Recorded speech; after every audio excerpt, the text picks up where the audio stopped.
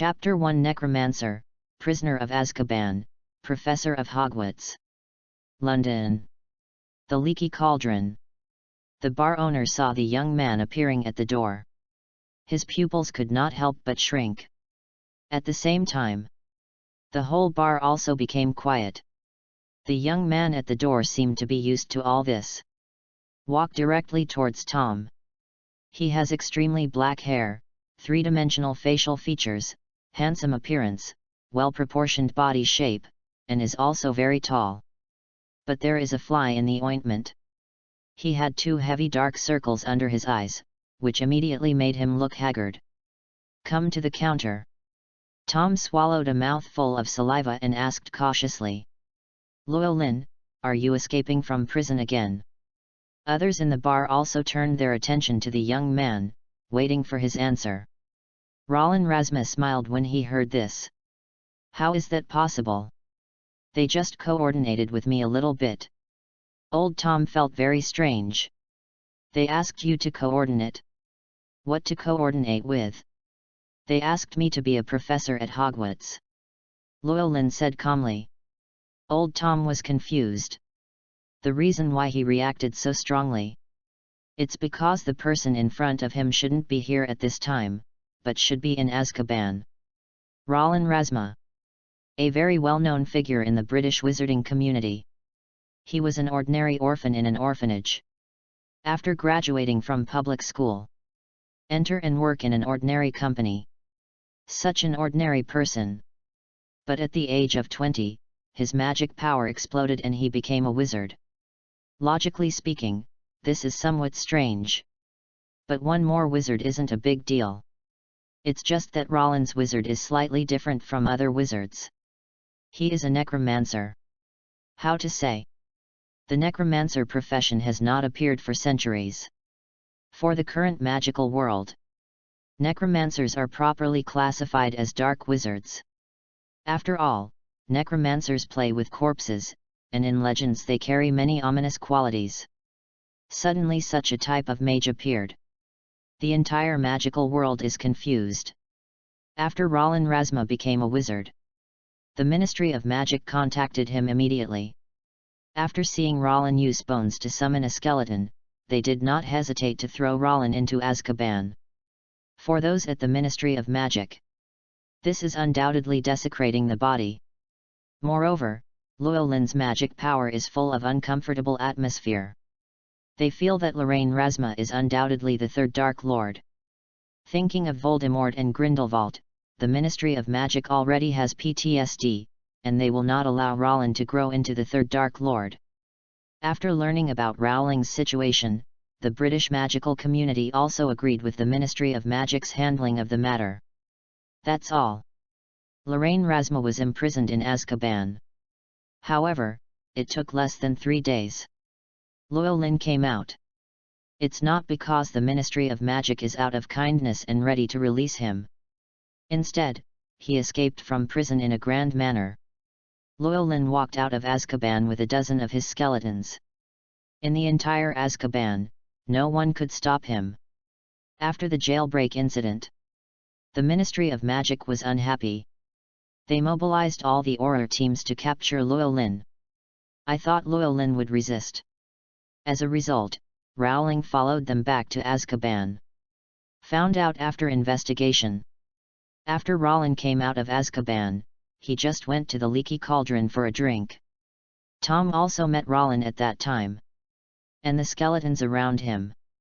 Old Tom was terrified. I thought Roland was going to do something to the Leaky Cauldron. It really turned out to be just drinking. He thought everything was over. The news came again a week later. Roland escaped from prison again. This jailbreak is even more serious than the last time. He not only escaped from prison with his own skeleton, but also with the Dementors from Azkaban. This frightened the people at the Ministry of Magic. Senior officials from the Ministry of Magic quickly came over to communicate with Llewellyn. Finally an agreement was reached. As long as Llewellyn is willing to return to Azkaban with the Dementors, they can give Llewellyn the best treatment. That time, Llewellyn also came to the Leaky Cauldron. Old Tom didn't see the Dementors, but the skeletons around Llewellyn changed again. This is the third time I have seen Llewellyn. Old Tom was surprised, felt normal, and a little confused. This time, I didn't see Llewellyn's skeleton. Where are the skeletons? And Rowling said that he became a professor at Hogwarts. Will Hogwarts still teach necromancy? Rowling did not explain to Old Tom that he became a professor at Hogwarts. In fact, he was also surprised when he heard the news. He, a necromancer who studied necromancy in Azkaban, was actually invited to Hogwarts. Later, people from the Ministry of Magic came to talk to him. Say Dumbledore has decided that you will go to Hogwarts to be the defense against the dark arts professor. Rowling wanted Dumbledore to hire someone else. He is really not humble. The key point is that he, a prisoner of Azkaban's necromancy who only knows necromancy, why did he go to Hogwarts to become a professor? But Dumbledore was very insistent and even came to see him and said that he had decided to let him be the professor of defense against the dark arts. No way. Llewellyn is still quite curious about Hogwarts. Since Dumbledore is so insistent, I am not afraid that he will mislead others, so just be a professor.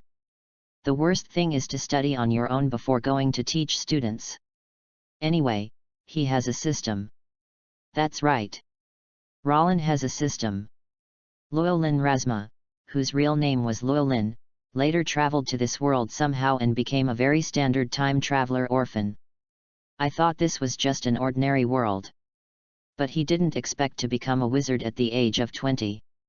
He also awakened the supreme undead system and became a necromancer who accompanies death. Then he was discovered by the Ministry of Magic. Went to Azkaban for a while. It was a little uncomfortable at first. Went out for a walk twice. Later Azkaban was pretty good too. Especially after the Ministry of Magic equipped him with air conditioning, a sofa, a luxurious bed and all kinds of other things to enjoy. He was a little happy and reluctant to think about Shu. You can have a comfortable life without going to work. Almost anything he wants, the Ministry of Magic will try its best to satisfy him. This kind of life was simply what he could not have wished for in his previous life. The most important thing is, in Azkaban, his system can still be used to its full potential. Let his necromancer level increase rapidly. He is 21 years old this year. He has been in Azkaban for nearly a year. If Dumbledore hadn't asked him to come out, he figured he would stay in Azkaban forever. But staying indoors all the time is a bit uncomfortable. This time I happened to be working as a professor for a while, and I also met a few people I wanted to meet. After all, this year is 1991. Chapter 2 Old Tom's Sympathy, Entering Diagon Alley. Llewellyn ordered a glass of ale, sat next to him and drank. The bar gradually became lively again. Old Tom looked at Llewellyn who looked calm. I thought, wait until tomorrow. The Daily Prophet probably has another report on Llewellyn. I just don't know whether the news about Rowling's escape from prison or the news about Rowling becoming a professor at Hogwarts is more shocking. Most likely it's the latter. After all, Llewellyn has escaped from prison twice, but this is his first time as a professor. To be honest, Old Tom has not recovered yet. You said Llewellyn is a necromancer. Prisoner of Azkaban. How did you become a professor? He was more worried. This year my granddaughter happens to be going to Hogwarts. Llewellyn went to be a professor. You won't lead your granddaughter into evil, right? But Llewellyn didn't seem to have done anything bad. At least he paid for it every time he came to drink. Old Tom thought for a moment. Llewellyn is not that scary. First, he has never killed anyone, and second, he has never committed a crime, except for escaping from prison. It's not good to be discriminated against just because of your profession. He has no ill feelings towards Llewellyn. However, the vast majority of wizards stayed away from Llewellyn, the necromancer. Old Tom didn't want to appear unsociable, so he naturally became a little alienated from Llewellyn. It's not just him. Many wizards have this idea. Looking at the handsome young man in the corner of the bar, he sipped his ale. Old Tom couldn't help but sympathize. An orphan, only 22 years old. In today's society, not only is he a child, he is definitely a young man. Society should be more tolerant of such young people. Certainly. It would be better if Llewellyn was not his granddaughter's professor. It was the words of my granddaughter, the professor. He could also get closer to Rolindo. It's always good to have more acquaintances in school. Llewellyn, who was drinking, didn't know what old Tom was thinking. But his keen perception allowed him to feel old Tom's gaze. That look of pity made him feel uncomfortable. Llewellyn quickly drank the wine in the glass in a few sips. Stand up and leave. But he suddenly thought that he had other things to do when he came here tomorrow, so he could only stop. Turn around and come to old Tom. When old Tom saw him coming, his heart moved and he asked with a smile. Llewellyn, do you need anything? Looking at old Tom's smile, Llewellyn felt a little panicked. But he really had something to ask old Tom for help. Mr. Tom, I have to go to Diagon Alley for something, but I've never been in there before. Can you take me in there once? That's right. Although Rollin is already a wizard, he has never been to Diagon Alley. After all, the time he can move freely outside is very short each time. And no one wanted to take him into Diagon Alley. He did read the Harry Potter books. It's just that there is no specific entry method in the book. No way. He can only seek help from old Tom, who doesn't seem to reject him so much. Hear his cry for help. Old Tom smiled even brighter. Of course, Llewellyn, come with me. He didn't expect that just after he decided to get closer to Llewellyn in the future, Llewellyn would ask him for help. And it's so easy to help. It's totally a piece of cake. Tom led Rollin across the bar. We arrived at a small patio surrounded by walls. It looks very shabby here. There was nothing but a trash can and some weeds. Llewellyn looked around for a moment. Focused on the trash can. When he was reading novels in his previous life, there are always people who want to make a fuss about trash cans. It made him a little curious about the trash can and wanted to know if there was anything special about this trash can. However, after he looked carefully, I found this to be an ordinary trash can. There was no trace of magic on it. There is no special mechanism. Just used to make a logo. However, as the iconic item entering Diagon Alley, the trash can still has certain special characteristics. It's just that this particularity is reflected in its reference value, not any other value. When Llewellyn looked around, old Tom had already led him to the trash can. Watch carefully, Llewellyn. Count 3 blocks up from here, then count 2 blocks from here, and that's where it is. Old Tom pointed to a brick on the wall. Llewellyn carefully noted the location of the bricks. Although there is a high probability that I will go back to Azkaban to enjoy it after coming out of Hogwarts. But that doesn't mean he doesn't need to come to Diagon Alley. You can buy many things that wizards need in Diagon Alley. Llewellyn is a necromancer and a wizard. He definitely needs to come in and buy some stuff too. At least he was interested in the various delicacies in Diagon Alley. Remember? Asked old Tom. Llewellyn nodded. You need to tap here 3 times next. According to what old Tom said. Llewellyn stretched out his fingers and tapped lightly on the wall 3 times. The next moment, the brick he knocked on began to tremble. The walls began to move. A hole appeared in the middle. It was a small hole at first, and then it got bigger and bigger. Soon a wider archway was formed. Opposite the archway, it is a street paved with cobblestones with no end in sight. This is Diagon Alley. Llewellyn felt like he was checking in at an internet celebrity attraction. He also did not forget to thank old Tom. Thank you, Mr. Tom. You're welcome, Llewellyn. You go in first, I have to go back and watch the bar. Old Tom waved his hand, turned around and left. After Old Tom leaves, Llewellyn walked forward along the archway. Wait until he steps onto the street. The archway behind him has also been restored to its original state. He couldn't figure out how the archway worked. Mainly, he is just a necromancer, not an all-powerful mage. Llewellyn is very proficient in the magic of the undead system. But other systems of magic. Not to say that I know nothing, I can only say that I understand all the 7 orifices and understand none. That's why he came to Diagon Alley. The purpose is to buy some textbooks here and systematically study the conventional magic in the magic world. Otherwise he went to Hogwarts. You can't teach undead magic. Not everyone can learn necromancy. Llewellyn knows it very well.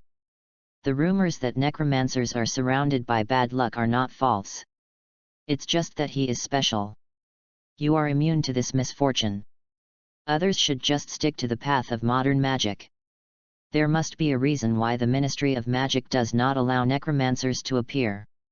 Take to the streets of Diagon Alley. Llewellyn was not in a hurry to go to the bookstore. Instead, I walked around and admired the surrounding scenery. Various shops line the streets. The closest one to him is a crucible shop. It's called Partridge's Crucible Shop. There are various crucibles stacked outside the store.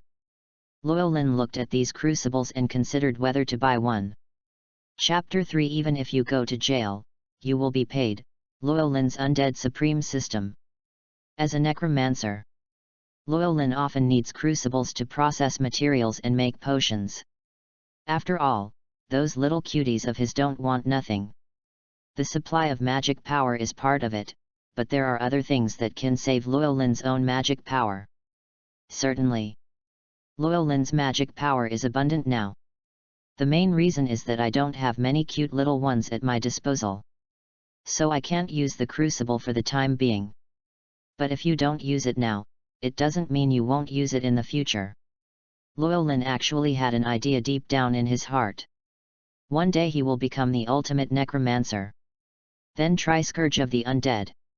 It's just that the undead natural disasters of other necromancers are going to bring disaster. His undead natural disaster just wants to be pulled out to show off.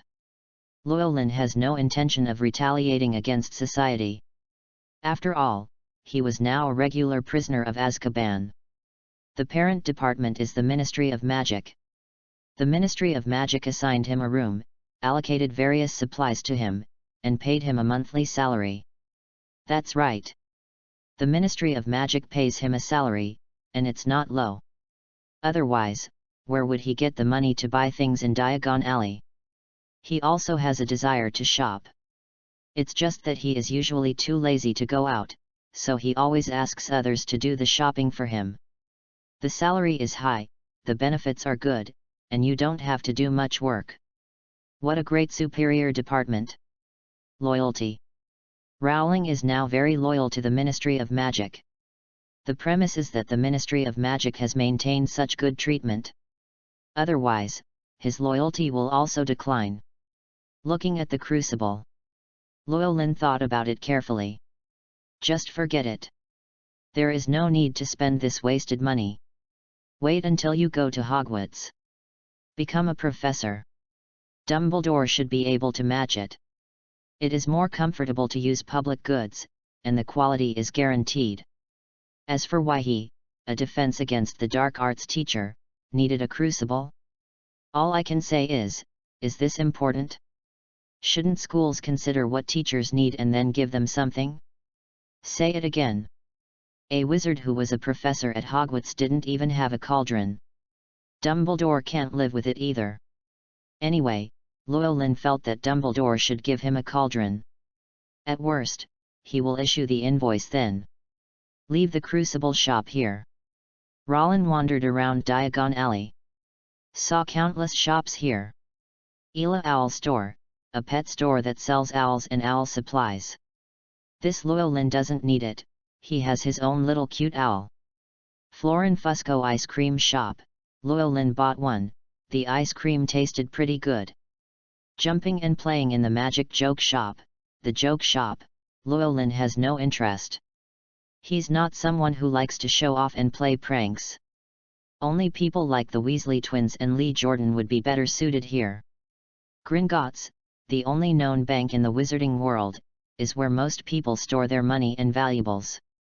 Llewellyn didn't need it, he had the space provided by the system, which was no smaller than Gringotts' vault. Llewellyn doesn't need junk shops or shops that sell second-hand goods. He has money and will buy new ones.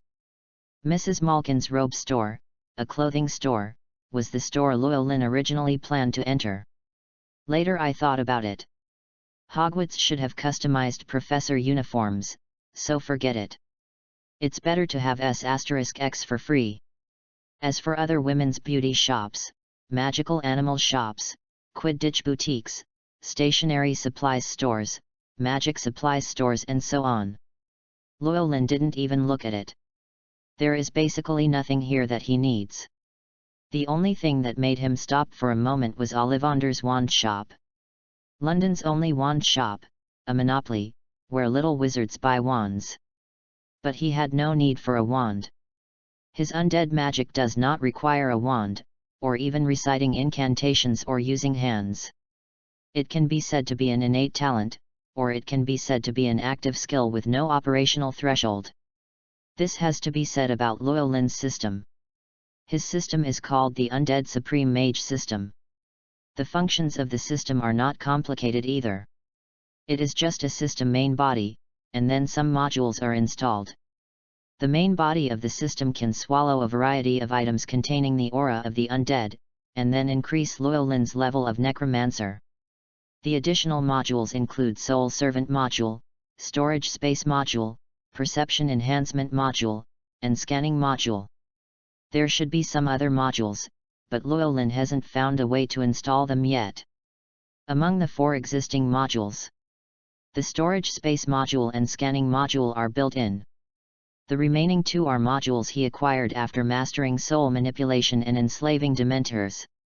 The function is exactly as it sounds. One is a module for controlling soul servants. The other can greatly enhance one's own perception and at the same time be immune to any negative mental effects.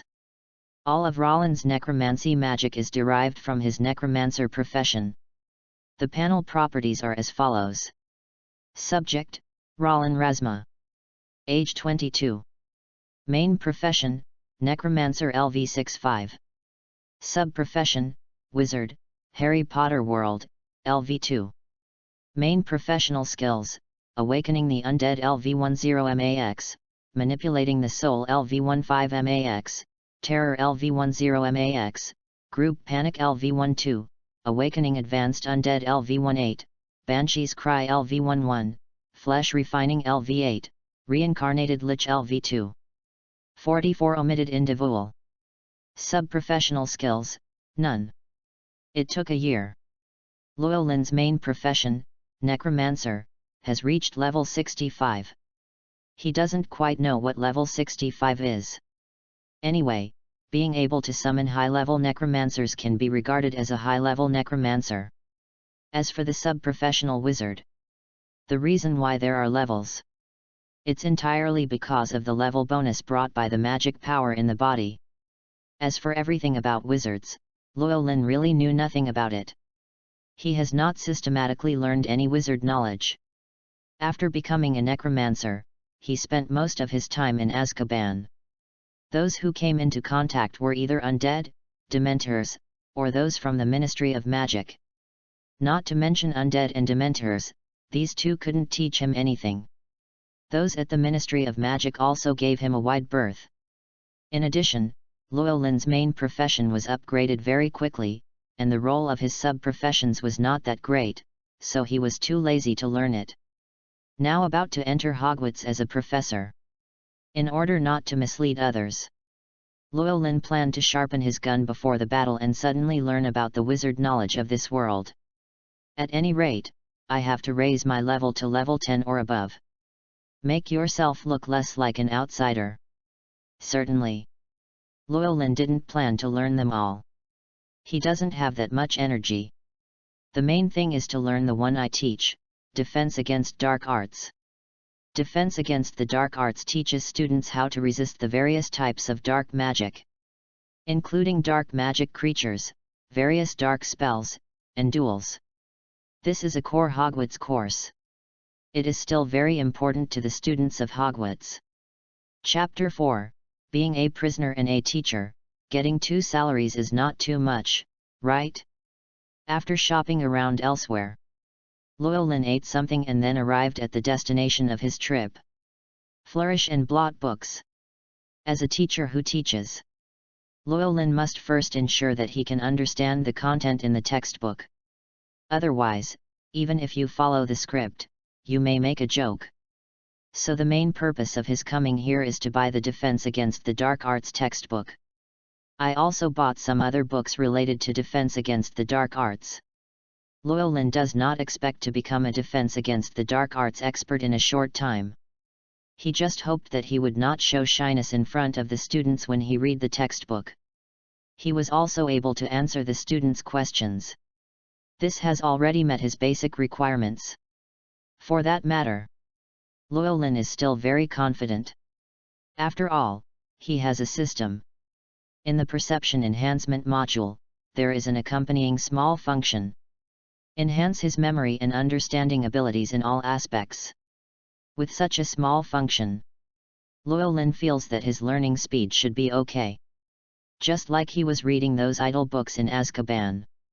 Generally speaking, he can memorize most of the books after reading them twice.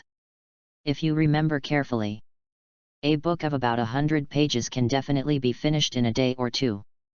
Not to mention the ability to understand. In Llewellyn's mind, understanding is equated with comprehension. There is no doubt that the strengthening of memory and understanding abilities is equivalent to the strengthening of learning ability. Llewellyn has no difficulty choosing when it comes to shopping. He quickly selected the book he wanted in the bookstore, paid the money and left. A thought came to my mind. After putting the book into the space, he didn't stop at Diagon Alley either. Back to the leaky cauldron again. This time it didn't cause much of a stir. The leaky cauldron was quiet for just a moment, then resumed. Old Tom noticed him coming out and greeted him with a smile. Llewellyn, have you bought what you want? As he spoke, he looked at Llewellyn doubtfully.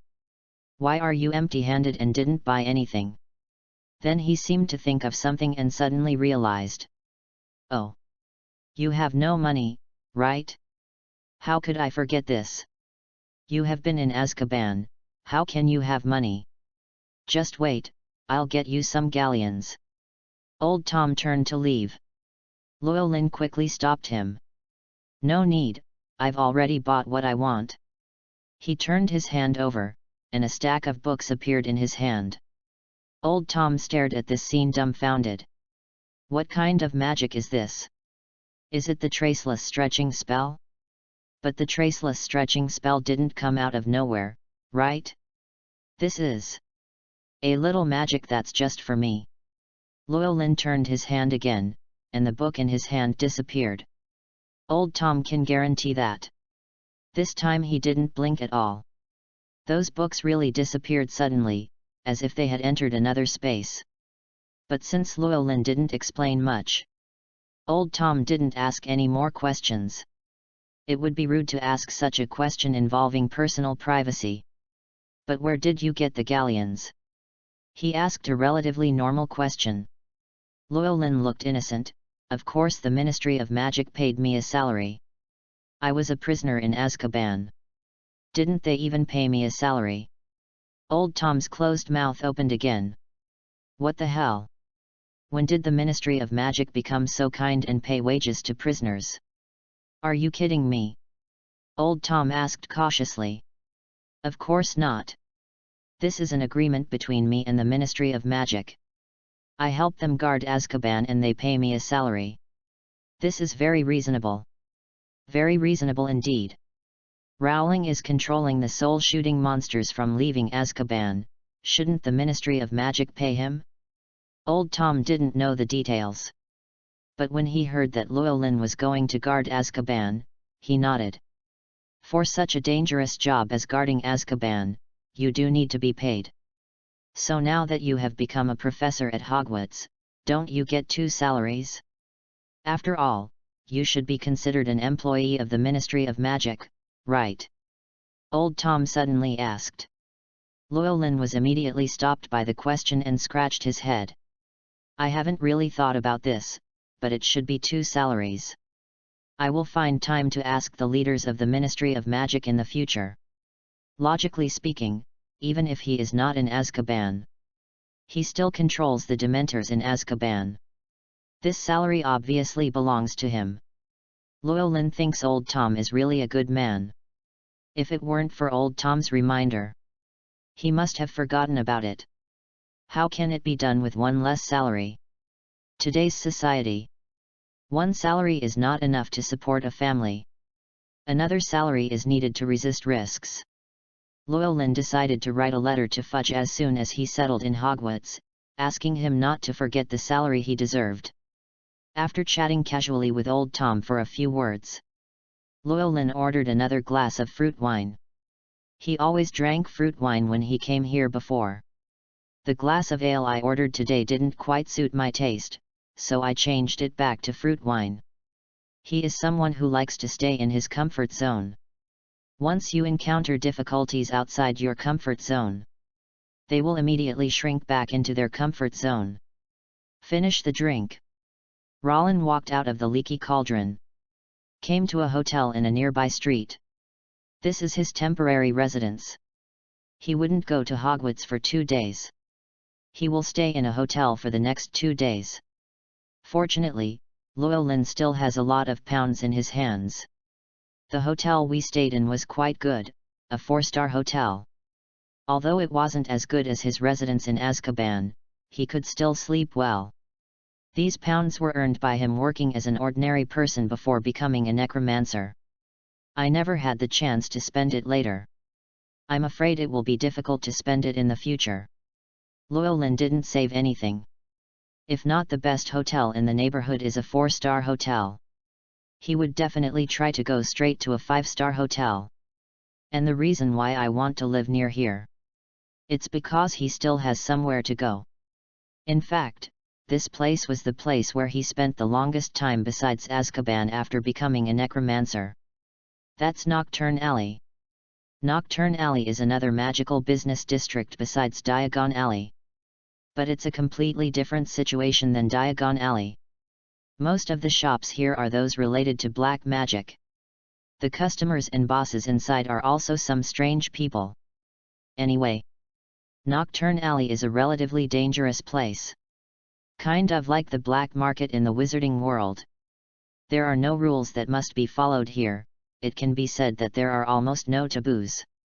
Almost everything you can't see in the wizarding world can be found in Nocturne Alley. And Llewellyn is a necromancer. As everyone knows, the necromancer requires less mainstream materials.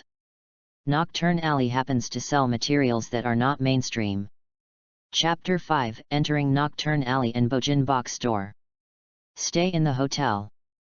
Llewellyn looked through the Defense Against the Dark Arts book he bought. One afternoon, Llewellyn's sub-professional level was raised to LV3. This was of no use to Rollin. So much so that he just glanced at it when the system prompted it, and never paid attention to it again. The next day, Llewellyn followed the original plan. Head to Nocturne Alley. Same as Diagon Alley. Nocturne Alley is not directly accessible from the world of Muggle life. This can be reached using apparition or flow powder. Nocturne Alley can also be accessed through the Leaky Cauldron. Rollin naturally chose to go through the Leaky Cauldron. Or he had no choice. Firstly, he couldn't use the flow network, he didn't have flow powder, and secondly, he couldn't apparate.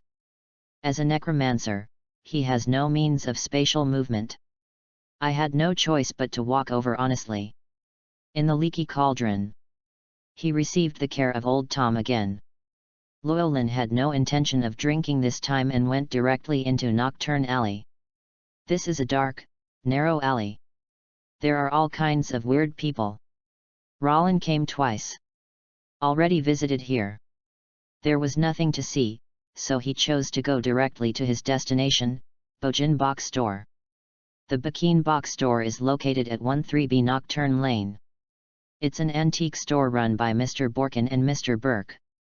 The two bosses often deal with unusual ancient wizarding artifacts. Because of the greed of the two men and the cunning and sinister nature of their customers, this store has handled a large amount of grey business. Llewellyn naturally bought some gadgets here. Come outside the store. Could see the shop windows were covered in dust and looked terrible. Llewellyn didn't care and walked directly into the store. The store is stocked with a wide variety of merchandise. Withered human hands, blood-stained playing cards, glass eyeballs, hideous masks. There are various human bones on the counter, as well as many strange instruments. When Llewellyn came here for the first time, he felt a little depressed. At that time, he was just a level 10 necromancer.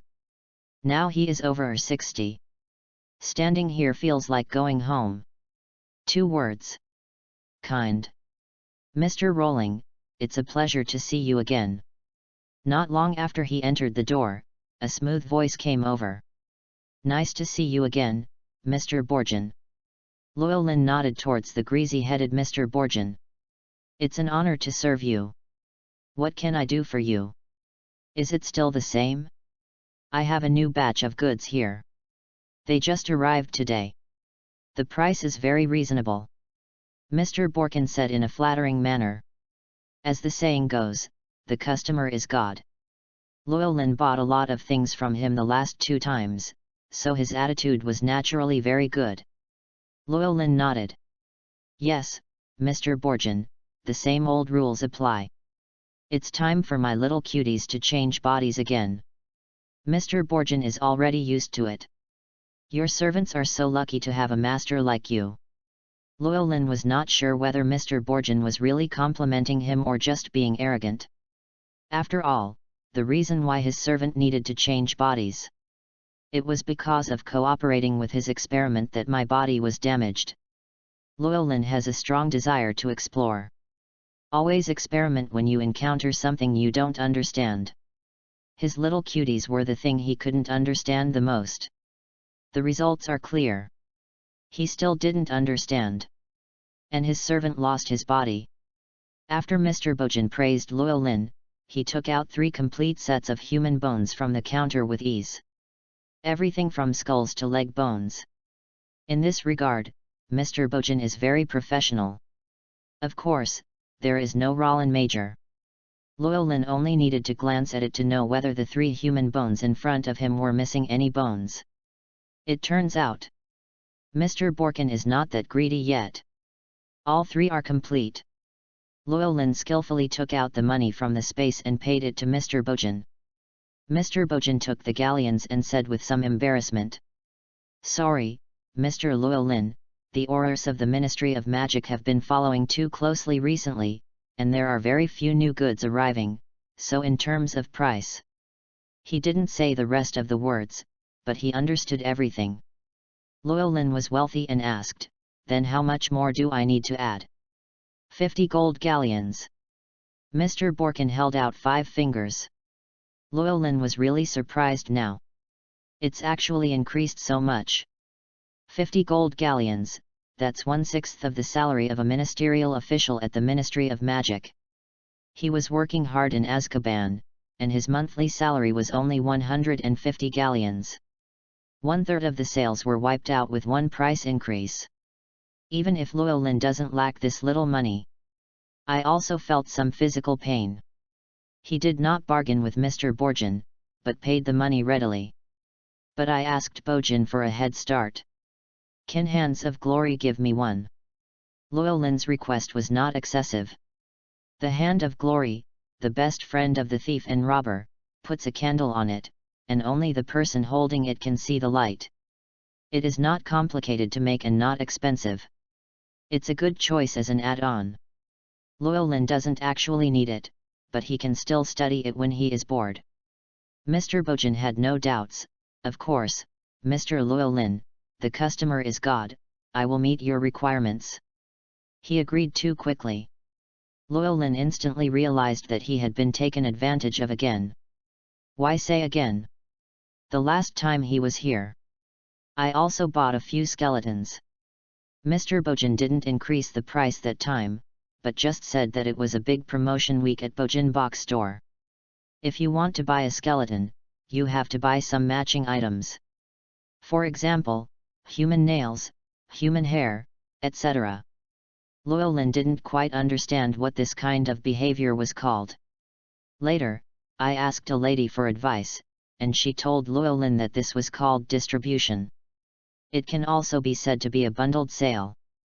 In fact, Llewellyn has no need for nails or hair. Until now. Those bundled items are still stored in his space, with no chance to use them. This was Llewellyn's first experience of being taken advantage of here. Now for the second time.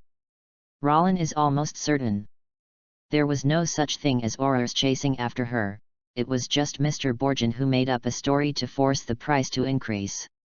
Llewellyn was equivalent to buying the Hand of Glory with 50 gold galleons. Big loss. Being taken advantage of. Llewellyn remained calm. It's not that he isn't angry. But as a necromancer, he no longer exhibits any emotional behavior. This is determined by the characteristics of the necromancer. At least this is what a necromancer like him has. Llewellyn was obviously unhappy with Mr. Bojan. But he still smiled and thanked him. Just when leaving the Bojan Box Store, he accidentally used a group to summon the undead. And it just so happened. This summoning of the undead happens to be used in the Bojan Box Store. So the bones, skeletons, flesh and other undead materials in Mr. Bojan's shop were lucky enough to escape. Chapter 6 Use the Soul Servant, Bone Owl Black. Mr. Borkin's wails were heard. Rollin expressed sympathy for him. He didn't expect this to happen, he was so careless. To help Mr. Bojan, Rollin used another summon the undead before leaving Nocturne Alley. Help Mr. Bojan solve the problem of undead rebellion once and for all. As for Mr. Bojan chasing him out and scolding him, Llewellyn said he would not pursue the case. After all, he is a very generous man. He also thoughtfully called Mr. Bojan to the Auror command of the Department of Magical Law Enforcement. Wanting to help Mr. Bojan asked the Aurors for help. However, Mr. Bojan refused his help, which made him regretful. Why is it so difficult to be a good person? Llewellyn fell into thought. After finishing dinner, he figured it out. It must be that he didn't do his good deeds thoroughly enough. Wait until next time I see Mr. Borkin. If Mr. Bojan is still as enthusiastic as before, he will definitely continue to do good things. Another day off. After reading the book, Llewellyn felt a little bored. So I groped around in the space and found some broken bones that didn't fit together. Take these broken bones that don't come in complete sets.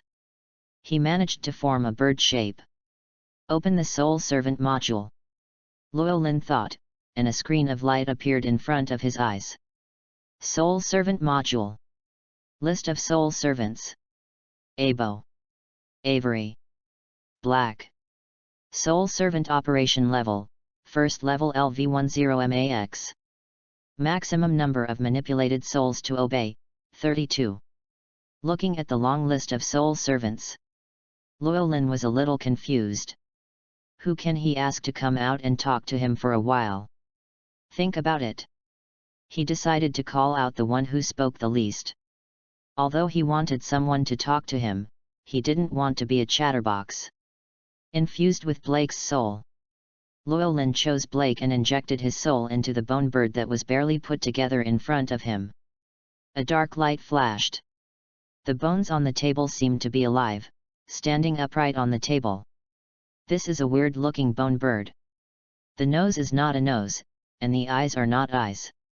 The two wings are not the same size. There is also a tail bone. But it appears to be very flexible. After the soul was injected, the first thing the bone bird did was to turn its skull 3 times. Whole bone bird. This is the only skull that belongs to a real bird. Other parts are various bones. Blake, are you awake? Seeing the movement of Bone Bird, Llewellyn asked in a low voice. Yes, my lord. A clear and moving female voice came from the Bone Bird. That's right. Bones can talk. And this soul servant named Black is a woman. Why can Bones talk? Llewellyn himself didn't know. It's like he has no idea how bones make sounds.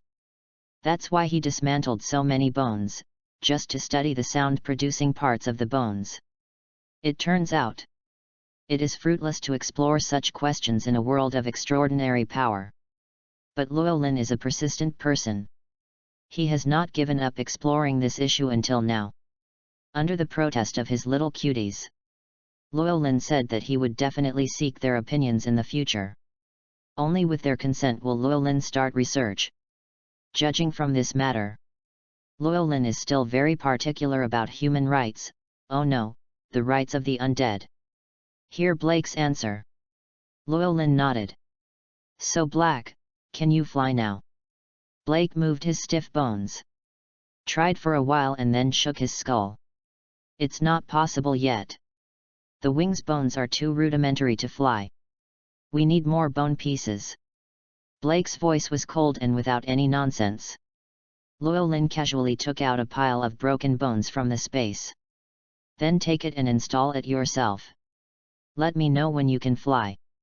If you can't fly before I go to Hogwarts, then you'll have to fall asleep again. There is no doubt that Hogwarts does not allow undead to be brought in. But Rollin also has his own valid reasons. What he wants to bring is his own owl. It makes perfect sense that every wizard should have his own owl. As a necromancer, his owl is naturally undead, which is normal. But if Blake can't become a flying owl, he just had to give up the idea. Black would most likely have to wait until the next time he left Hogwarts to wake up. Blake replied calmly.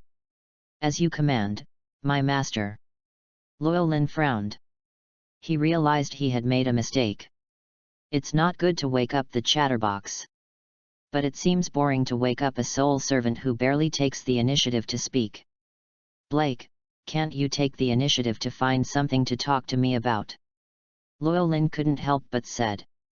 Blake installed a piece of bone on his wings and said calmly. Of course, my master, what aspect of the chat do you want to hear? Her answer almost made Llewellyn think he was using a voice assistant. He clearly remembered that although Blake used to be reticent in the past, it shouldn't be to this extent, right? I want to know why you talk so little now. Llewellyn asked directly. Blake's tone finally fluctuated. Master, if you are a female and have a name like Black, you won't be too happy. And if you suddenly woke up from a dark place and found yourself living in a 1 square meter residence, you would be speechless. Llewellyn understood. Blake is dissatisfied with his name and the body he now inhabits. But Black, I have no new names to give you. The 28 pureblood families already have their own surnames. If you are assigned the name Black, you should accept it. When he named his soul servant, he chose it directly from the surnames of the 28 families. By the time he had 28 servants, names were no longer enough. That's why I thought of a new name source. Llewellyn chose to maintain the soul replenishment at 28 instead of the full 32. The distribution of these 28 names is very fair and just.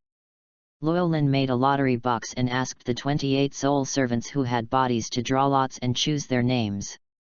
In fact, I have accepted it, but my master, I don't like it that much.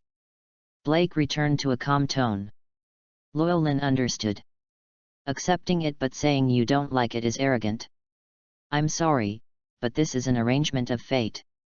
As for your current living situation, I am also sorry, but based on the actual situation, you can only live here. Rollin said the right bullshit. Blake was still so calm, as you wish, my master. Chapter 7 The Changed Black is preparing to go to Hogwarts.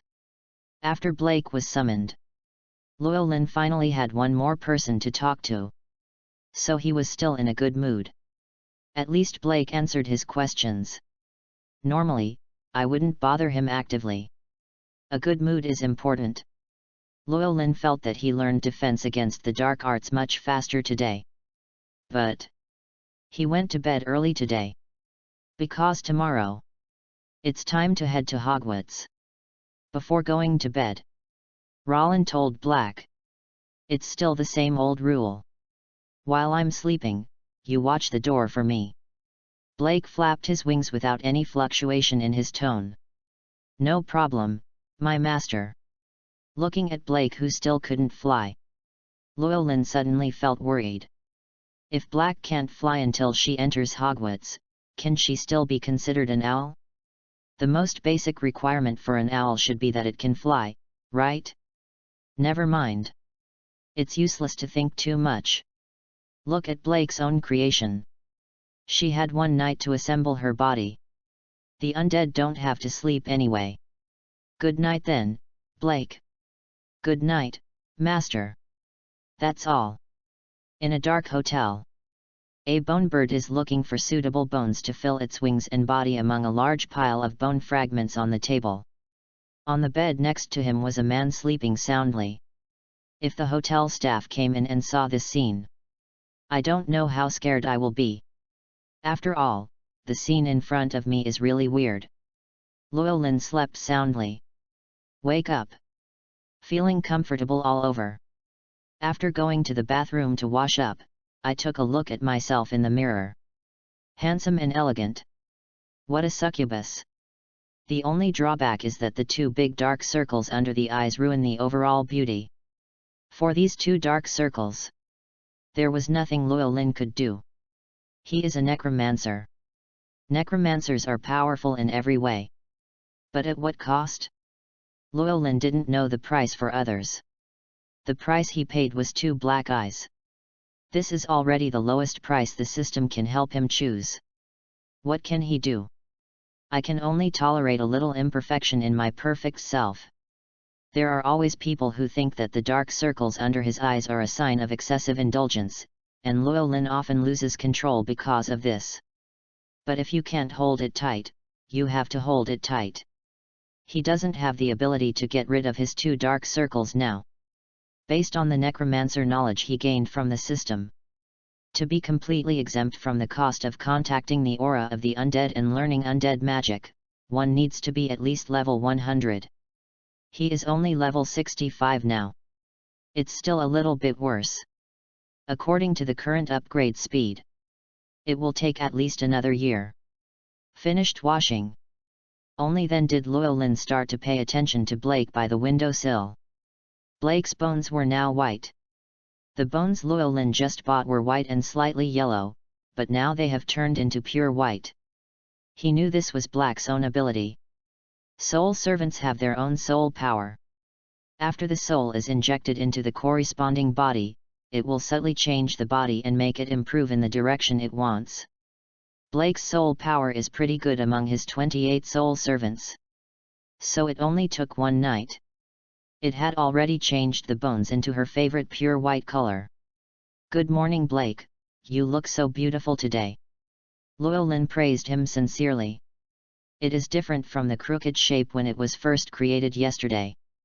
At this time, Blake's bone shape could be clearly seen as that of an owl. Even the bones on the wings are extremely perfect. And because the bones are white and smooth, they look strangely beautiful. Blake nodded his skull. Good morning, master, thank you for your compliment. Llewellyn walked to the bed, took off his pajamas, put on the suit he just bought on the way back yesterday, and asked casually. Blake, how do you feel about this body now? After seeing Blake's body, he no longer worried about whether Blake could fly. Blake tilted his head, thought for a while and said. The quality of the bones is a bit poor. Some of the bones are defective and have been eaten by insects. However, I have not found a suitable replacement. Llewellyn was slightly embarrassed. After all, he was the one who assembled Blake's bones. After changing his clothes, he came to Blake. I'll find any missing bones for you. I need 2 half-inch cylindrical bones, a 1-inch long bone fragment, and preferably a bird leg bone. My leg is a little weak. Blake calmly stated his needs. Llewellyn quickly searched in his own space. Fortunately, he had collected a lot of bones of all kinds over the past year. It didn't take long to find what Blake had asked for. Blake also moved quickly. 3 strokes, 5 divisions, and 2 are enough to replace the bones. After a little adaptation, he was already flying around the room. After walking around the room 3 times, Blake stopped on Rollins' shoulder. "Master, can you release a purifying soul for me? There are too many types of these bones. Some of them were contaminated when my soul penetrated yesterday." "Of course, no problem." Rollin placed his hand on Blake's skull and skillfully released the purifying soul. Purify the soul is a necromancy magic that maintains the purity of the soul. Generally speaking, it cannot be used on humans, and can only be used on undead creatures. Llewellyn has used it many times before. This brought his purified soul to nearly full level. However, this kind of undead magic is relatively useless. Because for a soul servant like Blake, their souls all have a self-purifying effect. Even if Llewellyn does not use Purify the Soul, Blake will adapt to his body in a few days, and the soul will slowly become pure. Purify the soul after use. Blake let out a pleasant hum. Then he rubbed his skull against Llewellyn's hand, just like a domestic bird. "Okay, it's almost 10 o'clock. Let's go have breakfast and then prepare to leave for Hogwarts." Llewellyn put all his things into the space and walked out of the hotel empty-handed. Having space is so convenient. No need to carry a suitcase when going out for fun. He finished his breakfast nearby. Blake was injected with some undead aura. For the undead, absorbing the breath of the undead is equivalent to eating. In fact, they don't need to eat. As long as the necromancer replenishes their magic power regularly. A more bizarre soul servant like Black is even more convenient. Llewellyn didn't even need to replenish his magic power. Their soul power will replenish the magic on its own. Therefore, Rollin injecting the undead aura into Blake was just equivalent to giving her snacks. If Llewellyn is a black-hearted master, a soul servant like Blake can be said to be a 24-hour robot. Or bring your own dry food. Chapter 8 Platform 9 3/4, Llewellyn's reputation. Soon, Rollin took Blake to a taxi and arrived at King's Cross Station. Certainly, an undead like Black cannot be displayed directly in front of Muggles. This is also the agreement between Rowling and the Ministry of Magic. So since Blake left the hotel, most of the time, Llewellyn kept it in his suit pocket. As for how to put an owl-shaped skeleton in a suit pocket? Just take it apart and put it in. Blake's soul has been injected into these bones and formed a complete body. For the undead, it's nothing if the bones are broken apart. As long as Blake wanted to, she can reorganize her body at any time. Enter King's Cross Station. Llewellyn found that there were not many suspected wizards around. Think about it too. It's not July yet. No notices from Hogwarts have been sent out. Surely no little wizard will come here. Only wizards who regularly travel between Hogwarts and London may appear. Wandered around the station for a while. Llewellyn quickly found Platform 9. There is a large plastic sign hanging on the platform with the number 9 written on it. Next to it is naturally Platform number 10 with the number 10 hanging on it. Platform 9 3/4 is right between the two. Dumbledore had told him the entrance to the platform. It is located between the ticket gates between platforms 9 and 10. Walk directly through the railing and enter Platform 9 3/4. It was almost 11 o'clock. Rollin didn't delay. Walked towards the ticket gate and then directly towards the railing. Then his eyes lit up. A dark red steam locomotive appeared in front of him. Behind him, where the ticket gate should have been, has turned into a wrought iron archway. It says Platform 9 3/4. Llewellyn nodded secretly. Harry Potter's wizarding system still has merit. At least with his current level of undead magic, he still can't make this thing. Turning to look at the red steam car. There is a sign hanging on the car. Hogwarts Express, 11 o'clock. Thick smoke lingered over the steam locomotive. High emotional intelligence, there is an industrial-style aesthetic. Low EQ, what a serious pollution. Rollin paid no more attention to steam locomotives. What does air pollution in the UK have to do with him? He paid more attention to the wizards on the platform. There were not as many wizards on the platform as Llewellyn had imagined. But not too few. They occasionally shuttle on the platform, and sometimes they meet their acquaintances and say hello. The wizarding community in Britain is obviously not very large. Especially since the circle of wizards going to Hogwarts is not that big. Many people walked in groups, talking and laughing. And on the road. There are also cats belonging to wizards walking around. Almost every wizard has an owl. These owls are not quiet, they are always chirping, making the already noisy platform even noisier. Llewellyn was slightly irritable. As a homebody, he was rarely in such an environment. It was too noisy. So he used magic to seal his ears. Just get ready to get in the car. But after seeing the owls around, Rollin also realized that Blake could be released. He grabbed a large pile of bones from his pocket. These bones are sucked together by the power of Blake's soul. Llewellyn just took out the bones. Blake couldn't wait to return to his original state. A bony owl with a slightly larger skull appeared. Llewellyn casually put her on his shoulders, and then walked towards the train. In fact, some people have noticed Llewellyn. Llewellyn is a completely unfamiliar face. And he's very handsome. There will always be people who can't help but take a second look. Then they saw Llewellyn take out a pile of bones and transform into a bone owl. In addition to being horrified, they soon thought of Llewellyn's identity.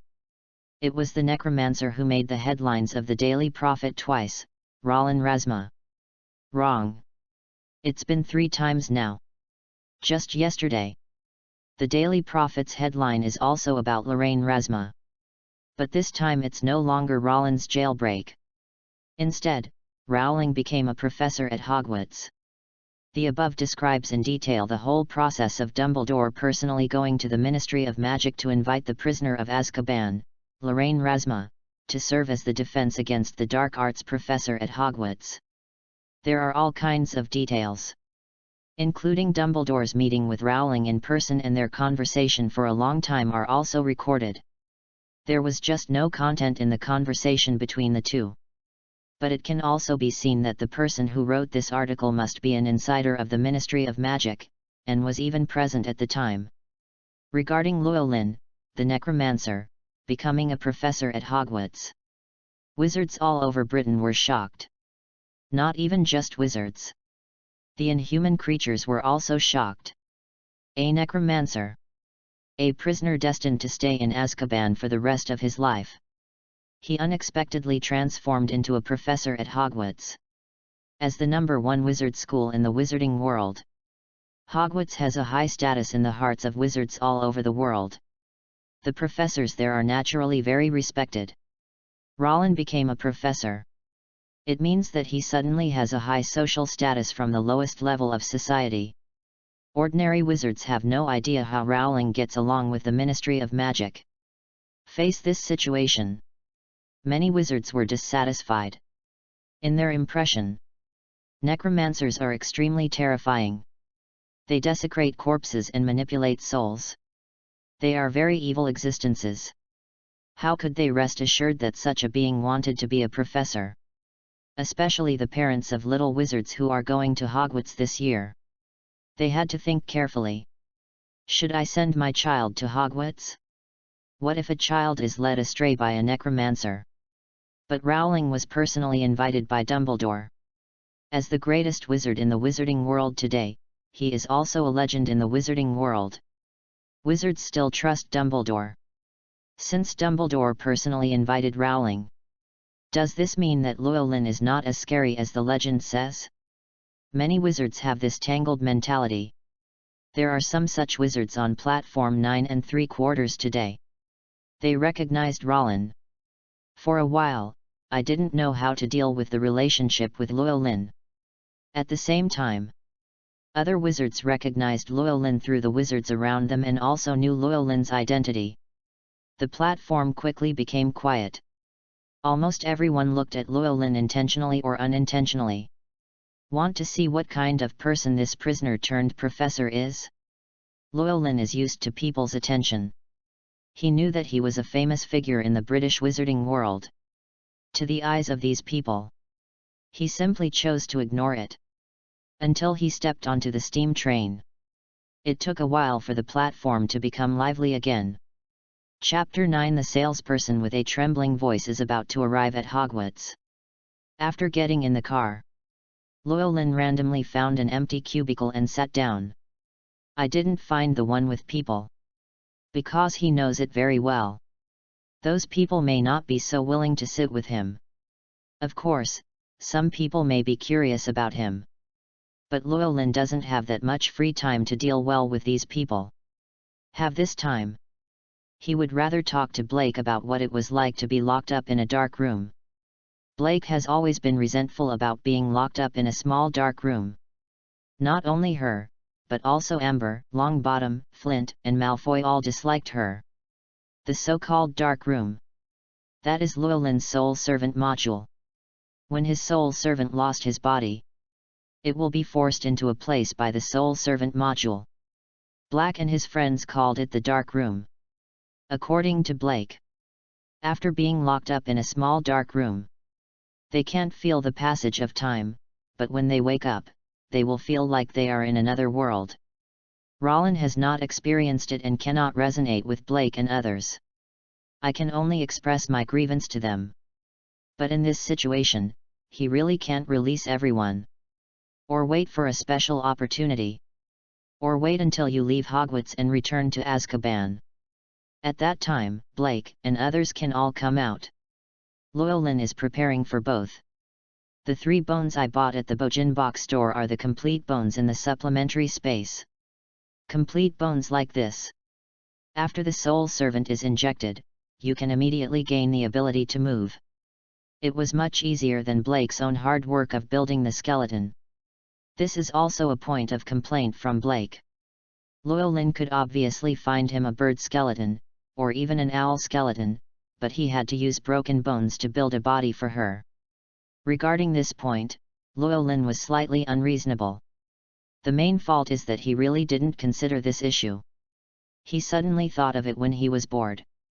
In fact, in his original plan, there was no place for Blake and others. Blake and the others should have stayed in the dark room. But Rollin happened to be thinking of owls at that moment. That's why Black was able to come out of the dark room. Woo! After a while, a siren sounded outside. Hogwarts is about to depart. Llewellyn discovered something. Since he entered this compartment, no one has passed this compartment again. Logically speaking, someone will always borrow from here. He vaguely thought of the reason. I'm afraid word has spread on the platform and on the train that he is in this compartment. Otherwise there would be no way there would be no one. For this situation, Llewellyn felt relaxed. It's a good thing for him that he doesn't have to endure other people's surprised or horrified looks. Soon the train started moving. The scenery outside the window keeps changing. Llewellyn also cancelled the magic power on his ears. Start listening to the whirring sound of the steam locomotive moving. At the same time, calmly enjoy the scenery outside. The time came to about 12:30. There was a clicking sound in the aisle. At the same time, a slightly nervous voice came from outside the cubicle. "Sir, would you like to buy some food from the car?" Llewellyn reacted. It's the salesperson in the car. Logically speaking, a salesperson would push a cart into the booth and make sales. That way the probability of success will be much higher. But who told Llewellyn to sit in this compartment? The salesperson must also know who is inside. But out of duty, she had to come over and ask. Having the courage to say something like this is already quite good for a young salesperson. Llewellyn actually wanted to eat something. I especially want to try the strange flavored beans. But when he heard the nervous voice of the salesperson, he suddenly lost his appetite. No, thank you. After his voice came out, the salesperson's relieved voice could be clearly heard outside. Okay, excuse me, sir. Then came the sound of hurried footsteps and the sound of a cart moving outside. Llewellyn felt a little bored. I have been in Azkaban before. The people around him are also weird. He doesn't feel much. In addition, he is a relatively homely person, so he is very comfortable living alone. I thought that I didn't have much need for social interaction and various group emotions. But judging from the current situation, he is still unshakable. Llewellyn took a long breath, shook his head, and shook the thoughts out of his head. I no longer think about the trembling voice of the salesperson just now. Instead, he closed his eyes and planned to take a nap. Sleeping is Llewellyn's best way to relieve his worries. It can also make time pass quickly. When Llewellyn was sleeping, Blake had been standing at the train window, looking at Llewellyn quietly. For undead servants, all kinds of emotions are actually relatively weak. But she could still feel Llewellyn's discomfort just now. Blake wanted to do something. But I don't know what to do. She could only stand on the windowsill and quietly watch Llewellyn sleep. The fields passing by outside the car window are even more desolate. The farmland is gone. Instead, there are forests, rivers, and hills. At first glance, it seems that we have arrived in a remote area. Llewellyn has been sleeping in this area. When he wakes up from his deep sleep, the sky outside is almost dark. Blake was still standing motionless on the windowsill. Seeing Llewellyn wake up, his tone showed no fluctuation. Master, according to my observation, we are almost there. Ah! Llewellyn yawned and stretched. By the way, is it almost there? That's good, I can't wait. He turned to look out the window, and there was a dark purple sky outside. There are also a lot of forests and mountains. The speed of the train has also slowed down a bit compared to before. Llewellyn put on the suit he took off while sleeping, got up and moved his body. His only dissatisfaction with the profession of necromancer is this body. For the necromancer, the body is not that important. They can even abandon their bodies in the later stages and transform into various strange creatures such as liches, thereby becoming immortal species. Therefore, the bodies of necromancers are often very weak, and it is normal for them to occasionally lack some parts. But Llewellyn's situation was different from theirs. The effects that ordinary necromancers need to suffer have been transferred by the system. He still hopes that his body can be stronger. It's just that the breath of the undead will gradually erode the body. It is true that he does not have to bear the side effects of the undead breath, but it is almost impossible to become stronger through exercise. Llewellyn's current physical condition has remained the same as when he was working as a part-time worker. At that time, his body was definitely not strong, and was in a sub-healthy state that was normal for this era. Much worse than those strong muggles. Chapter 10. Arriving at Hogwarts, Hagrid and Dumbledore signed the employment contract. Halfway through physical activity, a voice echoed on the train. The train will arrive at Hogwarts in 5 minutes. Please take your luggage with you, or stay in the car and let us take you to school. Llewellyn rubbed his neck. Get up and go to the compartment door. Think about it. He didn't go out right away. After all, if he goes out, it will definitely be very eye-catching. At that time, everyone in the car might be waiting for him to get out first, which would be very embarrassing. The train is getting slower and slower. Finally stopped.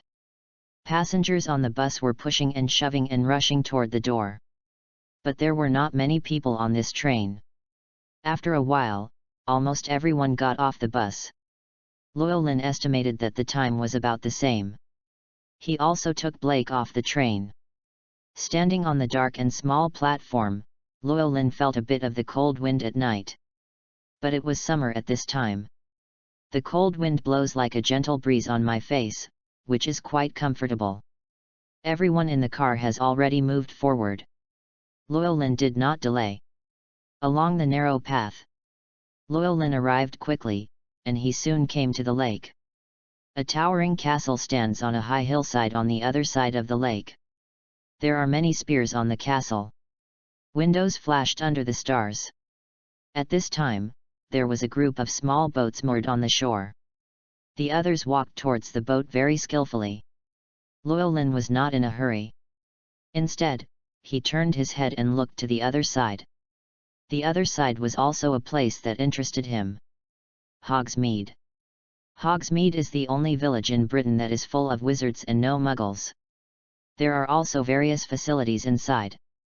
Hogwarts students and teachers love going to Hogsmeade. Dumbledore and Hagrid would often go there too.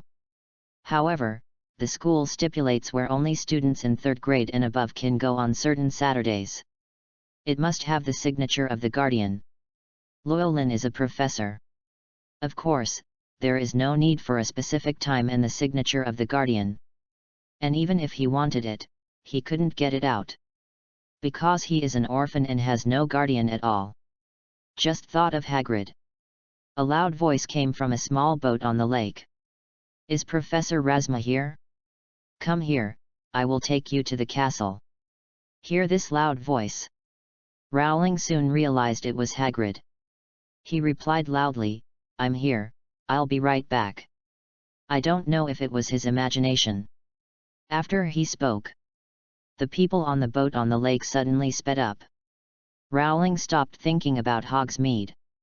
There will be plenty of opportunities to go shopping inside in the future. Let's go and stay in the castle first. Llewellyn walked to the lake and saw the huge Hagrid with a beard on his face. Llewellyn still has a good impression of this hybrid giant. Are you Mr. Hagrid? Llewellyn asked. Hagrid was a little surprised. Professor Razma, do you know me? It's really an honor for me. Of course, you are a great person, and Hogwarts cannot live without you. Llewellyn said with a smile. Hagrid was immediately flattered, and his hands and feet were at a loss. No, you are exaggerating. I am just an ordinary keykeeper and gamekeeper. Then he remembered that he should also praise Razma, and said some kind words awkwardly. People like Professor Razma are indispensable to Hogwarts. Llewellyn was non-committal. Perhaps Hagrid was the only one in Hogwarts who respected his status as a professor. Maybe add Dumbledore. After all, it was Dumbledore who invited him personally. In the eyes of others, he, Roland Razma, is a necromancer, an evil existence in the eyes of wizards, and obviously not worthy of respect. Llewellyn did not tell Hagrid this. Hagrid actually looks a lot like him. In Hogwarts, I'm afraid not many people respect Hagrid. Hagrid was almost kicked out of Hogwarts back then. If Dumbledore, who was still the Professor of Transfiguration at the time, had not persuaded everyone to keep him as a gamekeeper, he would have been no longer at Hogwarts. Such an experience. Many professors and staff at Hogwarts must have looked down upon him. It's not that I'm discriminating against him, I'm just saying that I don't respect him too much. This is why Hagrid seemed so happy and overwhelmed when he was praised by Llewellyn. Because for a long time in the past, Hagrid received almost no respect from others. Hagrid guided Llewellyn into the boat. Then he rowed the boat, quickly gliding across the smooth mirror-like lake surface, and headed towards the castle. The boat soon approached the cliff on which the castle stood. Hagrid also motioned to Llewellyn to lower his head to avoid being hit by the cliff. Hagrid rowed very fast. After a while they came to a place similar to an underground dock. Hagrid took Llewellyn off the boat and stepped onto the cobblestone ground. Professor Razma, please follow me. Professor Dumbledore is waiting for you. Hagrid held up a lantern to light the way underground. Walk forward step by step. Llewellyn followed him and climbed up the tunnel in the rock. Finally we came to a lawn outside the castle. Go up the steps from the lawn and stop in front of a huge oak door. Bang bang bang. Hagrid raised his huge fist and smashed the door 3 times. The door opened immediately. Standing inside was the silver-haired wizard wearing half-moon blue glasses, Albus Dumbledore. His hair was long, medicated, and could almost fit into his belt. The eyes are very wise. The nose is also long, but twisted. The seemingly ordinary old man with a crooked nose in front of him is actually a legend among wizards. The most recognized wizard today. Rowling and Dumbledore had already met in Azkaban. So after Dumbledore saw Rowling, he immediately came up and hugged him. "Welcome to Hogwarts, Professor Razma." "My pleasure, Professor Dumbledore," Llewellyn said politely. Dumbledore takes Rowling to the castle. Llewellyn looked at Hogwarts Castle at night. The surrounding stone walls were lit by blazing torches. It feels like a medieval castle. The roof is so high that you can barely see the ceiling. As soon as you enter the castle, you can see a luxurious marble staircase leading directly to the upper floor. Rowling followed Dumbledore forward, stepped onto the stairs of the castle, and soon arrived at Dumbledore's principal's office. Dumbledore did not chat much with Llewellyn, but went through Llewellyn's entry procedures first. Looking at the contract on the parchment, Rowling has a feeling of going back to the Middle Ages. It's all modern society. Why do you still use parchment to sign the contract? Can't you just use a printer to print out the contract? I don't know if this parchment contract has any legal effect. Llewellyn complained in his heart. But still signed the contract without hesitation. From now on, he is the Hogwarts professor. Chapter 11. Arrive at the dormitory, decorate the dormitory, and return to the comfort zone. After signing the contract, Dumbledore looked more agreeable. He seemed to have just noticed black on Rowling's shoulder and asked softly, "Professor Razma, it is." "Oh, this is my owl." With that said, Rowling shook his shoulders. "Black, say hello to Professor Dumbledore." Black raised his skull, looked at Dumbledore, then stretched out his wings and bent down to salute. "Good evening, dear Mr. Dumbledore." A trace of surprise flashed in Dumbledore's eyes, and he also bent down and touched his chest with his hands. "Good evening, Miss Black." Then he looked at Llewellyn. "Professor Razma, Miss Black is such a polite owl." I saw that Dumbledore had no discriminatory behavior towards undead creatures. Llewellyn nodded secretly. Dumbledore is indeed Dumbledore. "Thank you for the compliment. Professor, what should I do next?" Hear Rowling's question. Dumbledore pushed up his glasses, thought for a moment and said, "Our school's teachers' meeting will be held in 3 days, and corresponding arrangements will not be made until then. Well, I'll let Hagrid take you around the school tomorrow and get used to Hogwarts Castle. You have a day off the day after tomorrow, or I can take you around. This arrangement is not bad. Hogwarts Castle does take some getting used to. And if Dumbledore is willing to be a tour guide the day after tomorrow, he wants to take a tour of Hogsmeade Village." "Okay." After Llewellyn agreed, Dumbledore personally arranged a professor's dormitory for him. As for where exactly the professor is going to live, Hogwarts has no clear requirements. You can live in the school dormitories. You can also live off campus, such as Hogsmeade Village. Or just live in other cities. Then I use magic to commute to school every day. But most professors choose to live in castles. Llewellyn looked at his new dormitory. Compared to the luxury suites in Azkaban, the dormitories at Hogwarts seem a bit shabby. Although compared to the students' 5-bedroom, the single room is pretty good. But Llewellyn was a little afraid that he wouldn't adapt. Mainly because I had a great time before. It is easy to go from frugality to luxury, but it is difficult to go from luxury to frugality. And after arriving in the dormitory, Llewellyn discovered another problem. He is hungry. There was nothing to eat on the train.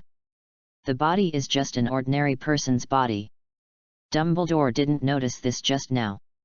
When I arrived at the dormitory, I found that I was so hungry that my chest was pressed against my back. It's not too late yet. Dinner at Hogwarts must have just started. If you go, you can still catch up. Llewellyn thought for a while. Forget it. He was brought to the dormitory by Dumbledore. I am not that familiar with the various situations in the castle. It would be bad if you get lost later. After all, there are many peculiarities in the castle. Let's have something to eat first. Wait until tomorrow when Hagrid takes him around the castle. Think of this. Llewellyn waved his hand. The snacks in the storage space were lined up in front of him. He chose some snacks that were not too large but were relatively filling, and put the rest into the space. Eating too much at night is not good, as it can easily lead to weight gain. Let's talk about the big changes that Rollin had in Azkaban this year. In addition to strength, it must be fat. Eat well and sleep well in Azkaban. I just gave him some fat. Rowling before coming to Hogwarts. It has already been decided.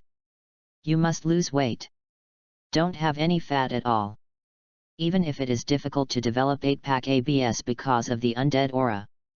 But heavy fat is completely unacceptable. After eating, Llewellyn disposed of the garbage, looked at the somewhat crude dormitory, and touched his chin. Looks like it needs to be decorated a little bit. He was prepared before he came. Open the storage space and living area, and throw some of the things on the open space. Blake, I have to thank you again for helping me decorate the room. Black replied calmly, as you wish, my master. After finishing speaking, Blake flapped his bone wings and flew into the air. The entire dormitory was turned around. Then start tidying up the dormitory. Llewellyn didn't do much housework.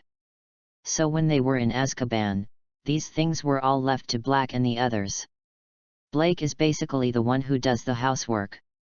There are 2 younger brothers under his command. Now that he has no younger brother, Blake has to do many things by himself.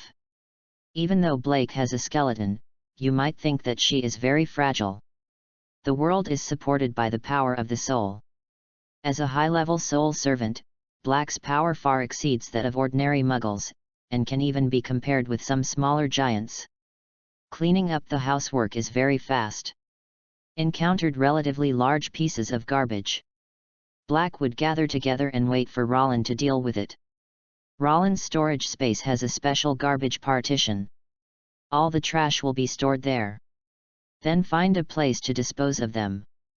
Blake was busy in the room. Llewellyn came outside the balcony and looked at the sky outside. The weather is pretty good today. Although the moon is not very bright, the stars are extremely bright. There were not many dark clouds in the sky, and there was a gentle breeze blowing on the balcony. Llewellyn enjoyed it a little. He took out a deck chair from the space, raised the height of the deck chair, and then lay on the balcony and looked at the scenery outside. Looking out from Hogwarts Castle, you can see the big lake outside more clearly, as well as the forest not far away. You can also see the forest huts that are still lit. That's Hagrid's residence. Enjoyed a quiet night for a while. Blake flapped his bone wings and came to the balcony. Master, the room is ready. Llewellyn lay so comfortably that he almost fell asleep. Hearing her words, he came back to his senses. Good. Llewellyn stretched his waist. I originally planned to put the recliner away, but then I thought about it and decided not to. Just put it here. It's good to come and enjoy the night view when you have nothing to do. And he still has spare ones in his space, so he won't be short of them if he needs to use them outside in the future. Rollin walked into the room. I found that the entire dormitory had been completely renovated. The dormitory that was originally a little messy suddenly became tidy. Moreover, the worn-out things have been piled up together, waiting for Llewellyn to deal with them. The beds were also replaced with new ones. Before coming here, Llewellyn bought the same big bed he had in Azkaban at an outside store. There are also 3 sofas, 1 large, 2 small, and placed near the outside. Llewellyn dared to say. Even if the previous landlord came, it would be difficult to recognize that this was the original dormitory. Blake arranged the dormitory according to Llewellyn's previous living habits. Llewellyn felt friendly at first sight. Back in the comfort zone again. Chapter 12. Blake, who is very competitive, wants a house of his own. Rollin was very satisfied with the dormitory arranged by Blake. "Thank you for your hard work, Blake. Serve the master." Blake's tone was the same as ever. Rollin stretched out a finger and gently tapped Blake's skull. An undead magic power spread through Blake's body through his fingers. Blake flapped his wings in enjoyment. His tone couldn't help but become a little cheerful. "Thank you, master. Such a little magic power is nothing to Llewellyn." But for Blake, it was enough to further stabilize her soul power. Undead servants. Whether it is the lowest undead servant who has just developed wisdom, or a high-level undead servant with perfect mind like Blake, the most important thing is the stability of the soul. Their essence is the aggregation of soul power. Once the soul is unstable, this means that they will be in great danger and may collapse at any time. At this time, the importance of the necromancer is reflected. Necromancers can use their own magic power to help their soul servants stabilize their souls. This is also one of the best rewards that the necromancer can give to his soul servants. Certainly, Blake doesn't have to worry about the stability of his soul at all. She is also a person protected by the system. The soul servant module does more than just help Llewellyn control these soul servants. It can also maintain the stability of these soul servants forever. Unless Llewellyn wants to destroy a soul servant. But Blake also needed Rollin's magic. This not only maintains her survival, but also further enhances her power. Soul servants also have competition. Black's previous soul power could only be ranked in the middle among the 28 soul servants. She is very competitive. I have always been worried about this. While in Azkaban, Blake has hinted from time to time that he wants to increase his soul power. But Llewellyn has too many soul servants. It's never good to favor one over another. So every time Black's soul power increases, the soul power of others will also increase. The result is that the gap cannot be widened at all. Blake is still the one in the middle. Now Llewellyn alone injects magic into her and stabilizes her soul as a reward. Blake was naturally in a good mood. She suddenly felt that it was the best thing for her to come out and serve Llewellyn. Definitely take advantage of this opportunity. Try your best to please your master. Then quickly increase the soul power. Eating alone is obviously very happy. Blake thought he might be able to get out of the dark room before anyone else could. Raise the soul power to the first among all soul servants. She will be the eldest sister then. Not that nasty Malfoy. Blake became even more attentive as a result. "Master, what should I do with this pile of things?" Llewellyn felt a little strange about her change of attitude. But I didn't think much about it. Instead, he looked at the things on the ground with some hesitation. Trash he has received in the trash area. The things piled on the ground are old things from the previous dormitory. There are beds, chairs, and some daily utensils. There is no doubt that these things are of no use to Llewellyn. He has something new to replace. But to say that these things are rubbish and worthless is obviously not true. As an old thing from Hogwarts Castle, Llewellyn didn't know how long they had been in this dormitory. Maybe it's a medieval antique. Who knows if wizards have any means to preserve these things so that they can always be used. Just throw it away as trash. A bit not so good. Think about it. Llewellyn temporarily sent them to the utility area of his own space. Decided to wait until tomorrow to ask Dumbledore or Hagrid. If these were just plain old items, then it can be disposed of directly as garbage.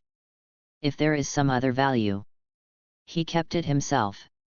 Replace them when you leave Hogwarts. Get rid of the last pile of clutter. Even the dormitory is tidied up.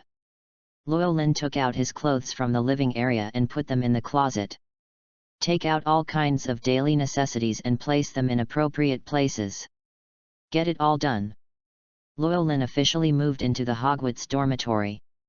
It was already getting late. After Llewellyn washed himself, he lay on the bed and fell asleep. Blake didn't need sleep. According to past practice, she should be standing on the windowsill at this time, staring at Llewellyn sleeping. But she was in a good mood today. So I flapped my bone wings and flew around Llewellyn's dormitory. Until late at night. Blake felt a little bored. Then he returned to the windowsill. Stand on the windowsill. Blake suddenly thought of the scene at the station yesterday. The owls have their own cages. She is also an owl now. You should also have your own cage, right? Think about it this way. She suddenly felt that the windowsill no longer smelled good. Now she is a bird. If you have your own birdcage, isn't it equivalent to having your own house? Blake didn't know why, but he was obsessed with owning his own house. Blake became excited again at the thought of owning his own house. She decided. Tomorrow I will apply to Llewellyn for my own birdcage. Otherwise, when you get along with other owls, you won't even have your own birdcage. Isn't this inferiority? Oh no, inferiority? Blake had completely forgotten. He is a bone bird. Other owls may not be so willing to get along with her. A night of silence. Llewellyn Hwang slept until dawn. He woke up from his sleep when the sun shone through the windowsill and hit his feet. Llewellyn felt refreshed at this time. Except for being a little hungry. The whole person was in great spirits. Looking at Blake standing on the windowsill, he smiled and said hello, "Good morning, Blake." "Good morning, Master." Blake flew up from the windowsill and flew to the wardrobe not far from the bed. He selected a set of clothes from it and carried it to the bed with his bone claws. After Llewellyn got dressed and washed, he began to be in a daze. That's not to say that I was completely in a daze. He was waiting for Hagrid to come over. But it took a while. Llewellyn suddenly realized a problem. Does Hagrid know where he is? Or will Hagrid come to him proactively? He wasn't sure. It would be a tragedy if Hagrid was also waiting for him to find him. Touching his withered belly, Llewellyn thought of an idea. "Blake, have you seen the hut over there? The big man from yesterday lives in it. If he is still there, can you go and bring him to me?" He came to the balcony and pointed to the location of the cabin by the forest.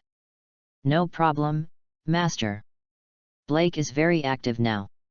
It flapped its little wings, flew off the balcony, and flew towards Hagrid's hut. Llewellyn kept watching Blake fly near the hut before returning to the house and sitting down. Next it was time to wait for Hagrid to come over. Chapter 13 Hagrid arrives. The first stop is the auditorium. The auditorium is so beautiful. Blake flew out of Roland's room. Came directly to Hagrid's hut. Boom, boom, boom. She gently knocked on the door 3 times with her bone wings, and then asked in a cold voice. "Is there anyone in there?" "Who?" Hagrid's confused voice came out. "I'm Black, Professor Rasmus Owl," Blake said. Soon. The door opens. Hagrid's confused face appeared in front of Black. Owls can also talk. The next moment, he saw Blake. He took a sharp step back. "Owl? You said you are an owl." Hagrid's eyes widened and he looked directly at Black. "It's rude to look at a lady like that, Mr. Hagrid," Blake reminded kindly. Hagrid quickly covered his eyes. "Sorry, Miss Black, I'm rude. I had no idea Professor Rasmus Owl would be you." He really didn't expect it.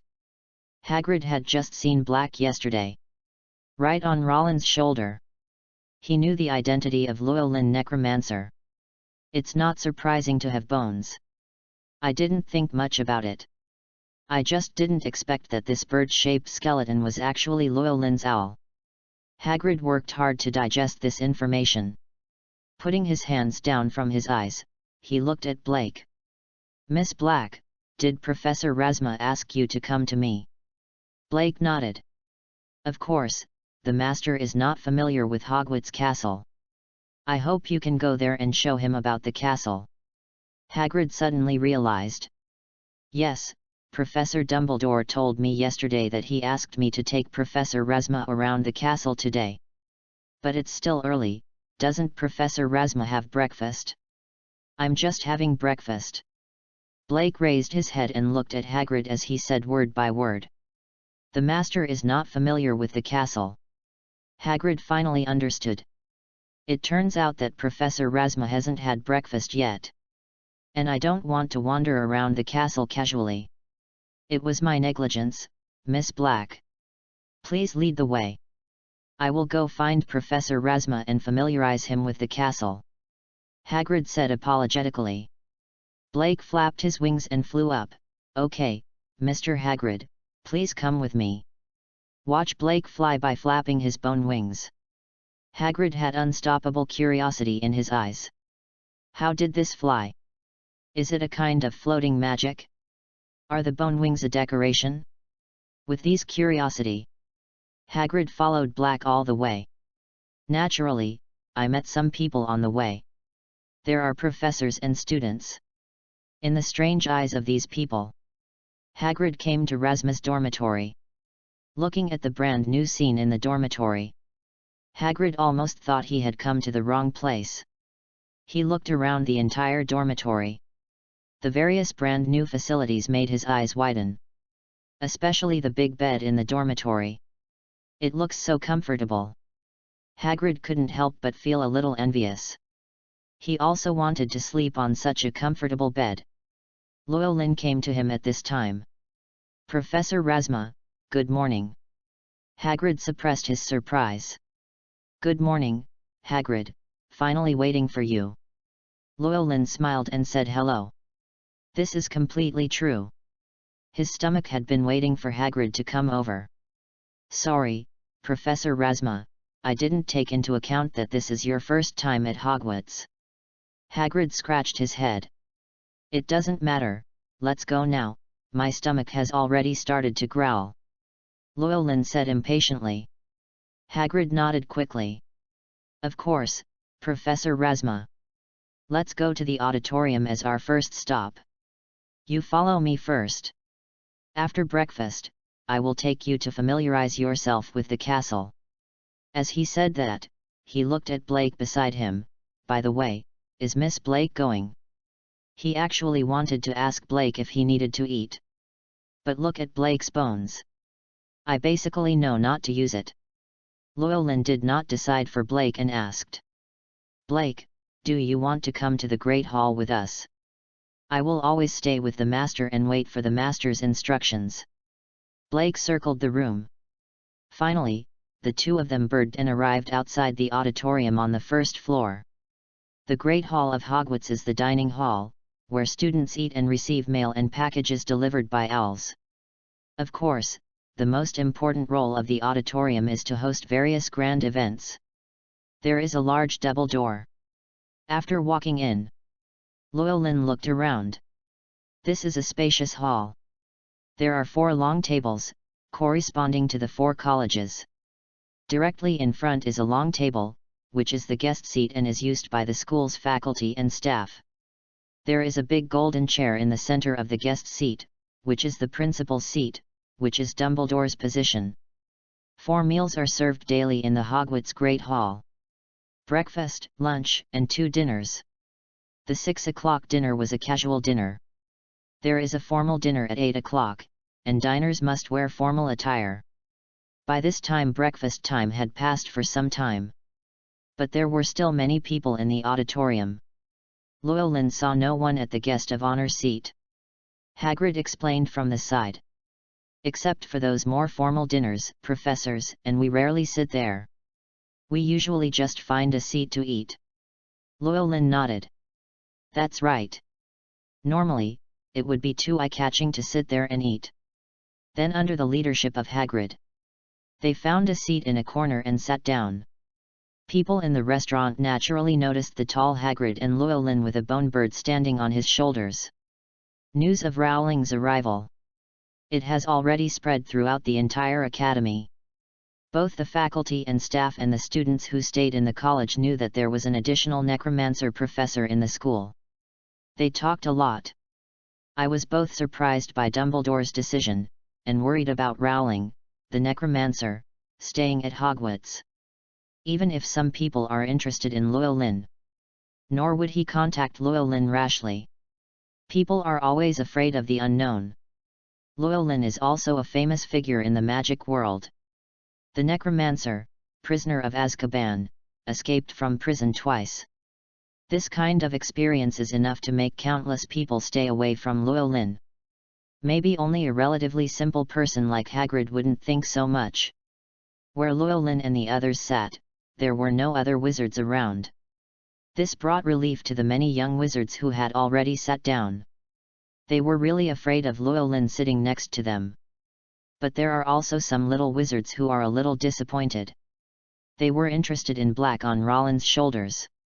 This is an undead bird, something you will never see in Hogwarts, and it is unlikely to be encountered outside.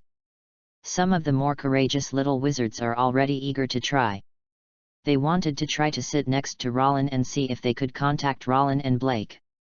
Chapter 14 Strange Stairs and Doors, Where are the ghosts of the castle? Llewellyn didn't pay attention to the comments of people around him. All his attention now was on the food on the table. 4 long tables. The plates on every long table were filled with food. Because it's breakfast. There are not many varieties. That is sausage, fried eggs, bacon, bread, milk, oats and the like. But Llewellyn was really hungry. When I saw these things, I immediately opened my index finger. He eagerly took something from each plate and ate it with grace and speed. Hagrid originally cooked and ate in his hut.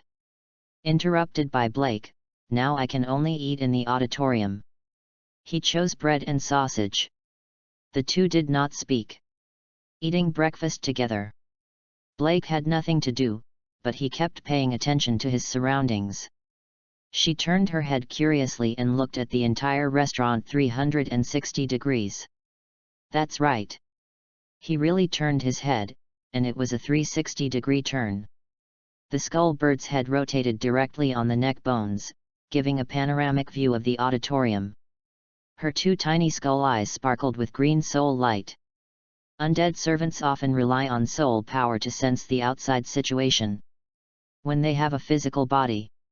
Eye-like organs will also evolve in a short period of time. The green light flashing in Blake's empty eyes was her visual organ. Compared with purely using soul power to detect, there are advantages and disadvantages. The advantage is that it can save a lot of soul power, and there is almost no loss. The disadvantage is that it cannot detect in all directions, just like the human eye, which can only see things within one field of view. Blake turned his head around. In an instant, countless little wizards who were paying attention to her were stunned in surprise.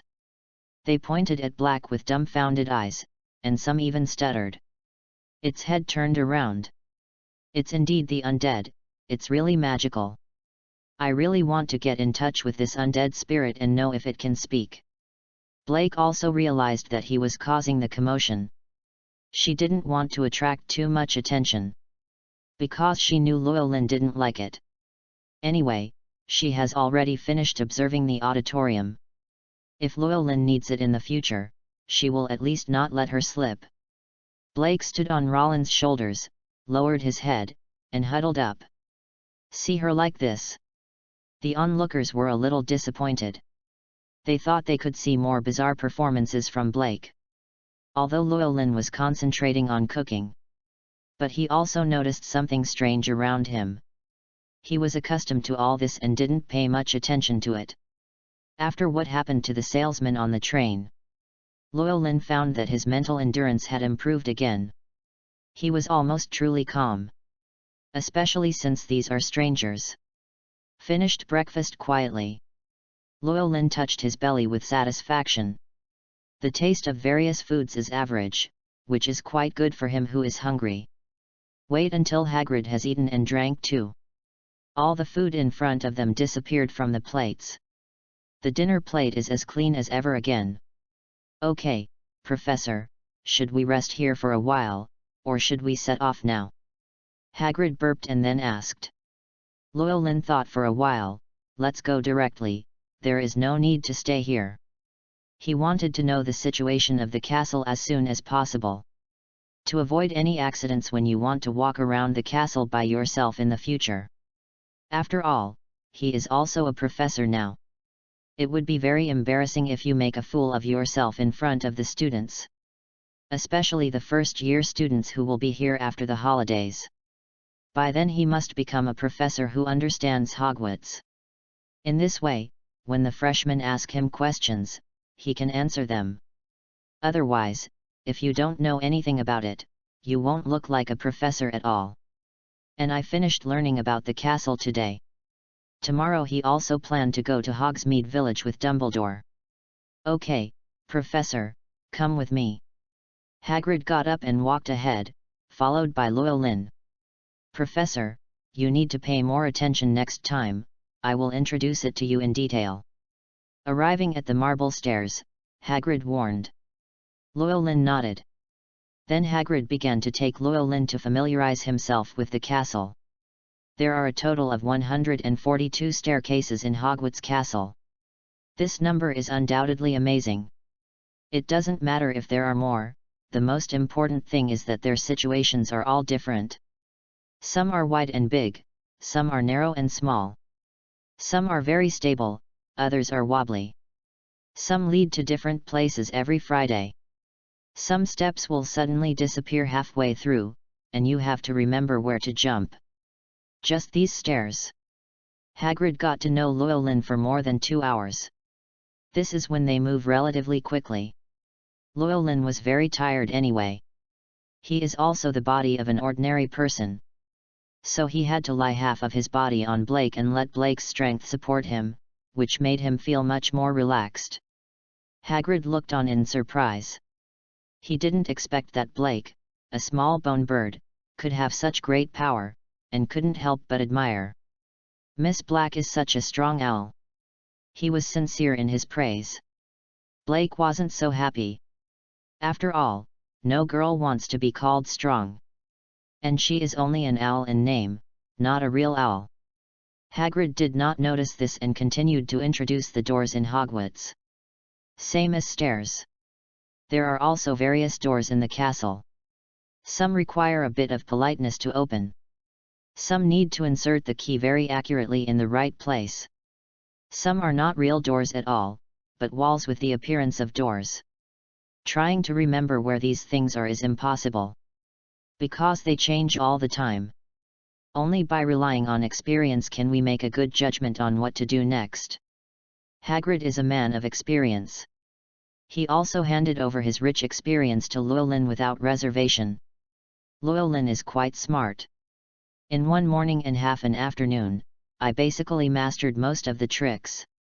The rest just takes a little more trying. With Blake's support. Llewellyn walked around the entire castle, still looking relatively relaxed. After getting familiar with Hogwarts Castle, he felt that his trip to be a professor was worthwhile. Llewellyn regarded coming to Hogwarts as a professor as a trip. Being a professor was his ticket to visit. Saw so many strange things. Totally worth the price of admission. He felt relaxed. As Hagrid wandered around, he became more and more confused. Except for those weird doors and stairs. There is another special feature in Hogwarts Castle. That is the ghost that may appear at any time. However, this morning plus half of the afternoon, Hagrid took Roland with him. But he didn't meet a single ghost. Chapter 15 Speculations about Ghosts, the Arrogant Filch. Where's the ghost? Hagrid couldn't help but mutter. His voice was small. Llewellyn didn't hear clearly. Mr. Hagrid, what's the matter? Hagrid reacted and scratched his head. Professor, I'm wondering why there are no ghosts. Ghost? Llewellyn was stunned for a moment. Yes. since he entered Hogwarts. I really haven't encountered a single ghost. Logically speaking, the ghosts of Hogwarts are very much alive. They often run around the castle. Some ghosts like to do good deeds and guide students. But some ghosts are quite nasty.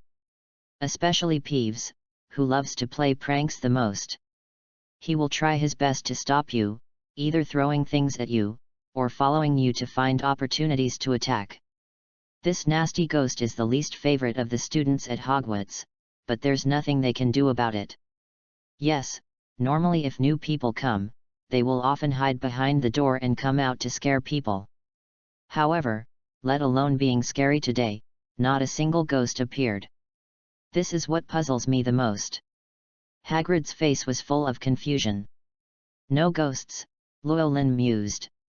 It is said that he also felt the aura of the undead in Hogwarts, which is not too little. Could it be that those undead auras are emanating from ghosts? Are the ghosts at Hogwarts also a type of undead? That makes perfect sense. Necromancers are the natural enemies of all undead auras. Except for soul servants, any other undead will feel the disgusting aura from the necromancer, and even fatal danger. Therefore, the undead must not dare to approach Llewellyn. If the ghosts of Hogwarts were among the undead, it was normal for them not to encounter ghosts. The reason why Llewellyn didn't consider this immediately. It's because he doesn't know how to define ghosts in this world. The ghosts in this world are special. It is not a ghost in Llewellyn's necromancer knowledge system. An undead ghost in the conventional sense. It almost never has its own consciousness, nor does it have any memories of its own life. They belong to a new race. Except for those particularly powerful beings, ordinary people are more often without consciousness after becoming ghosts of the undead. Instead, as time goes by, wisdom gradually develops like other undead souls. The ghosts of Hogwarts are different. They still retain memories and even obsessions from their lifetimes. Like Mr. Binns. Even after death, he will not forget to teach. And their intelligence is very high. More like a special race similar to centaurs. Just like in the Ministry of Magic, there is a special ghost office. Ghosts objected to being classified as human, so the Ministry of Magic classified them as a separate category. The ghosts at Hogwarts are even more remarkable. They even have their own little circle. Hold your own ghost meeting to vote on matters related to them. Overall, undead are creatures that belong to the world of death. The ghosts of this world are existences between life and death. That's why Rowling is not sure whether the ghosts in Hogwarts are undead. But judging from today's situation, the ghosts in this world really belong to the undead. Otherwise, I wouldn't dare to approach him. I probably know the reason. Maybe it's because of my identity as a necromancer. Rowling explained a little to Hagrid. Hagrid suddenly realized. Are ghosts still afraid of necromancers? Then your future life in the castle will definitely be very pleasant. For Hagrid, the ghost in the castle is also a headache. Or for most teachers and students. The only thing that made them uncomfortable in the castle were some ghosts, especially people like Peeves. Llewellyn didn't need to worry about any ghosts now. It really made Hagrid envious. If other people knew about it, they would probably be equally envious. Llewellyn smiled and didn't care. He actually wanted to get in touch with ghosts. After all, they are undead creatures. Professional counterpart. It would definitely be nice to research it. Think of this. Llewellyn decided to find an opportunity to cover up the aura of the undead on his body in the future, and then go to contact the undead. He had some fantastic ideas to experiment with. Get familiar with the castle. It's late afternoon. Just when Hagrid was about to say goodbye, a man and a cat appeared. The man came directly to the two of them. You are Rathma, and I am Argus Filch, the caretaker of Hogwarts. Look at the man in front of you with eyes like light bulbs. Llewellyn hasn't spoken yet. Hagrid frowned. Filch, this is Professor Razma, you should be more polite. Filch sneered. Okay, Razma, Professor. His deliberate pauses made people feel uncomfortable, and sounded strange. Llewellyn was a little strange. How did you provoke Filch? Of course Filch knew. A squib with a somewhat perverted mentality. But the two have never been in contact and have no grudges. He shouldn't have this attitude. But since Filch showed hostility, Llewellyn would not tolerate him. He ignored Filch at all and said to Hagrid beside him, Mr. Hagrid, thank you for your help today. I'm a little tired. I'm going to go back and take a bath and sleep for a while before I take my leave. Hagrid was stunned for a moment, then nodded. Okay, Professor, see you next time. See you next time, Llewellyn said and was about to leave. Seeing him ignoring himself so much, Filch was very angry, his eyes widened even more, and there seemed to be fire in them. Razma, how dare you ignore me? Llewellyn seemed to have just come to his senses. Hey, why is anyone talking? Mr. Hagrid, do you know? Hagrid understood that Llewellyn was deliberately angry with Filch, and almost laughed out loud. Like the young wizards at Hogwarts, he didn't like Filch very much. Filch had always looked down on him, and the two had almost no contact. Based on this, of course he is on Llewellyn's side. Hagrid tried his best to hold back his laughter and nodded. Yes, Professor, there's no one around. You guys. Filch stretched out his trembling fingers and pointed at Llewellyn. I don't care what you are pretending to be, but I am here to warn you today. Don't use magic in the castle corridor, let alone violate school rules. Hear his words. Llewellyn finally seemed to see him and stared at his face. Filch was a little flustered by Llewellyn's gaze. Look at what I did. Is it wrong for me to ask you to abide by the rules? Llewellyn's lips curled up into a sneer. Mr. Filch, you seem to have forgotten that my identity is the Professor of Defense Against the Dark Arts at Hogwarts, and I am not one of those students you can punish at will. School rules are of no use to me. All I need to abide by are the rules and regulations related to teachers. You have no right to care about me, you are just a janitor. Chapter 16. A frustrated Filch is ready to visit Hogsmeade. Llewellyn's words made Filch's lungs almost explode with anger. His face turned red with anger.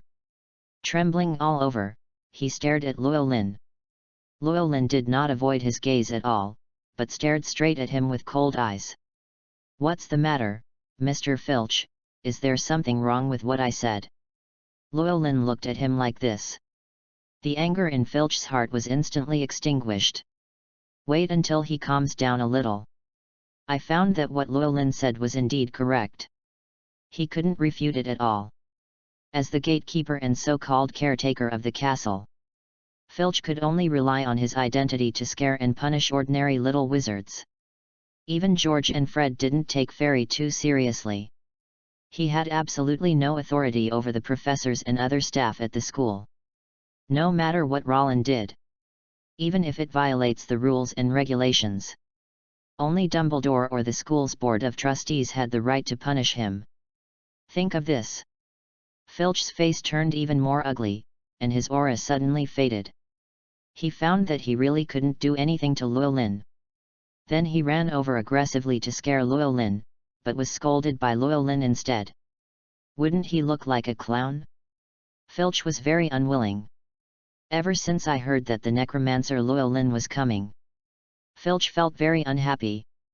It would be fine if other wizards could become professors. Why can a necromancer who should be in jail be a professor? But he, who comes from a wizarding family, is a squib and can only work as a janitor at Hogwarts. This caused an evil fire to rise in his heart. So I just happened to see Hagrid with a stranger in the distance. He immediately guessed Llewellyn's identity. The anger in his heart made him lose his mind. He rushed over directly. I want to use my seniority to teach Llewellyn a lesson. In his opinion, Rowling has just arrived at Hogwarts. Don't know much about Hogwarts. He could use this to scare Llewellyn into bowing to him. This way, even if Llewellyn reacts later, you will also feel that you are extremely stupid. Anyway, he didn't do anything against the rules and regulations. Llewellyn couldn't do anything to him. If Llewellyn loses his mind and takes action against him, Rowling will be expelled directly and returned to Azkaban again. Filch thought. That's where Rowling ends up. It can only be said that Filch is truly ignorant and fearless. He stayed at Hogwarts. I don't know what Llewellyn's situation is like outside. I just heard that Llewellyn was a necromancer and had been imprisoned in Azkaban before. If Filch knew that Rowling had escaped from Azkaban twice and nothing happened, you will understand that Llewellyn must be a ruthless person. It was impossible for him to dare to provoke Llewellyn at that time. But the reality is, Filch spent his whole day thinking about how to reprimand the little wizards in school who violated school rules. Don't pay attention to what's going on outside at all. He didn't know what kind of character Llewellyn was. Naturally, the wrong choice was made. At this point, Filch also noticed that Llewellyn was a bit difficult to deal with. But Llewellyn's words just now stung his fragile heart. He was very dissatisfied with Llewellyn. But I don't know what to say. Okay, I will remember Professor Razma's words. I hope everything goes well for the professor in the future. In order not to continue to be embarrassed, Filch had no choice but to leave a blessing and then left in despair. Look at his back. Hagrid felt very happy and gave Llewellyn a thumbs up. Well done, Professor. Llewellyn smiled and did not mention Filch again. Then I will go back first. When I have the opportunity, I will visit your place as a guest. I wonder if Mr. Hagrid will welcome you. Hagrid's eyes lit up and he nodded quickly. Of course, it is my honor, and I will definitely be prepared to welcome the professor's arrival. Llewellyn and Hagrid just separated. Although he was angry with Filch just now. But it's also true. Shopping for a long time. Really tired. He wanted to go back and take a good bath and have a little rest. Black if he knew what he was thinking. There will definitely be some speechlessness. Because it takes most of the day. Llewellyn basically lay on her body and didn't exert much effort at all. If you are tired like this, then if you really go shopping for a long time, wouldn't you be exhausted and fall down? But Blake is not paying attention to Rowling's thoughts now. Instead, he stared in the direction Filch left, the green light in his pupils flashing, wondering what he was thinking. After Llewellyn took Blake back, I simply took a shower and changed my clothes. Went to the cafeteria to have a meal again. It's a 6 o'clock dinner. No need to wear formal attire. When eating the lunch meal, Rowling also attracted much attention. Mainly because the news that he came for dinner in the morning leaked out, and many people wanted to see what he looked like. By the time of the evening meal, not so many people stared at him. In fact, most people still have a fresh picture. Although there is a certain resistance to Llewellyn in my heart. But if you really hate Llewellyn, that's not the case. After all, they have never met Llewellyn, nor have they been in contact with Llewellyn. There is no such thing as hate without reason. They just kept Llewellyn at a distance. Dinner at Hogwarts was very sumptuous. But it was a formal dinner at 8 o'clock. This scene at 6 o'clock is almost like noon. Llewellyn did not choose to wait until 8 o'clock. After eating, he returned to the dormitory, read the textbook for 2 hours, and then went to bed. Because tomorrow, he was going to visit Hogsmeade with Dumbledore. Early the next morning, Llewellyn woke up from his sleep. Blake brought him some clothes. He doesn't have a Hogwarts uniform yet, but wears ordinary wizard robes. Speaking of which, he didn't buy these wizard robes himself. It was given to him by the Ministry of Magic. As a non-staff member of the Ministry of Magic. Although there are no special staff uniforms. But the Ministry of Magic still sends him some standard wizard robes every few months. Certainly. Llewellyn took the initiative to apply is also a very important reason. He only had a suit at the time.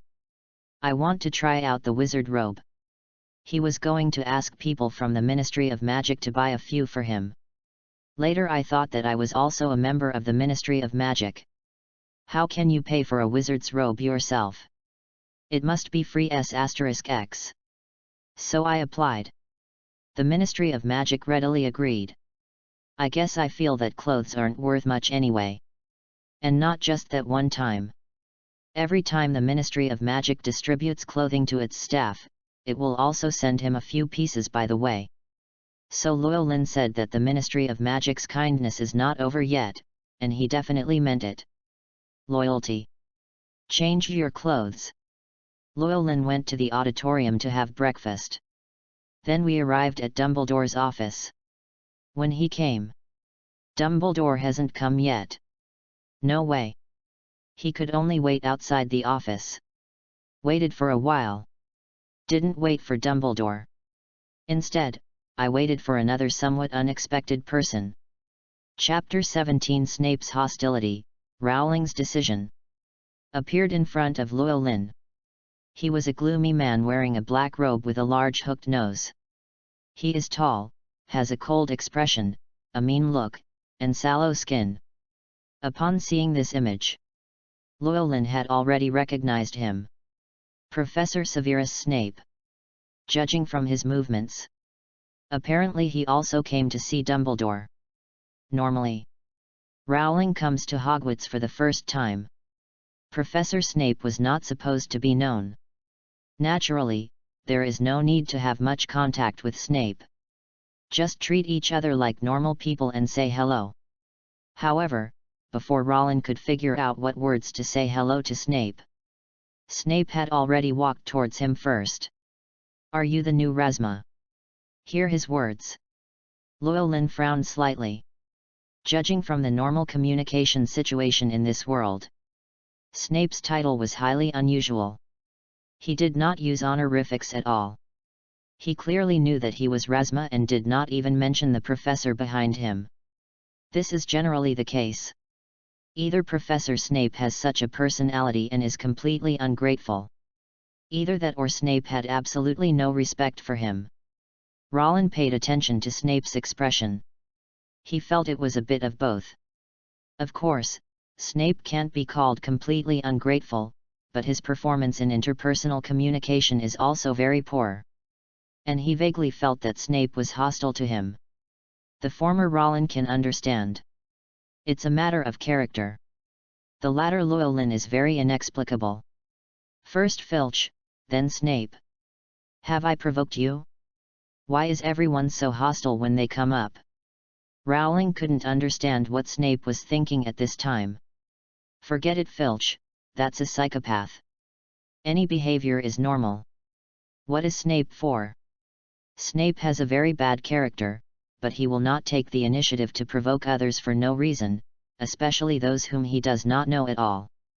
Rowling and Snape at this time just didn't know each other. How could he react like this? All I can say is that this is so weird. Llewellyn couldn't figure it out, so he simply stopped thinking about it. Anyway, he came to Hogwarts to experience life, not to make friends. Just have a friend like Hagrid. Snape had no intention of communicating. Since Snape doesn't like him, so be it. In fact, although Rowling didn't like Snape that much, he didn't hate Snape either. He has read the original work. I just think Snape has a weird personality and is not easy to get along with. So his original plan was that after arriving at Hogwarts, he and Snape would be ordinary colleagues and it would be best not to disturb each other. But judging from Snape's vaguely hostile attitude, I'm afraid even ordinary colleagues can't do it. Llewellyn was helpless and unhappy. What are you all doing to me? I'm just an ordinary necromancer. Never mind. Llewellyn didn't want to waste time on these inexplicable things. He decided to simply ignore Snape.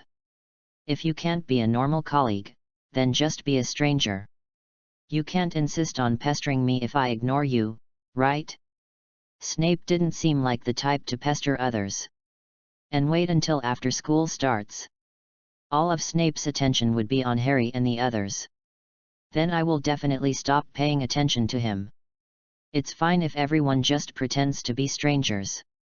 Rowling didn't need a friend like Snape at all. After making up your mind, Llewellyn suddenly discovered another problem. That is, he is now the defense against the dark arts professor at Hogwarts. Where's Quirrell? What will happen to Professor Quirrell? Is he still a professor at Hogwarts? Or is he still at Hogwarts now? Llewellyn didn't see Professor Quirrell yesterday, so he couldn't tell whether Quirrell was still at Hogwarts. Professor Quirrell himself is not that important. What's important is the noseless weird socket on the back of his head. Lord Voldemort, the Socket Wizard, is an important character in Harry's world. He is the biggest villain that the protagonist Harry Potter has to face, and he is also an important presence that drives Harry forward and grows along the way. No Voldemort, the world of Harry Potter wouldn't be that exciting. Rowling comes to Hogwarts. In addition to experiencing life as a professor, it also treats Hogwarts as a large-scale stage play. I hope that as an audience, I can see the authentic famous scenes. If those famous scenes in the book didn't happen, wouldn't it be in vain? It's fun to watch various famous scenes up close. At least Rowling enjoyed doing it. Just like in his previous life, he went to various comic exhibitions. Every time he sees those cosplayers performing classic scenes from anime, he finds it very interesting. He would find this kind of virtual performance interesting, let alone come to this world in person and watch a real performance up close.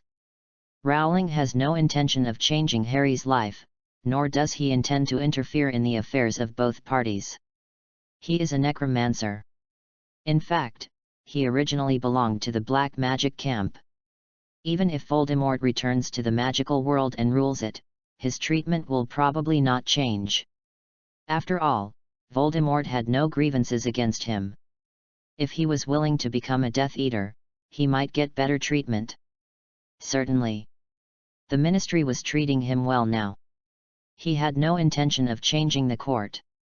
He was unwilling to let the gloomy Voldemort destroy his current comfortable living environment. But he didn't have to deal with Voldemort himself either. Voldemort would eventually die at the hands of Harry's men anyway. As long as no changes occur at major nodes, this is almost certain. As the manipulator behind the scenes, Dumbledore will ensure that things develop in the direction he wants. Llewellyn is just an ordinary necromancer and a professor at Hogwarts. What he needs is to teach honestly and then be an ordinary spectator on the side. Smile to see the flowers bloom and fall, smile to see the clouds rise and relax. Isn't it beautiful? Llewellyn thought so much. In fact, only a short time passed. Professor Snape had already walked in front of him. Those cold eyes stared at him, as if waiting for his answer. Rowling glanced at Snape, nodded, and then ignored him. Nodding towards the person in front of him was Llewellyn's most basic courtesy. It means I got it. Then don't bother me. Black, who was on his shoulder, also nodded towards Snape, and also ignored Snape after that. Snape's already ugly face became even more ugly now. His brows were also knitted together tightly. More like an old bat. Snape looked Llewellyn up and down, and seeing that he really didn't speak, he spoke next. Rasma, I am Snape, Severus Snape, head of Slytherin and Potions Master at Hogwarts. Chapter 18 The Fun Man Llewellyn, Dumbledore is here. Snape's self-introduction. Llewellyn nodded again. It shows that he is a very polite person. Then still no words were spoken. Snape understood now. Llewellyn just didn't want to talk to him. He didn't care much about this, and still said to himself, I don't agree with Dumbledore's decision. You are a necromancer, a born black magician. And necromancers are countless times more dangerous than ordinary black magicians. You should stay in Azkaban instead of coming to school. Heard such words. Llewellyn finally spoke, oh. He said oh but still didn't speak. His expression was extremely dull, and there was no sign of Snape in his eyes. Instead, he kept staring at the office door, waiting for Dumbledore's arrival. Seeing that Llewellyn still didn't speak, or even ignored him, Snape made a move. After being silent for a while, he continued. I don't know why Arbus insisted on letting you come to Hogwarts to be a professor. But you can't get my approval, and you can't get other people's approval. Remember, I will keep an eye on you in the days to come, and I will never let you do anything evil. He spoke one after another. Llewellyn was really impatient. Who are you hooking up with? Do I need your approval? Still staring at him. Okay. That's how you play it, right? Just keep bullying honest people. Then I will stare at you every day. Let's see if you, an old bat, tell others not to do evil things, will you do it yourself? Although Llewellyn cannot completely remember the plot of the original work, but he still understood what Snape did. Snape never did anything bad that went against his principles. But the things Snape did were equally disgusting from Harry's perspective. This is not what a teacher should do at all. Just like he was giving Harry a hard time. Harry is just an 11-year-old kid. Place it anywhere in the world. They are all at an age when they need the care of adults. Snape had already begun to engage in school bullying. Or is it the campus bullying of students by teachers? In fact, teachers make things difficult for students, which is both big and small. If students are more serious, the teacher will definitely be in trouble. Students are not serious. That means being bullied. Harry was used to being bullied. Although he hated Snape, he never resisted within the rules. Actually, as a student, if you are bullied by a teacher, you should sue the teacher or even the principal. Harry was either naive and didn't think of this, or he was unwilling to tell other teachers or Dumbledore due to his self-esteem. Harry doesn't do that. Llewellyn, please help him. Who makes Llewellyn helpful? For Snape's upcoming school bullying, Llewellyn has completely focused on him. He will be ready to record the images. Wait until Snape is bullied on campus or has a clear preference for Slytherin. He was going to report to Dumbledore. As the principal, Dumbledore is a legendary wizard and a person with a good reputation. You have to deal with this kind of thing, right? Certainly. Snape would certainly not have been punished very severely. But it was enough to disgust him. Snape couldn't be allowed to have a moment of peace anyway. If Dumbledore didn't deal with it, he would go to the school board. If that didn't work, he would go directly to the Ministry of Magic. It was always going to make Snape uncomfortable. If you stare at me, I will make you uncomfortable. See who can outlast whom. He was bored anyway. You don't have to level up yourself, there is a system. He just needs to prepare for class. The rest of the time is spent having fun with Snape. Think of this. Looking at Snape's gloomy face in front of him, Llewellyn was no longer angry at all. You have to play like this. Let's all play together. Llewellyn recovered the most important attributes of his previous life. Fun person. If you treat everything with pleasure, you will never be angry. Rowling could already imagine that Snape would have a very amused look on his face. Let you target me. Also said that I am a born black magician. Don't tell me I don't consider myself a black magician. Even if it's true, I'm working for the Ministry of Magic now. Help them stop the Dementors from escaping. They should thank me. Wrong.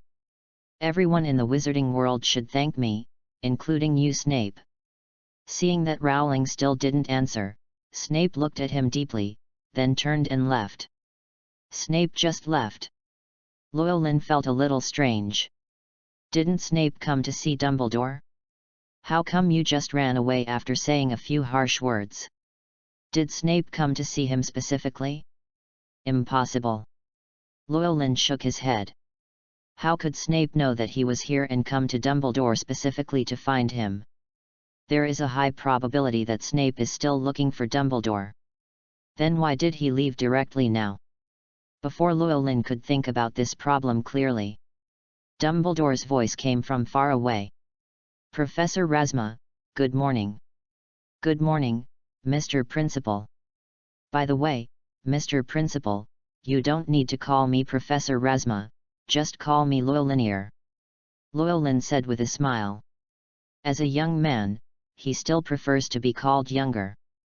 He doesn't have so many British etiquette habits, so he insists on being called by others. Dumbledore smiled and nodded slightly.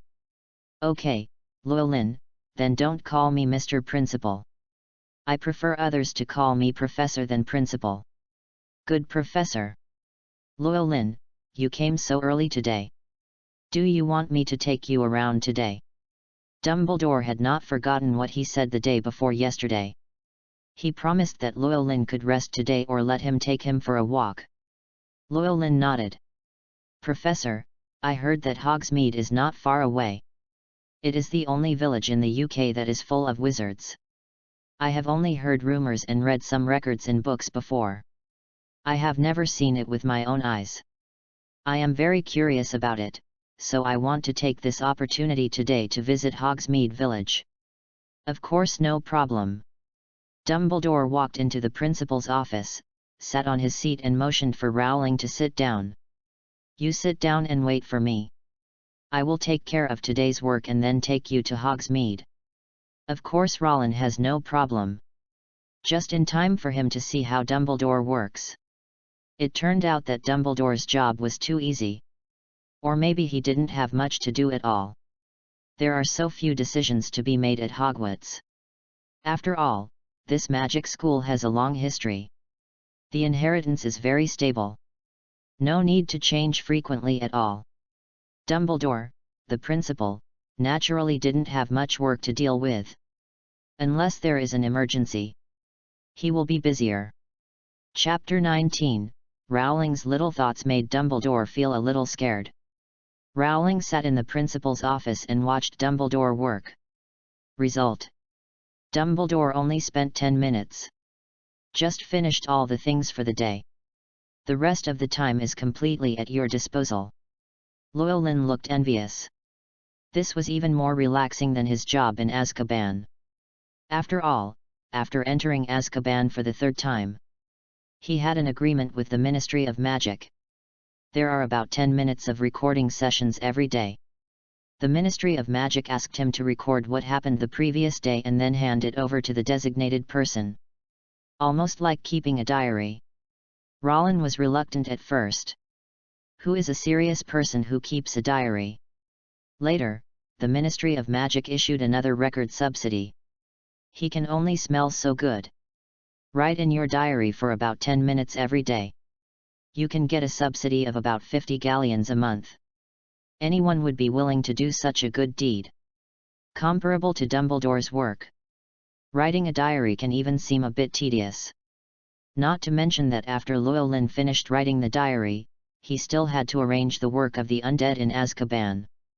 As a caretaker of Azkaban, Llewellyn also needs to take stock of the situation in Azkaban and deal with various emergencies. Although he has not encountered any emergencies since he entered, he will encounter them one day. Of course, the matter is left to your sole servants. The labor available is equal. Llewellyn thought that if his sole servant did it, it would be equivalent to him doing it. The two are one. As a necromancer with 28 sole servants, Rowling even tried to apply for 28 wage subsidies from the Ministry of Magic. After all, he really has so many people. Then it was rejected mercilessly by the Ministry of Magic. Although it was not completely rejected, Llewellyn still received 4 wage subsidies. As special funds to purchase bodies for undead servants. The money to buy the skeleton from the Box store came from this special fund. Llewellyn did not use his own small treasury. In other words, he has not used his small treasury at all so far. Almost everything on his body came from prostitution for free. Spending money is hard for him. Why spend money when you can have free s**x? This is what Rowling lives for. Xia people always like to save money. Rowling is no exception. Watch as the number of gold galleons in the space continues to increase every month. He has a full sense of accomplishment. Think about wages. Rowling looked at Dumbledore again. He suddenly remembered. He didn't know the specific salary of a Hogwarts professor. When will it be sent? In what way? Who can I get it from? What is the salary of a professor? Llewellyn had no idea. It seems that I can ask Dumbledore later. Wages represent the fruits of labor, and Llewellyn cares too much about it. Looking at Dumbledore, who had put away his pen, the envy in Llewellyn's heart resurfaced. He couldn't help but think of one thing. If there is a chance in the future, can he be the principal of Hogwarts? The position of headmaster of Hogwarts seems to be quite good. The salary would definitely be more than what he got in Azkaban. The benefits will definitely be better. Social status will also be higher. Not too much triviality. At most, we need to protect world peace a little. Destroy the Socket Spirits conspiracy. Nothing else seems to be needed. Maybe have to deal with the Ministry of Magic? Llewellyn is already familiar with this. Everything looks fine. But Llewellyn also knew very well that it was a bit difficult to become a principal. Either the Ministry of Magic personally intervenes in Hogwarts, and the board of directors has to agree. Or he has a high social reputation. Dumbledore took the initiative to abdicate in favor of others. No matter which aspect of the two, it is quite difficult for Llewellyn. After all, he is a necromancer. A notorious presence in the wizarding world. Want to be the best magic school principal. It sounds a bit wishful thinking.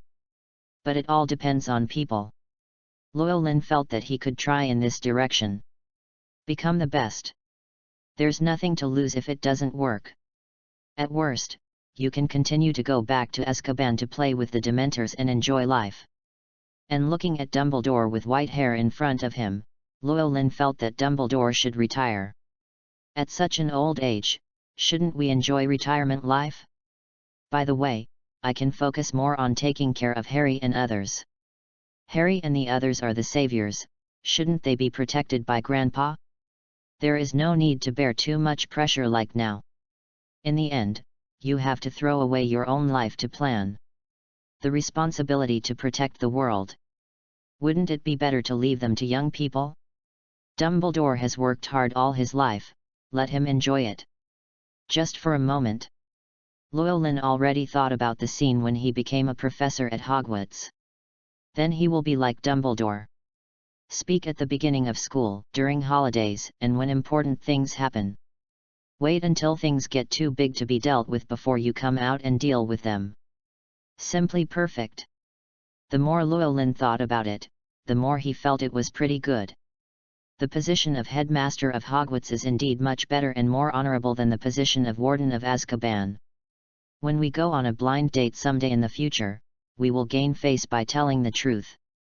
As a principal, the school will definitely allocate rooms, right? The corners of Llewellyn's mouth were slightly raised, and he looked full of energy. Dumbledore looked on with some confusion. He couldn't understand what Llewellyn was thinking. After all, there is nothing to do now. Llewellyn was already staring at him and starting to laugh. Dumbledore felt a little nervous. Although he believes that love is pure and should not be affected by gender, age, or other external factors. But that was for Grindelwald. He didn't want to be favored by Llewellyn. Dumbledore did not discriminate against Rowling's profession of necromancer. But when he thought that Llewellyn would make it into an undead creature after his death, he felt a chill. Llewellyn, it's time to go. Dumbledore reminded. Llewellyn came to his senses and nodded. Okay, Professor, let's go. Dumbledore breathed a sigh of relief. Judging from Llewellyn's performance, it's not that I have any special thoughts about him, I should be thinking about other things. He had no idea. Llewellyn has set his sights on his position as principal. Get out of the office. Llewellyn did not forget to glance at the principal's chair in the office. The principal takes turns and will come to my house next year. Wait for me. Llewellyn secretly made up his mind. Dumbledore led Rowling outside the castle. On the other side of the lake. Follow another road for a short distance to Hogsmeade. This distance is neither far nor close. You can walk there, or you can disapparate directly without walking. The difference between the two is the time spent. Dumbledore also asked at this time. Llewellyn, should we walk there? Or should I take you there? Chapter 20. Arrive at Hogsmeade Village and meet Professor Quirrell. Heard Dumbledore ask. Llewellyn thought for a while and chose to refuse. He didn't want to experience the feeling of being flushed down the toilet just yet. It's not far anyway, Professor, why don't we walk there together? Just do some exercise along the way. After hearing what Rowling said, Dumbledore smiled. You're right, Llewellyn, a wizard must have a healthy body. Usually I just wander there. You know, walking is a very happy process. Subsequently, Dumbledore took Roland towards Hogsmeade. En route, Llewellyn also asked about the situation in Hogsmeade Village. Hogsmeade Village, according to legend, was built at the same time as Hogwarts. The man who built it was called Hengist of Woodcroft. As far as I know, he is a wizard who came here to escape Muggle persecution. Now it has developed quite well. There are bars, shops, tea houses, etc. All kinds of daily needs can be bought here. If you need anything in the future, you can come here to buy it. The price is similar to Diagon Alley, and some are even cheaper. Dumbledore briefly introduced. By now they had passed Hogsmeade Station. Hogwarts Railway Station, the terminus of the Hogwarts Express, is built on the lakeside. A road leads to Hogwarts Castle. Another path leads to Hogsmeade. The station during the day is completely different from the station at night.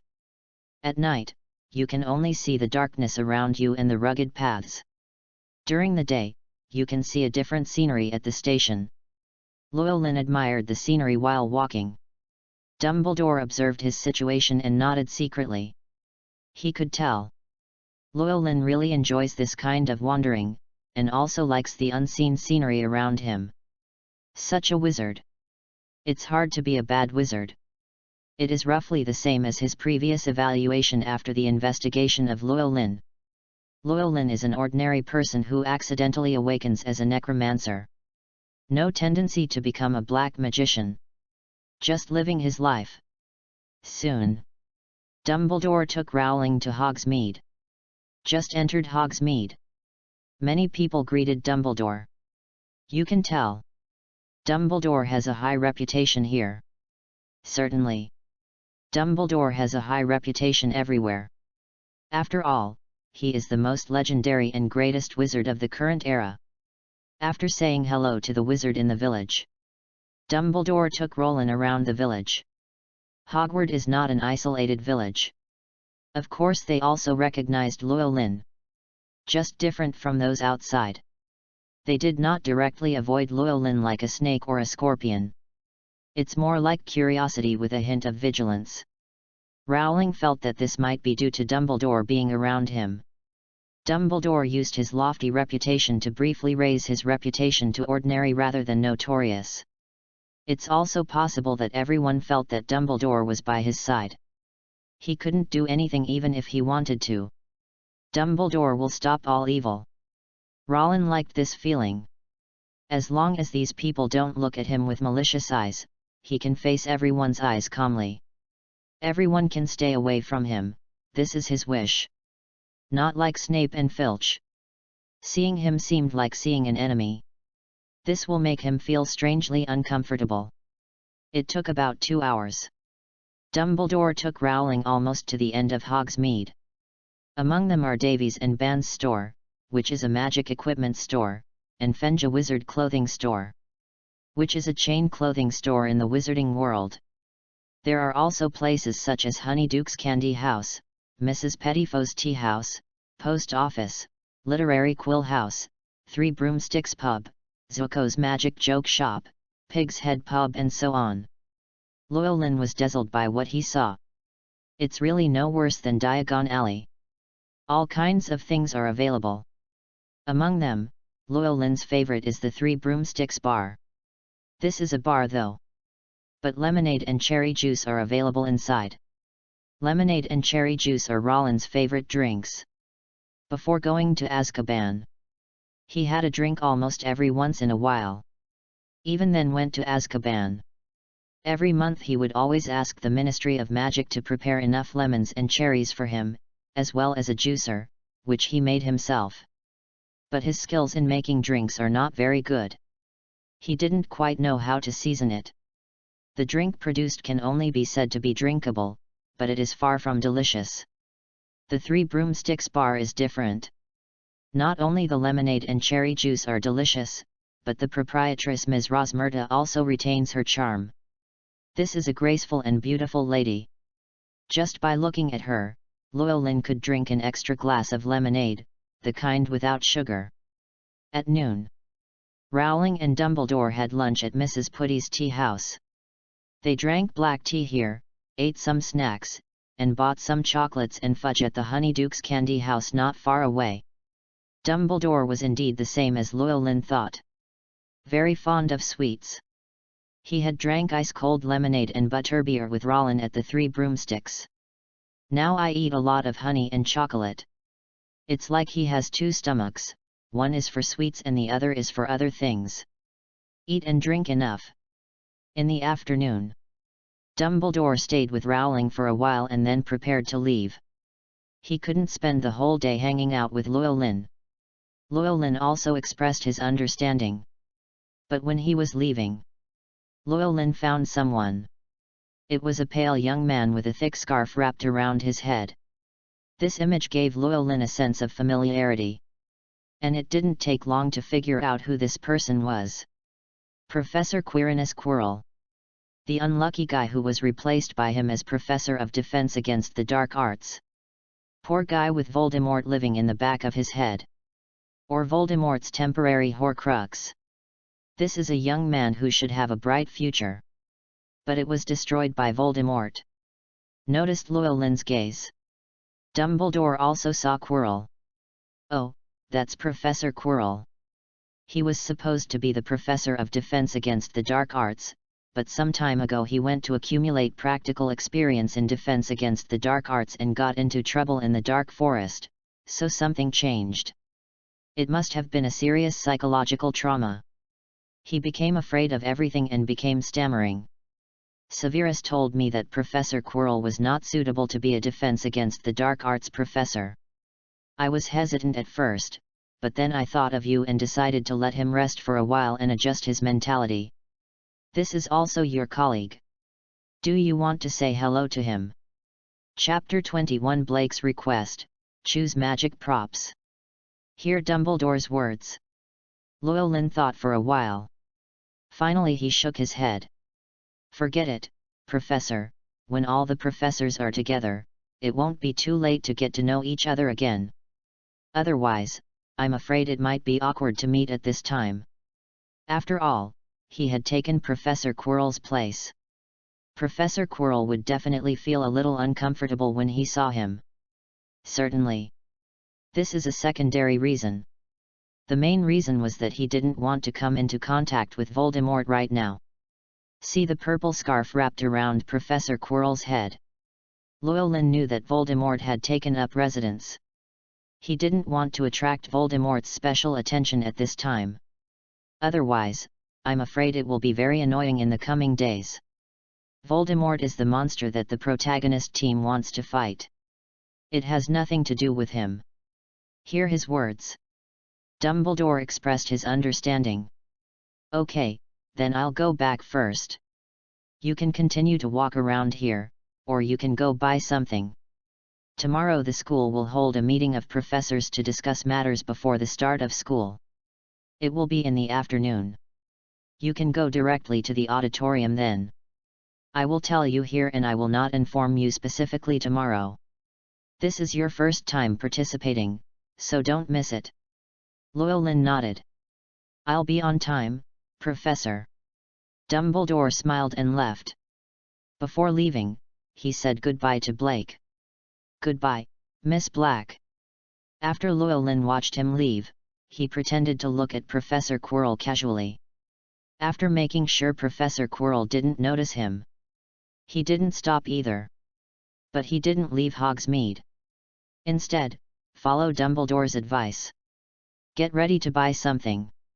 His destination was the Devos and Ban's stores. Walking halfway, Blake, who had been staying quietly on his shoulder, spoke. "Master, that old man has been staring at me just now. Is he trying to do something evil to me?" Blake's tone was very cold. "I said this not out of anger, but out of curiosity. Because since Rowling and Dumbledore met, Dumbledore would always stare at Black from time to time. Rowling was occasionally asked about Black. This naturally made Black feel that Dumbledore was paying too much attention to her." Llewellyn smiled slightly. "That's definitely not the case. He should be just out of curiosity. After all, he is so old, and there is a high probability that he has never really come into contact with the undead servants of the necromancer, especially a soul servant with extremely high intelligence like you. But you can rest assured that he definitely has no idea about you. It's an old glass." Blake tilted his skull and bird head, very confused. "Why doesn't Lao Zi have any thoughts about me? What is Lao Zi?" Hearing Blake ask this question in a calm tone, Llewellyn suddenly wanted to laugh. He adjusted his expression and explained. "What Lao Zi means is that he doesn't like women but likes men. Can you understand?" Black suddenly realized, "So that's it, then I understand. This old man is really special. And he greeted me before leaving, which was quite polite." "Yet." Llewellyn nodded and sighed. "Dumbledore is indeed special. He is a wise man with profound knowledge and an unfettered legend. We can't look at him with ordinary eyes. After all, he is Dumbledore." Blake mused. "Then Master, please remind him next time not to stare at me all the time. I am also a woman after all. This is not good." Llewellyn reacted. "Yes, this is a problem. I will tell him for you." If Blake hadn't mentioned it, he would have almost forgotten it. Although the undead are often not differentiated between men and women. But his soul servant is different. Everyone has a defined gender. Blake is a female undead, who recognizes herself as a woman and thinks as a woman. So being stared at by Dumbledore, an old man, would definitely be a little uncomfortable. Think of this. Llewellyn couldn't help but look at Blake. Blake is still a bird of bones. His whole body was covered with white bones, but there was nothing else. You can't tell the gender from the bones. But if there are only bones, wouldn't it be equivalent to having no clothes? "Blake, it looks like I have to buy you some clothes," Llewellyn said. Blake's voice revealed a hint of joy. "Thank you, Master. Although for me, bones are my clothes, but for those who don't know, I may not wear clothes. By the way, Master, besides clothes, I also want a house, okay?" "House?" Llewellyn was stunned for a moment. Blake wants a house. He hasn't even bought a house yet, so where will he get the money to buy a house for Blake? Houses are very expensive, okay? Seeing Llewellyn misunderstood, Blake quickly explained. "Master, I'm not talking about a human house, I'm talking about a house where birds live." "Oh." Llewellyn breathed a sigh of relief. "You can just say birdcage next time." "Of course it's okay to just buy a birdcage. We'll go to Davies and Ban's stores later. They should sell owl cages. I'll buy you one then." "Good Master." Blake sounded cheerful. She is about to become a homeowner now. Rowling just took Black with him. Went all the way to Devos and Ban's store. This is a magic equipment store. Dumbledore had already taken him here for a brief tour. There are all kinds of magic props and equipment for sale inside. Quidditch game props, anti-monster glasses, memory balls, etc. are all available. Llewellyn had only seen it briefly before. I am a little interested in some props and plan to come back to have a look and decide whether to buy them. Came to the store again. After refusing the clerk's escort, Llewellyn began to look at the magic props sold inside. Deformed lizard skin bag, a small pocket that can be used to store items. Only the owner can take out the contents. It may look small from the outside, but it can hold a lot of things inside. Crackle Explosion Cards is a card game among wizards. Cards will explode at any time during the game. He had heard of this card in Azkaban, and heard that it was very popular among young wizards. Crystal Ball, a magic prop used for divination. Wizard chess corresponds to Muggle chess. The chess played by wizards has moving pieces and thoughts of its own. Muggle alarms sound an alarm after being touched by someone without magical abilities. Invisible ink is a very special ink that can make written words disappear. Either use the visible eraser, or you can only use the current spell. Look at the magic props one by one. Llewellyn also picked 2 items that he was more interested in, the crackling explosion cards and the wizard chess, and planned to take them back to the castle to play. Chapter 22 Hogsmeade, by Dog Lover Llewellyn. Just when Llewellyn took 2 items and was about to buy another owl cage, he left. Suddenly I found something spinning and shining on the shelf next to me. He came forward with some doubts. Picked up this top that looked like it was made of glass. Why did it suddenly light up? What is this thing? Llewellyn took the glass top and asked the clerk not far away. Its name is the Looking Glass. It is a black magic detector. If there is a suspicious person around, it will light up and spin. The clerk introduced the speculum and at the same time looked at Llewellyn with a strange expression. Originally when the looking glass lit up, she was already so frightened that she went to find someone. But she soon remembered that Rowling was brought here by Dumbledore himself. He also remembered Llewellyn's identity. A necromancer. It is normal for the necromancer to appear nearby and the looking glass to rotate and light up. Hear what the looking glass does. Llewellyn was stunned. So that's it. But there must be something wrong with the looking glass, and he is not a suspicious person. Why are you spinning it and making it shine? Although I thought so in my heart. Llewellyn still got it in his hand. As a professor of defense against the dark arts, the looking glass is a good prop that can be used to assist in class. At least students can know what black magic is and what is not. And the sight glass is much more useful than any other alarm. As long as it's bright. That basically means there are suspicious people around. This is when you need to be more vigilant. Llewellyn took 3 magic items and bought an owl cage. Then left the store. After leaving the Davies and Bands stores, he came to the Fenja Wizard clothing store not far away. This is a large chain of wizarding clothing stores. There are branches in London and Paris. When Llewellyn came here, he naturally ordered clothes for Blake. Ordinary owls don't wear clothes. In addition to their thick feathers as clothing, it is also because their flying ability will be weakened after wearing clothes. Blake is different. Her flight does not rely on the power of wings, but on the power of her soul. Flapping your wings when flying is just a habit. So her flight wouldn't be affected at all if she was wearing clothes. Enter the clothing store. Llewellyn made his request.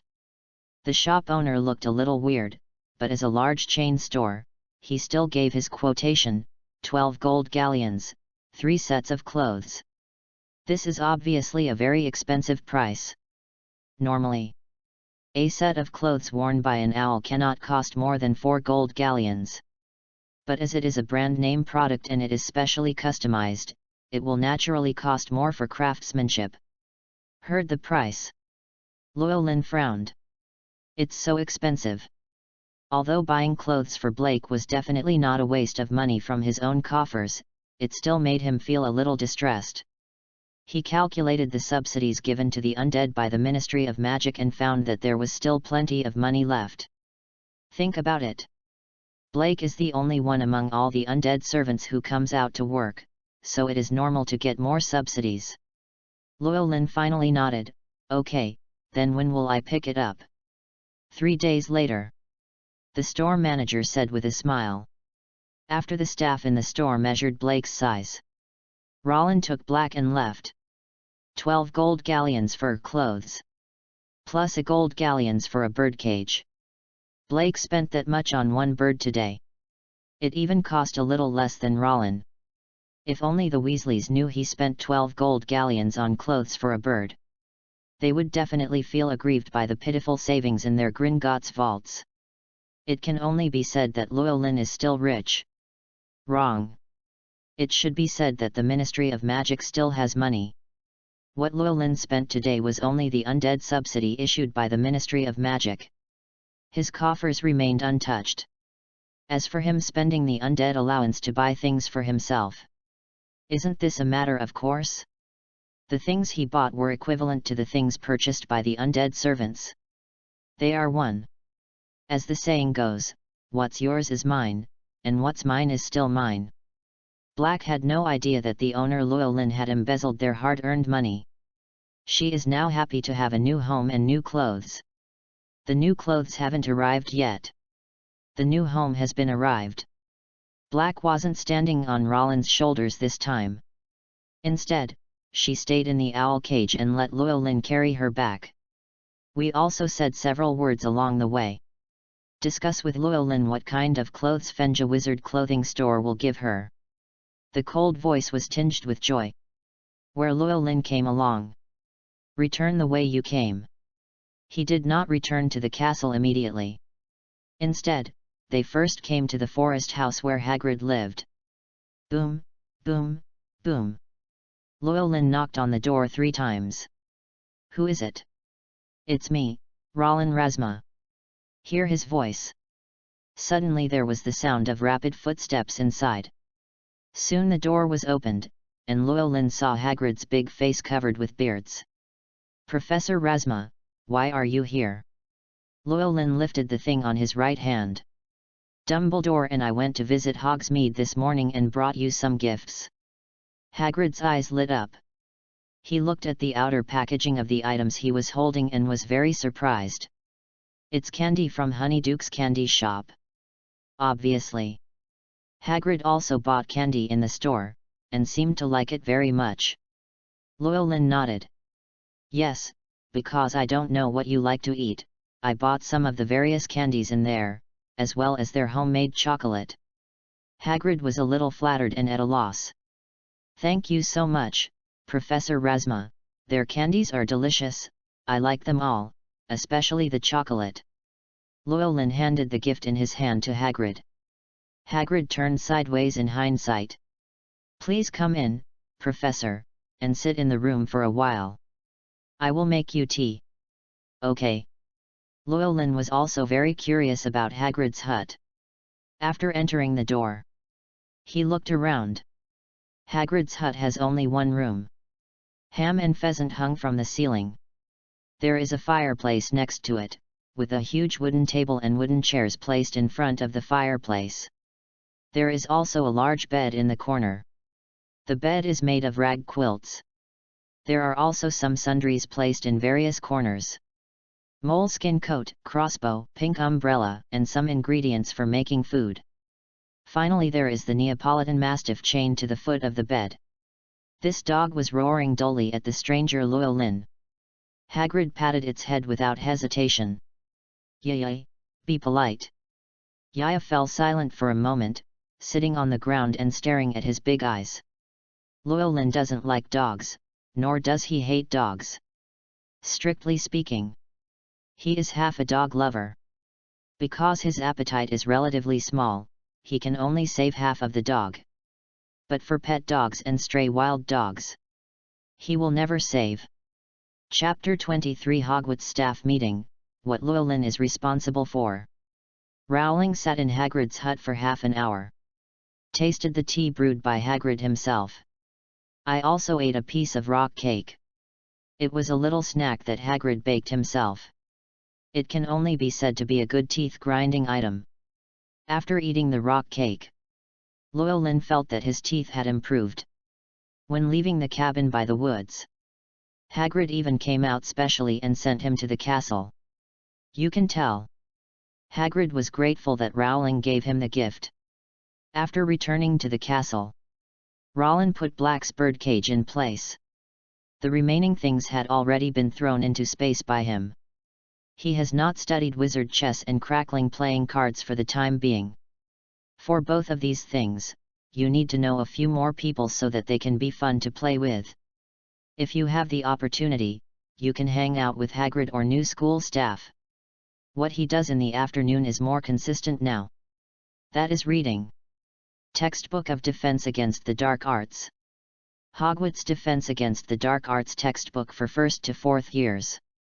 It's called Dark Magic, A Guide to Self-Defense. Llewellyn has been mainly reading this book recently. It introduces many dark creatures and some defensive spells. Werewolves, zombies, dominatrixes.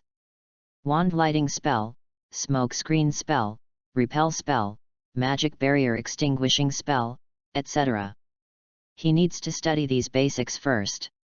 In the remaining 2 months, we will gradually study in depth. According to the current progress, 2 months is definitely enough time. It's not like he's trying to become a defense against the dark arts master. As long as you can serve as a qualified professor who teaches according to the textbook and can answer students' questions. No shame. This is the bottom line Llewellyn has set for himself. After reading the book, have dinner, and then go to bed. This was the end of Llewellyn's 3rd day at Hogwarts. Tomorrow. It's a staff meeting at Hogwarts. Llewellyn has always believed that going to bed early and getting up early is good for your health.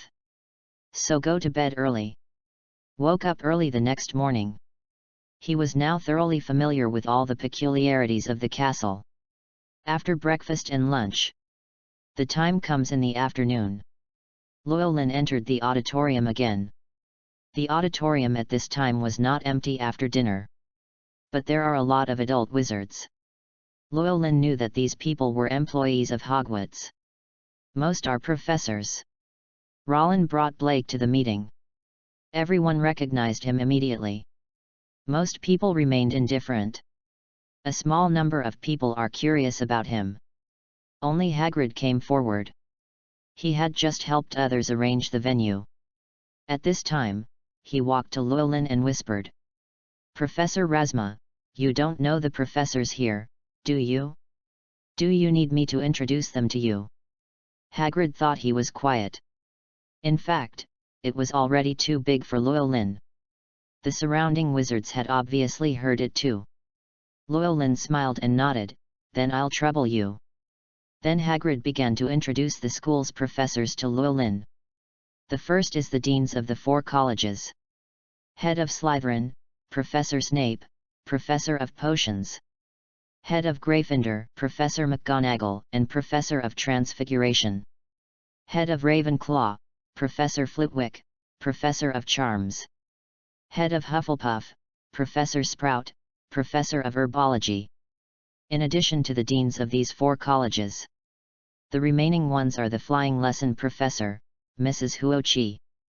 Professor of Care of Magical Creatures, Professor Byrne. Professor of History of Magic, Professor Binns. Professor of Divination, Professor Trelawney. Astronomy Class Professor, Professor Sinistra.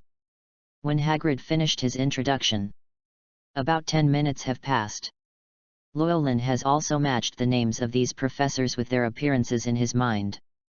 At least when we meet and say hello in the future, we won't call him by the wrong name. Certainly. The premise is that others are willing to say hello to him. Rowling would not say hello to people like Professor Snape and Filch. This time, Dumbledore also entered the Great Hall. The meeting is about to begin. The professors took their seats. Llewellyn sat next to Hagrid. The meeting begins. Dumbledore first summarized the situation at Hogwarts in the previous school year, recognizing the hard work of the Hogwarts professors. Then start arranging things for this year. This aspect is mainly responsible for Vice President Professor McGonagall. The first is the issue of enrollment. Admissions to Hogwarts are magical. There is a special quill in the school, and a magical admission book. Whenever a British child with magical abilities is born, a magical quill will write his or her name on the admission book. Vice President Professor McGonagall opens this admission book every year. According to the list above, send Hogwarts admission notices to those little wizards who are about to turn 11. At the same time, the admission notice comes with a long list of necessary supplies to remind all new students what they need to buy. This acceptance letter is written on parchment, sent by owl to recipient. For Muggle-born students, Hogwarts will send an employee as a special messenger to deliver the letter directly to the students and explain the situation clearly to the student's guardian. The school can use magic to know whether the student has seen the admission notice. If you haven't seen it, admission notices will be mailed continuously until students see the content. The main thing about this meeting: they are the employees who will be arranged to deliver letters to young wizards from Muggle families. The number of little wizards and wizards born this year is not that many. Professor McGonagall decided to let each professor draw lots. She divided the entire UK into 6 regions. In other words, 6 professors are needed to go to these 6 areas to act as special messengers. Llewellyn stepped forward and twitched casually.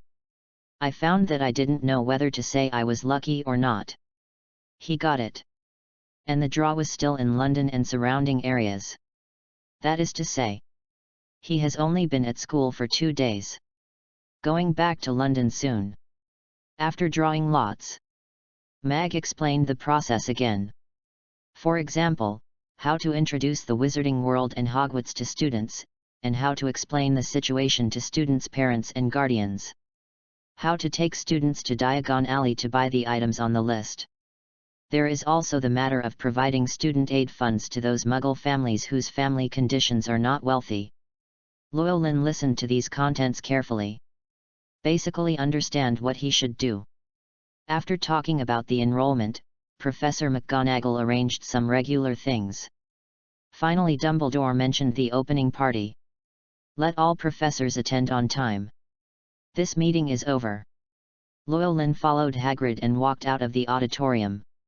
At this time, less than 2 hours had passed. The meeting went very quickly. No one talks nonsense. While walking, Hagrid also taught Llewellyn his experience. After so many years at Hogwarts, he is very knowledgeable about the various procedures at Hogwarts. Llewellyn gained a lot of knowledge. Chapter 24: How to take students to Diagon Alley? The Second Soul Servant. Farewell, Hagrid. Llewellyn returned to the dormitory. Blake happily returned to his little cage. Llewellyn finally discovered it. Ever since there was a birdcage, Blake always comes back to the dormitory from outside. The first thing to do is definitely run to the little cage and spend some time there. It can only be said that Blake really likes his house. Master, are we going back to London again? Will we go back to Azkaban? After lying down in the cage, Blake asked his question. Llewellyn sat on the sofa, thought for a while, and shook his head. I'm not sure. If the Ministry of Magic needs it, I can go back. But if they don't need it, it doesn't matter if they can't go back. But the Ministry of Magic is definitely going. I want to ask if my salary at the Ministry of Magic and your subsidy are still there. He now earns a salary as a Hogwarts professor. But he also works for the Ministry of Magic. According to his ideas, the Ministry should still pay him a salary. Certainly. This may require him to convince the head of the Ministry of Magic. After all, he made an outstanding contribution to London's security. Without his words, the Dementors have just left Azkaban. That's when the real danger comes. Rowling thought this was a very good reason, and it was unlikely that the Ministry of Magic would disagree. Okay, one more thing, Master, we are going to send admission notices to students from Muggle families. According to what Professor McGonagall said, you can use phantom teleportation to take the students to Diagon Alley, because some students are far away from Diagon Alley. Master, you don't have the ability to apparate, so how do you take students who live far away to Diagon Alley? Do you rely on the train? Blake asked again. Llewellyn also thought about this problem. It's almost impossible to learn to apparate in a short time. His subclass level is too low. Basically you can only learn the basic spells. More difficult spells cannot be learned until higher levels. Then his method of taking students to Diagon Alley is very simple. Only Muggle transport can be used.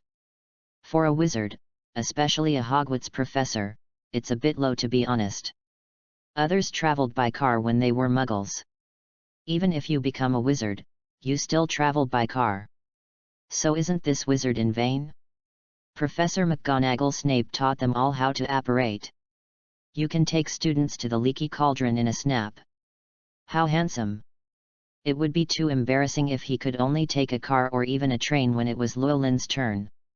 So Llewellyn was thinking about how he should surprise the little wizard so as not to look embarrassed. Blake was heard speaking at this time. He suddenly looked at Blake. Blake, what's your top speed? Under normal circumstances, in imperial terms, it's about 60 miles. Blake thought for a moment and replied. As for the fastest, it requires a lot of soul power, and I have no experience. 60 miles, which is close to 100 kilometers per hour. This speed is neither fast nor slow among the undead. At least compared to those bulky undead, the speed is quite fast. What if I infuse you with enough undead aura? Llewellyn asked again. Upon hearing this, Blake instantly became energetic. Is it enough? If you don't worry about the consumption of soul power, you can at least reach a speed of more than 150 miles per hour. 150 miles, that is a speed of about 250 kilometers per hour. We can already catch the high-speed train. Very good. Llewellyn nodded with satisfaction. Then the task of transporting students to Diagon Alley this time will be left to you. Blake reacted. It turns out that the reason why he asked her about her speed was because he wanted her to carry the students to Diagon Alley. She regained her coolness. Okay, Master. But there is one more thing. If I bring students with me, Master, how should you go to Diagon Alley? Yes. Llewellyn reacted. It's not like he doesn't have the means to catch up with Black's speed. But his methods are a bit big. And unlike Blake, he has the innate ability to fly. Basically they move quickly on the ground. Nothing fancy. What should we do? Llewellyn fell into thought. Blake proposed at this time. Master, why don't you let one of your companions come out? Let me take the master, and the other companion will take the students. Llewellyn's eyes lit up. What a great idea. One Blake is not enough. Wouldn't two be enough? He didn't have anything else. He has 28 soul servants. Moreover, the body is made of bones. Let's not talk about whether they are damaged if they are not used, but they don't feel bad if they are used. But this case raises another problem. Who should be released? Llewellyn knew it. All the undead servants who were locked in the small dark room wanted to come out. In this way, no matter which one he chooses, it seems to be a bit biased. Blake flew out of the birdcage and stood on Roland's shoulders, waiting for Roland's decision. In her heart, it doesn't matter who comes out, as long as it's not that annoying Malfoy. Llewellyn struggled for a moment, and then made a decision. Blake, you make your choice. The one who is released this time will probably not be locked up in a dark room in a short time. After arriving at Hogwarts, Rowling found that the wizards at Hogwarts did not have such a strong objection to undead people like Black. In other words, Blake's image is more deceptive and seems non-threatening. Coupled with the fact that it was Llewellyn's undead servant, other wizards were not so repulsive. So he thought that maybe one or two more soul servants could be released, and it wouldn't cause too much trouble. Certainly. Definitely not too much. What if Llewellyn suddenly had a lot of undead around him? The wizards will definitely have random thoughts again. Hear what Llewellyn said. Blake froze. Unexpectedly, Llewellyn would let her make the decision, and it was a long-term quota. Then she would have to think about it carefully. You must choose the one with a better relationship, so that when you serve the master together in the future, there won't be too many disputes. The other party also needs to remember her favor. So you have to choose an honest person. Blake instantly locked a candidate in his mind. Master, how is Longbottom doing? Longbottom? Yes. For Llewellyn, it doesn't matter who he is. Longbottom is similar to Llewellyn, and belongs to the group with medium soul power. Not as good as Malfoy and Crouch, but still better than Weasley and Parkinson. Are you sure you want Longbottom to come out? Llewellyn finally confirmed. Black nodded his skull. Just Longbottom, he is more honest and won't cause trouble. Ron nodded when he heard this. Not causing trouble is a plus. You must know that although his soul servant is completely loyal to him, he also has his own personality. A few of them can cause trouble. Picture 25, the skeleton made by Black, honest Longbottom. Black wanted Longbottom to come out. Llewellyn has no objection. As he began to recall his impression of Longbottom. I recalled it for a long time. Found no impact at all. All he remembered was Longbottom's voice calling his master. Mainly the same as what Blake said. Longbottom was too honest. It's so honest that it's a bit exaggerated. You can often go a whole day without saying a word. Unless Llewellyn calls him, he will answer the call. It is really difficult for Llewellyn to remember him with such a character. However, this also proves that Longbottom is indeed an honest man and will not cause trouble for him. Think of this. Llewellyn no longer hesitated. The second soul servant who came out of the small dark room was definitely Longbottom. After the candidate is determined, the rest will be much simpler. He took out all the loose bones from the storage space. Black, Longbottom needs to be a small creature like you. It cannot be too big, nor can it be a humanoid skeleton. Otherwise, if it is too eye-catching, there will definitely be trouble. Rollin looked at Blake. Blake nodded. Understood, Master, leave it to me. I will help him piece together a complete body. Look at the high pile of bones on the ground. Blake sprang into action. He picks and chooses with the power of his soul. A large pile of bone residues, broken bones, bone fragments and complete bones were quickly picked out. Use these bones. Blake simply put the pieces together to create a three-dimensional skeleton. Llewellyn took a look. The skeleton was found to be the expected creature. Cat. For wizards. Cats and owls are almost their most common pets. Owls are basically one per person. And most wizards also have a cat.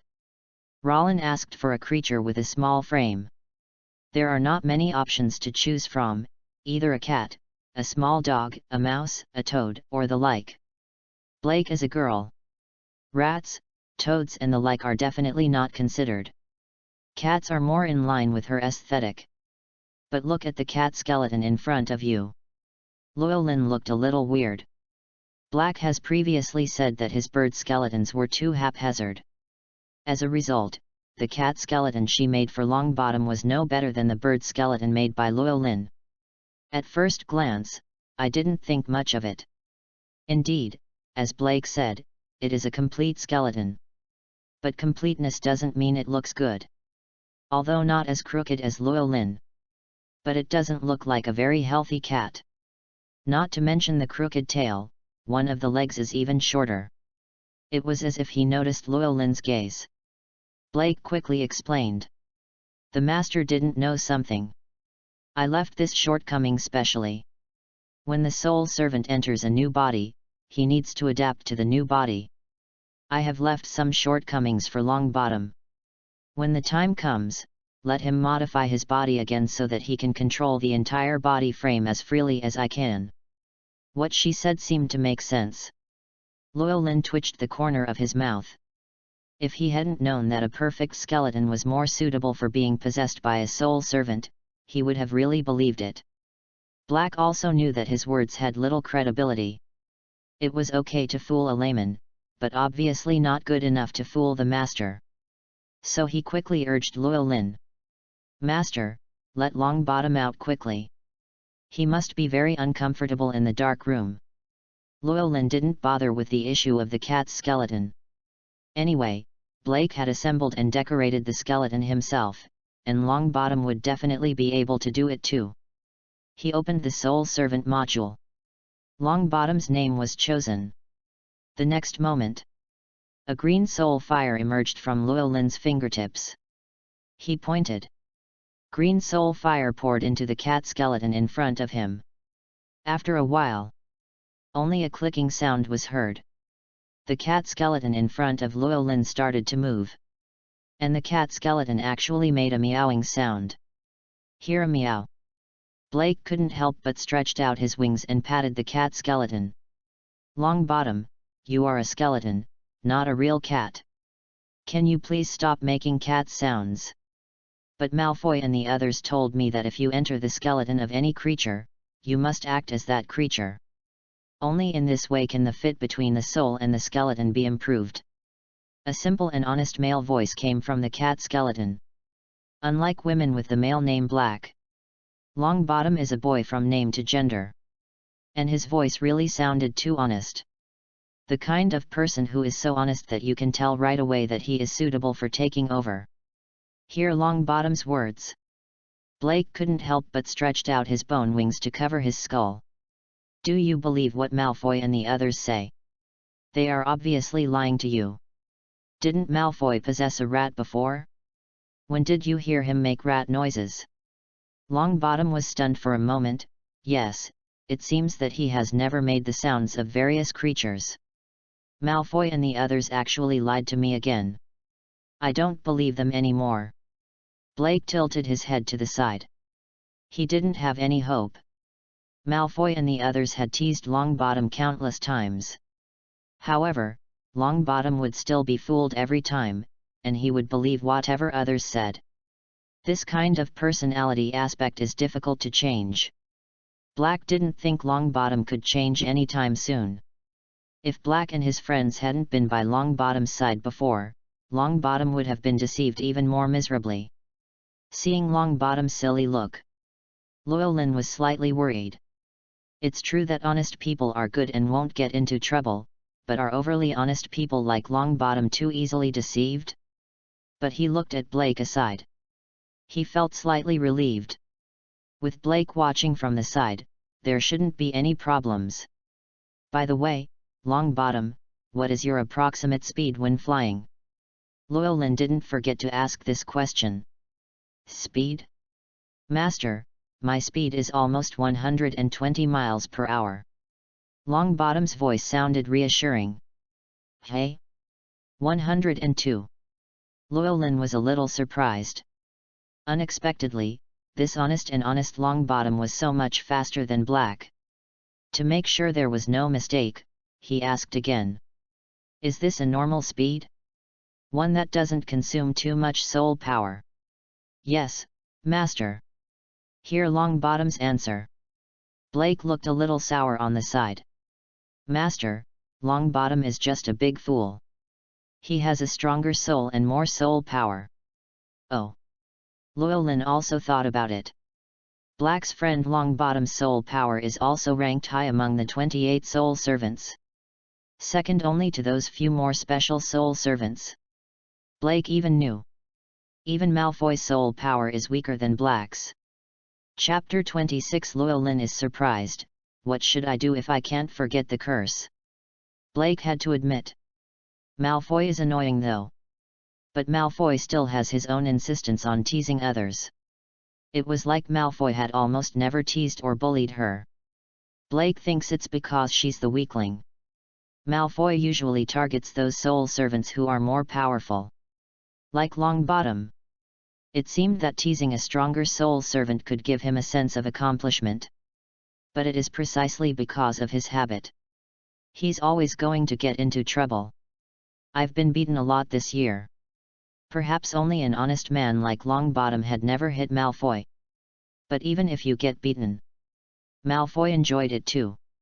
Anyway, as a soul servant, except Llewellyn, other soul servants can't kill him. He can commit suicide like crazy.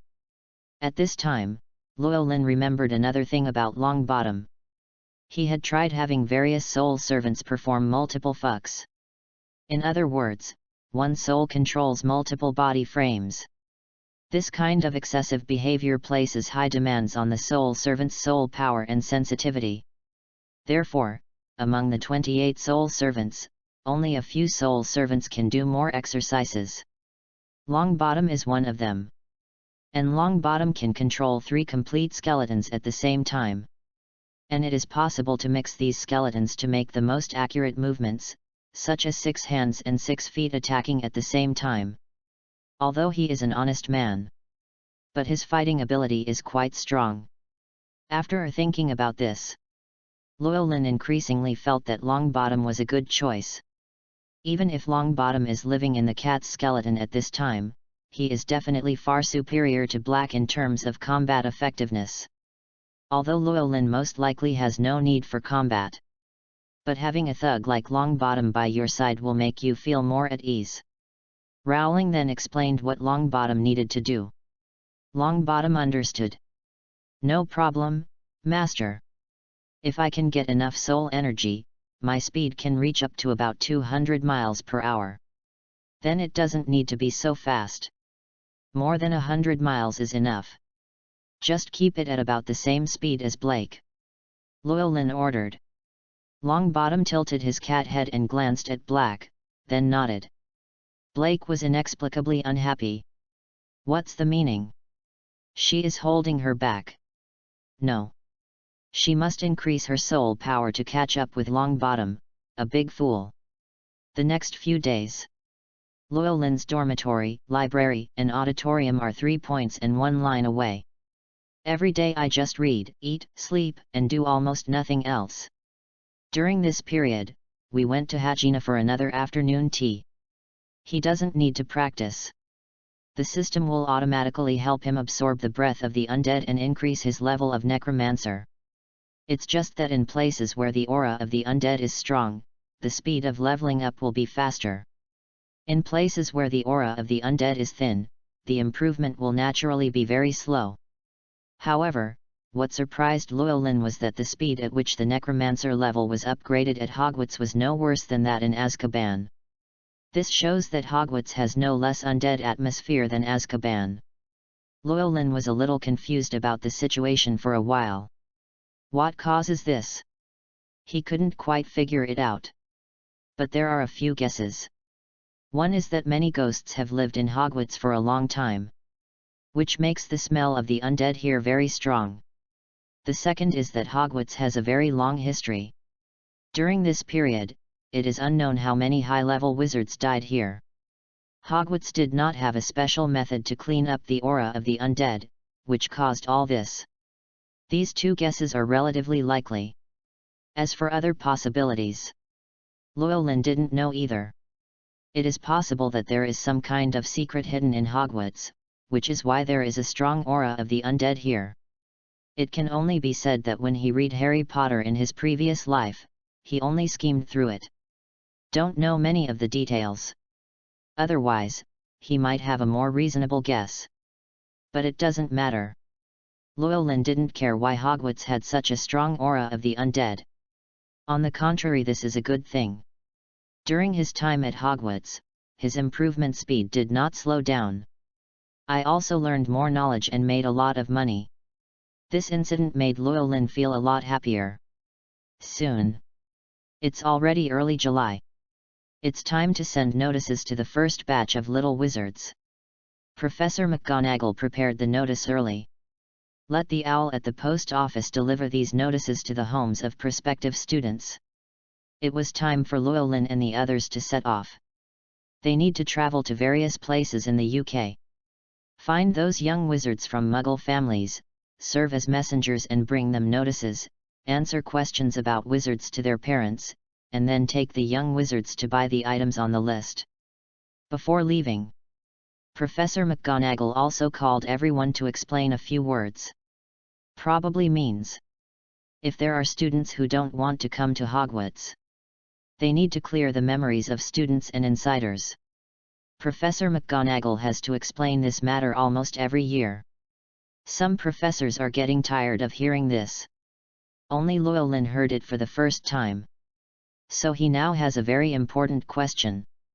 What should I do if the memory cannot be erased? That's right. As a necromancer who plays with souls, Rollin will not erase other people's memories.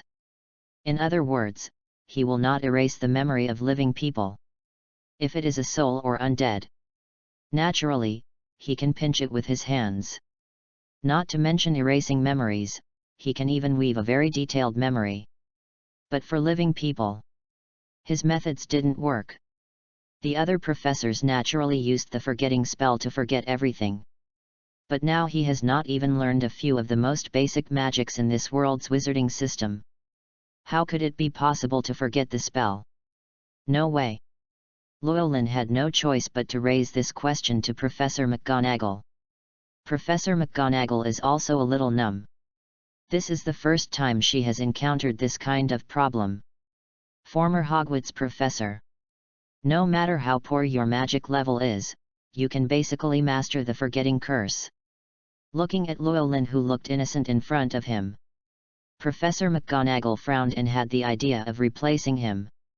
But now we have to leave. Temporary substitutions are definitely not good. After all, the list is drawn by lot, which is the fairest choice. She thought for a while and finally thought of a way. Let's do this, Professor Razma, just go and give guidance as usual. If you meet a young wizard who is unwilling to enter the magical world, just remember his name and tell me when you come back, and I will deal with it. This is a relatively safe approach. After all, after so many years, there are almost no young wizards who are unwilling to enter the magical world. On average, there is none every year. There is a high probability that Llewellyn will not be able to meet him. Even if we meet, it will only be one family at most. She can handle it easily. Okay, then I'll bother Professor McGonagall. There are ways to deal with it. Llewellyn was relieved. After saying goodbye to Professor McGonagall, Rowling prepares to head to London. Chapter 27, Leaving Hogwarts and heading to London. Return to the dormitory. Rowling took Black and Longbottom with him. I also brought a map of the area around Hogwarts. He wasn't planning on riding the Hogwarts Express this time. I don't plan to use the Floo network in Hogsmeade either. Instead, take Blake and Longbottom directly to London. The main purpose is to test their manned capabilities. After all, in the next period of time, the two of them are equivalent to his special mounts. That doesn't seem right. But it is true. And both Black and Longbottom were happy to do so.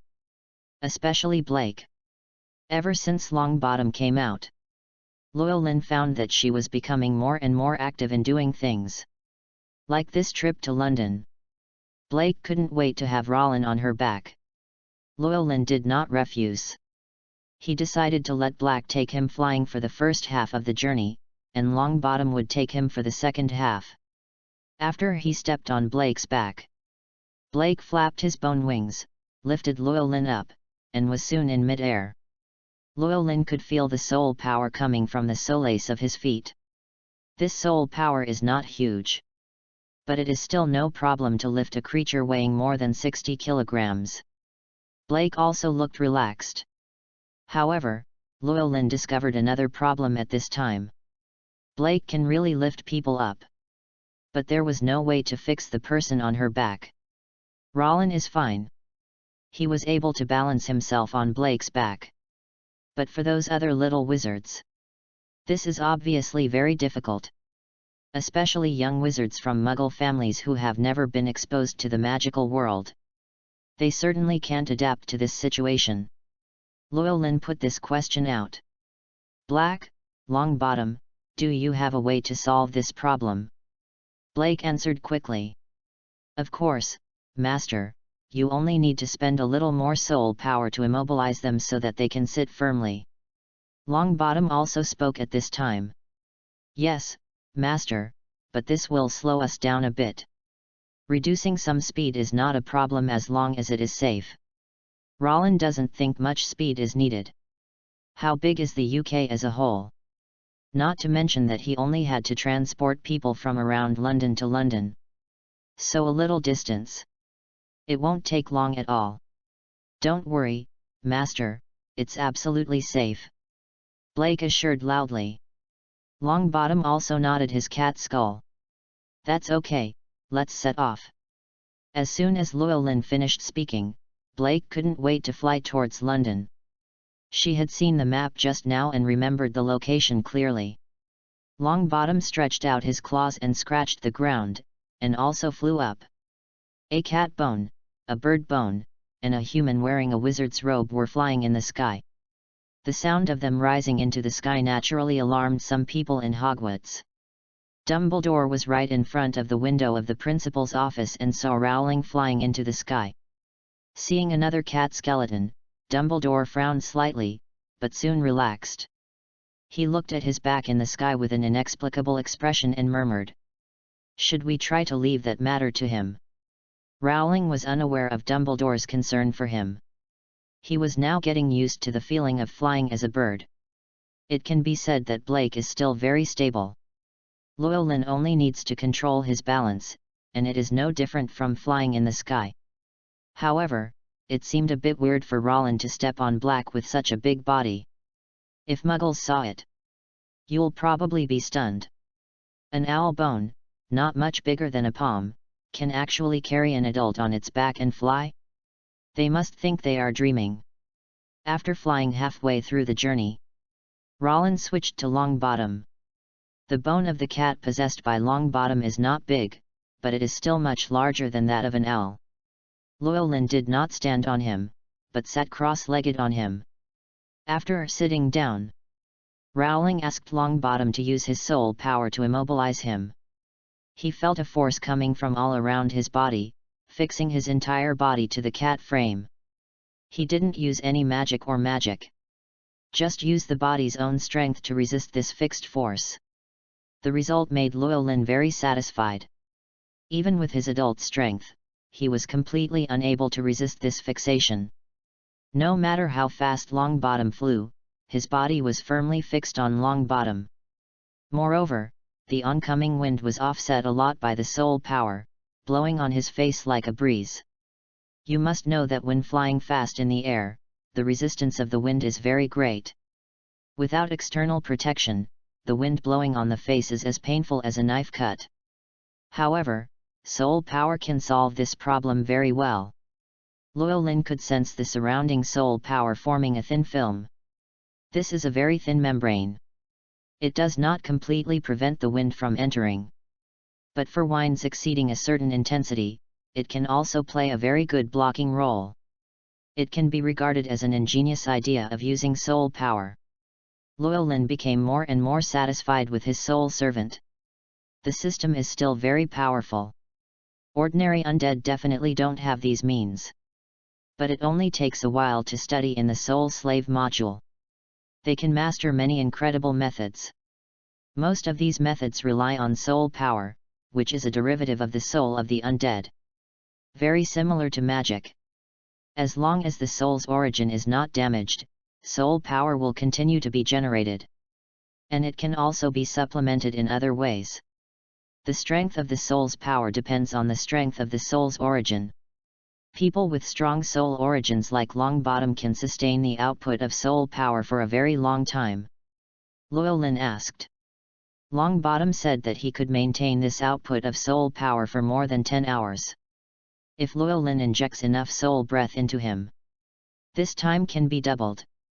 Blake is much weaker in comparison. She can only maintain continuous soul power output for up to 6 hours. Even with the injection of soul breath, the time will not exceed 10 hours. But whether it is 6 hours or 10 hours, it is enough for Llewellyn. According to Rollins' estimate, the Hogwarts Express only travels at 40 miles an hour. Both Black and Longbottom could easily reach over 100 miles, and even close to 200 miles. The Hogwarts Express takes most of a day to travel from platform 9 3/4 to Hogsmeade Station. Black and Longbottom only needed about 2 hours. This speed is much faster than traveling by train. There is no problem in sending young wizards from London and surrounding areas to Gringotts. After the test is completed, Rowling sat on Longbottom. He picked up speed again. He arrived in London soon. Chapter 28. See you again at the Leaky Cauldron, Old Tom. Is your granddaughter Hannah Abbott? Come to London. The landing place chosen by Rowling was an uninhabited corner not far from Diagon Alley. Before landing, he unleashes mass ghosting. Group ghosting is a form of necromancy.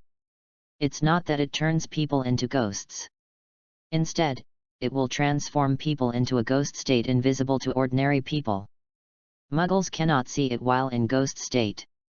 After falling down, after confirming that no one was around, Llewellyn released the magic on himself. Until you enter the Leaky Cauldron. Only then did Black and Longbottom appear. At this time, the Leaky Cauldron seemed a little deserted. Obviously this time is not the peak time for visitors to the Leaky Cauldron. But at this time, most of the people staying at the Leaky Cauldron were regular customers. Most of them recognized Llewellyn at first sight. Because I like to gossip in the pub. Information about Rowling. These people can be said to know everything. They knew that Rowling had entered Hogwarts as a professor. So when Llewellyn suddenly appeared, these old drinkers were confused. Aren't you a professor at Hogwarts? Why did it come out again? Is it possible that Hogwarts can be jailbroken like Azkaban? Old Tom also noticed Rowling. A trace of surprise flashed in his eyes, but he still greeted Llewellyn with a smile. Good afternoon, Llewellyn. Good afternoon, Old Tom. Llewellyn ignored the surprised looks from the people around him and went directly to the counter. A glass of fruit wine, any flavor will do. It needs to be iced. He ordered a glass of wine. While Old Tom was preparing things for him, he couldn't help but ask. Llewellyn, didn't you go to Hogwarts to be a professor? It's only been a few days. Why are you here in London again? Do you have something to do? He didn't think that Rowling escaped from Hogwarts. After all, Hogwarts is not a prison, but a regular magic school. Even if Llewellyn doesn't want to be a professor there, just resign, there is no need to run away. What's more, if Llewellyn really escaped, the commotion must have been considerable. The Daily Prophet must have reported it a long time ago. There are no rumors about this at all. So Old Tom was convinced that it was unlikely that Llewellyn had escaped. But he had another guess in mind. Will Llewellyn be fired? After all, Llewellyn had only been a wizard for a year. He had no systematic contact with the wizard system and had not received a complete wizard education. Or a necromancer. Such qualifications are obviously not suitable for being a professor at Hogwarts. Maybe after Dumbledore saw Llewellyn, he felt that Llewellyn was not qualified and directly persuaded him to quit. Think of this. Old Tom made up his mind, if Llewellyn showed hesitation and was unwilling to explain. He quickly changed the subject, so as not to touch Llewellyn's sadness. Llewellyn didn't know that Old Tom had so many thoughts, so he just explained naturally. I can't help it. I also want to stay in Hogwarts. It's quite comfortable there. But when I drew lots, I was given the task of delivering admission notices to the newly admitted little wizards, so I had no choice but to return to London. Old Tom was stunned for a moment, and then suddenly realized. You mean you got the courier mission in charge of this area of London? Old Tom is still very familiar with Hogwarts annual admissions. Knowing that Hogwarts would serve as a messenger for a wizarding professor from a Muggle family. Llewellyn nodded. I'm going to the first little wizard's house tomorrow, and I don't know if I can do it well. This sentence is Llewellyn's innermost thoughts. As a person who likes to lie in my comfort zone, whenever I have to do something for the first time, I always feel a little nervous, for fear of not doing it well. And once he doesn't do well, he will immediately retreat into his comfort zone. It's definitely no problem. You just need to introduce Hogwarts and then bring them to me. Old Tom said with a smile. That's right, but instead of bringing them to you, I brought them to Diagon Alley. I won't let them drink at your place. Llewellyn also smiled.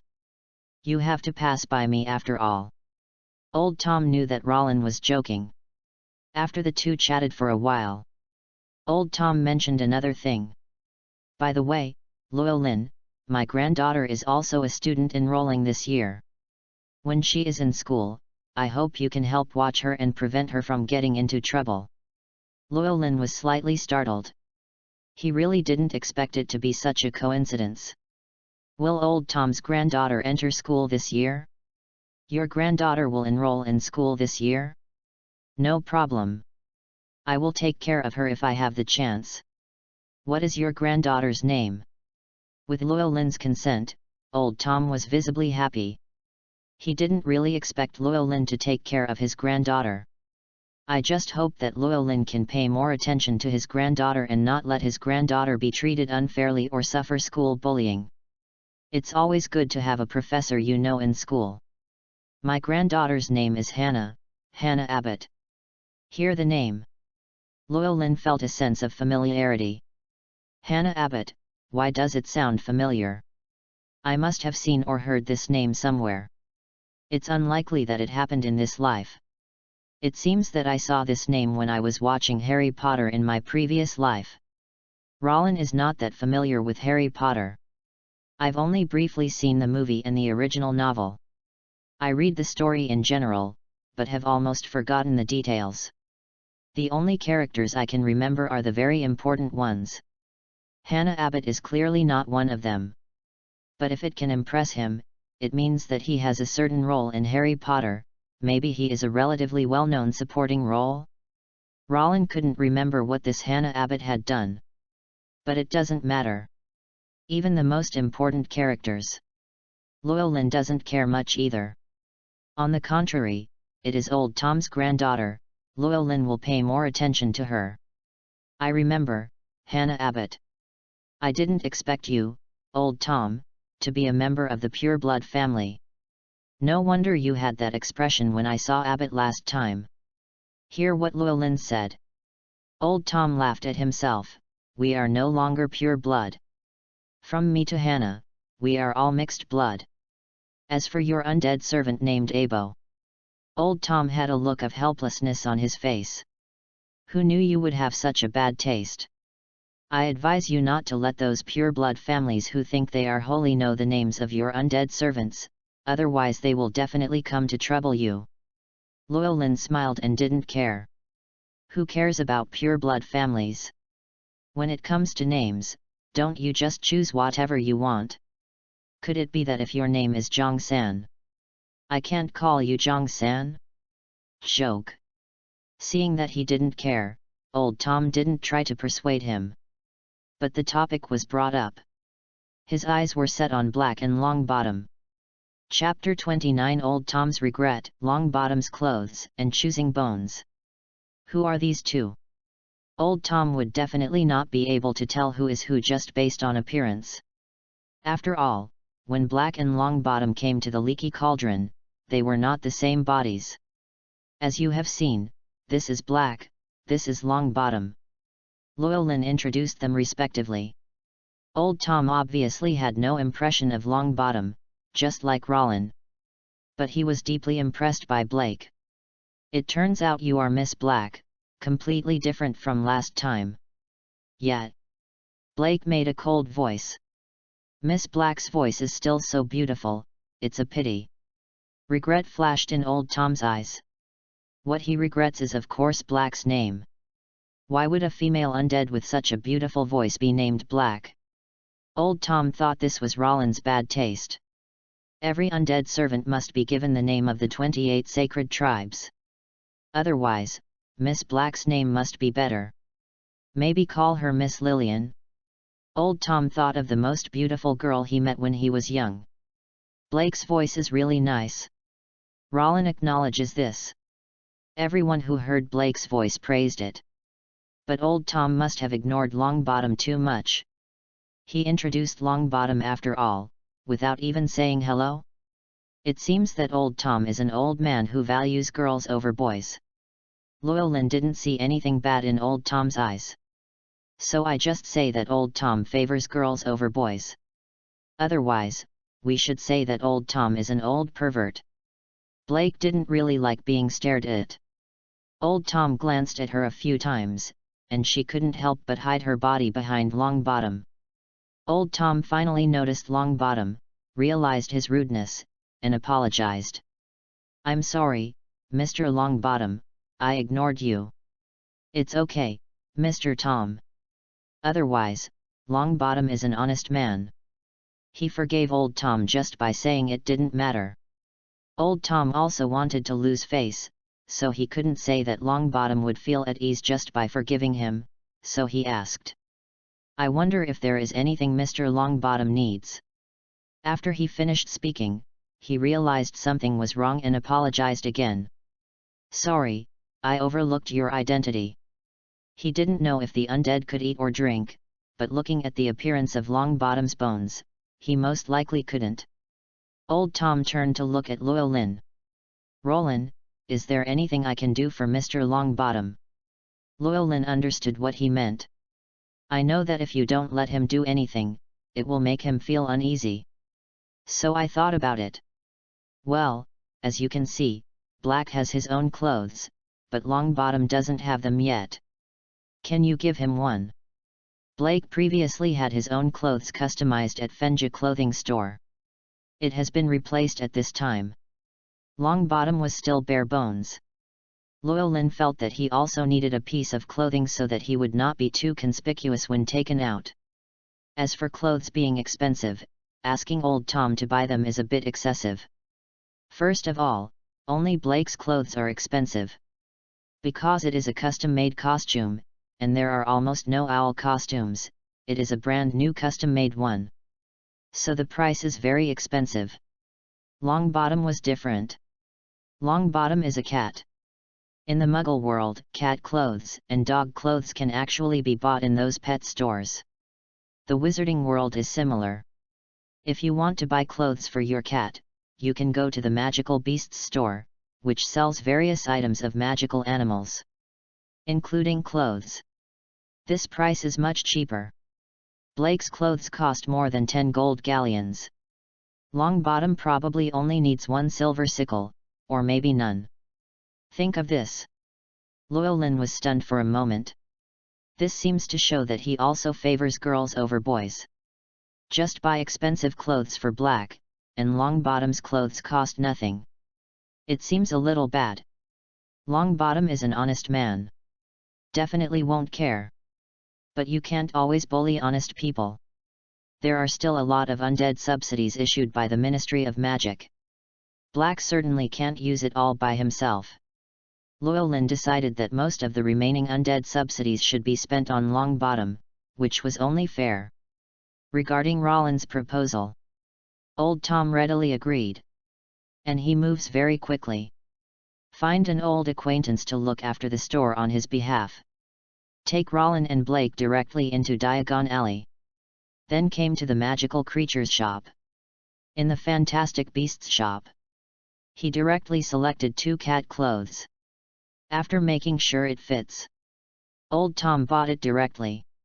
In total, it only cost 1 sickle and 7 cats.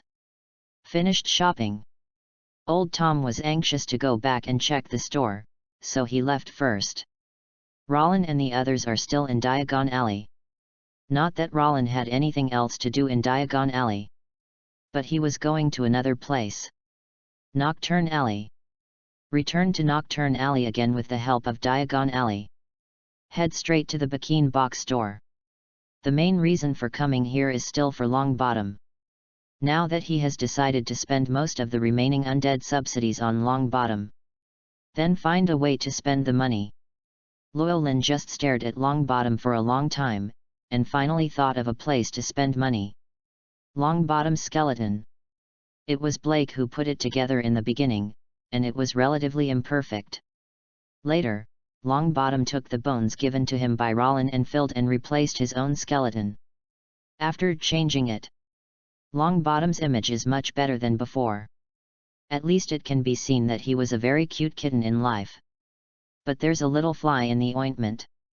Longbottom said that he had 2 leg bones that didn't fit so well, making walking a little uncomfortable.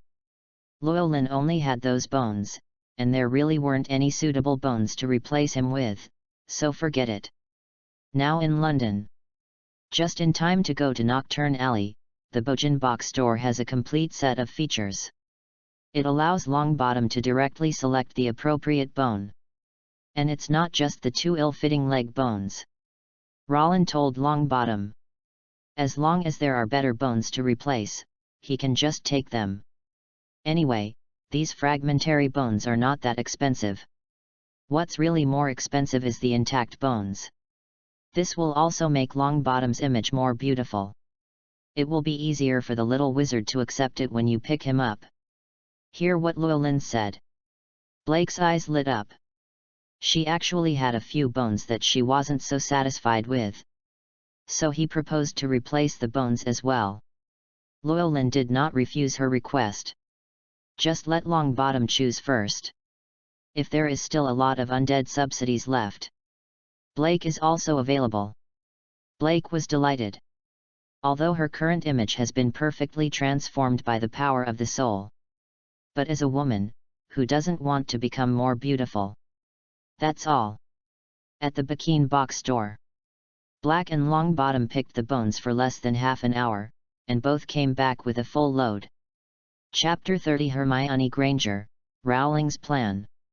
This time Mr. Bojan did not dare to trick Llewellyn at all. All the prices given are appropriate prices. There are even a few bones that are on the low side. This made Llewellyn feel a little regretful. He is a man with a moral bottom line. If others do not offend me, I will not offend others. It seems that this time I won't be able to get anything for free from Mr. Bojanbach. All Black and Longbottom's belongings cost a total of 2 gold galleons. After leaving Nocturne Alley, Rollin stopped for a while in the cafe in Diagon Alley, ordered a cup of coffee, sat down and began to think. Next he will complete his mission. According to the notice given to him by Professor McGonagall before leaving, there are a total of 5 young wizards from Muggle families around London who need him to deliver messages and provide guidance. The earliest is tomorrow. The latest is July 20th, which is about 10 days away. And the last person was an acquaintance, or Llewellyn knew her, but she definitely didn't know Llewellyn. That's Hermione Granger. Hermione Granger, a girl born into a family of dentists. My parents are both dentists and Muggles. However, his magic power rioted and he became a wizard. Certainly. He was thinking of Hermione specifically because he only knew Hermione among all the little wizards he was going to pick up. Rowling had no idea about Hermione. You must know that Hermione is 12 years old this year, 1 year older than the other little wizards. Her birthday is on September 10th, so she missed the enrollment last year. But he was only 12 years old. For Rollin, 12 years old is a very young child. It was impossible for him to have thoughts about a girl of his age. He is a necromancer, not a pervert. For Rollin, Hermione has nothing special except for being an acquaintance and a member of the protagonist group. So after getting Hermione's notice, I was only slightly surprised, but I quickly put the news behind me and didn't take it to heart. What Llewellyn needs to consider now is whether to go back to Azkaban in the next few days. After all, I lived in Azkaban for nearly a year. He still missed Azkaban. The prisoners inside, the warden, and his cute dementors. He was familiar with each one. It's just about being able to go back to Azkaban. This still needs to be discussed with the Ministry of Magic. After all, he can be regarded as an employee of the Ministry of Magic. The Ministry of Magic is his boss.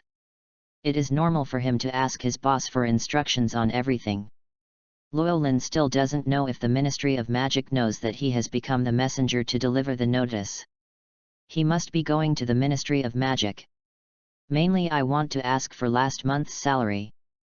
The way wages are paid in the UK is divided into weekly wages and monthly wages. Weekly wages are generally paid to temporary workers with lower wages. Employees with relatively high wages like Llewellyn are paid monthly. Therefore, Llewellyn has not received a cent of last month's salary. He would never allow his salary to be owed, he had to go to the Ministry of Magic to get it back. By the way, you can also ask the Ministry of Magic if he needs to go back to Azkaban. Llewellyn is still very confident in his soul manipulation methods. Those Dementors shouldn't get out of control. I just don't know if there are any other troubles in Azkaban that he needs to deal with.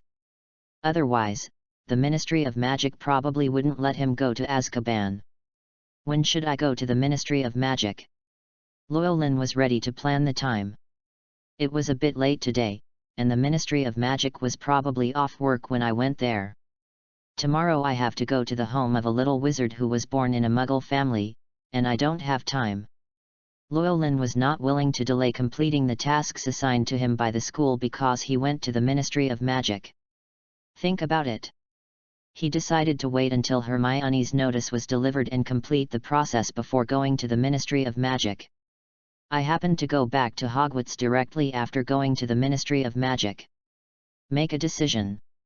Llewellyn swallowed the last sip of coffee in his mouth. Paid and left the cafe.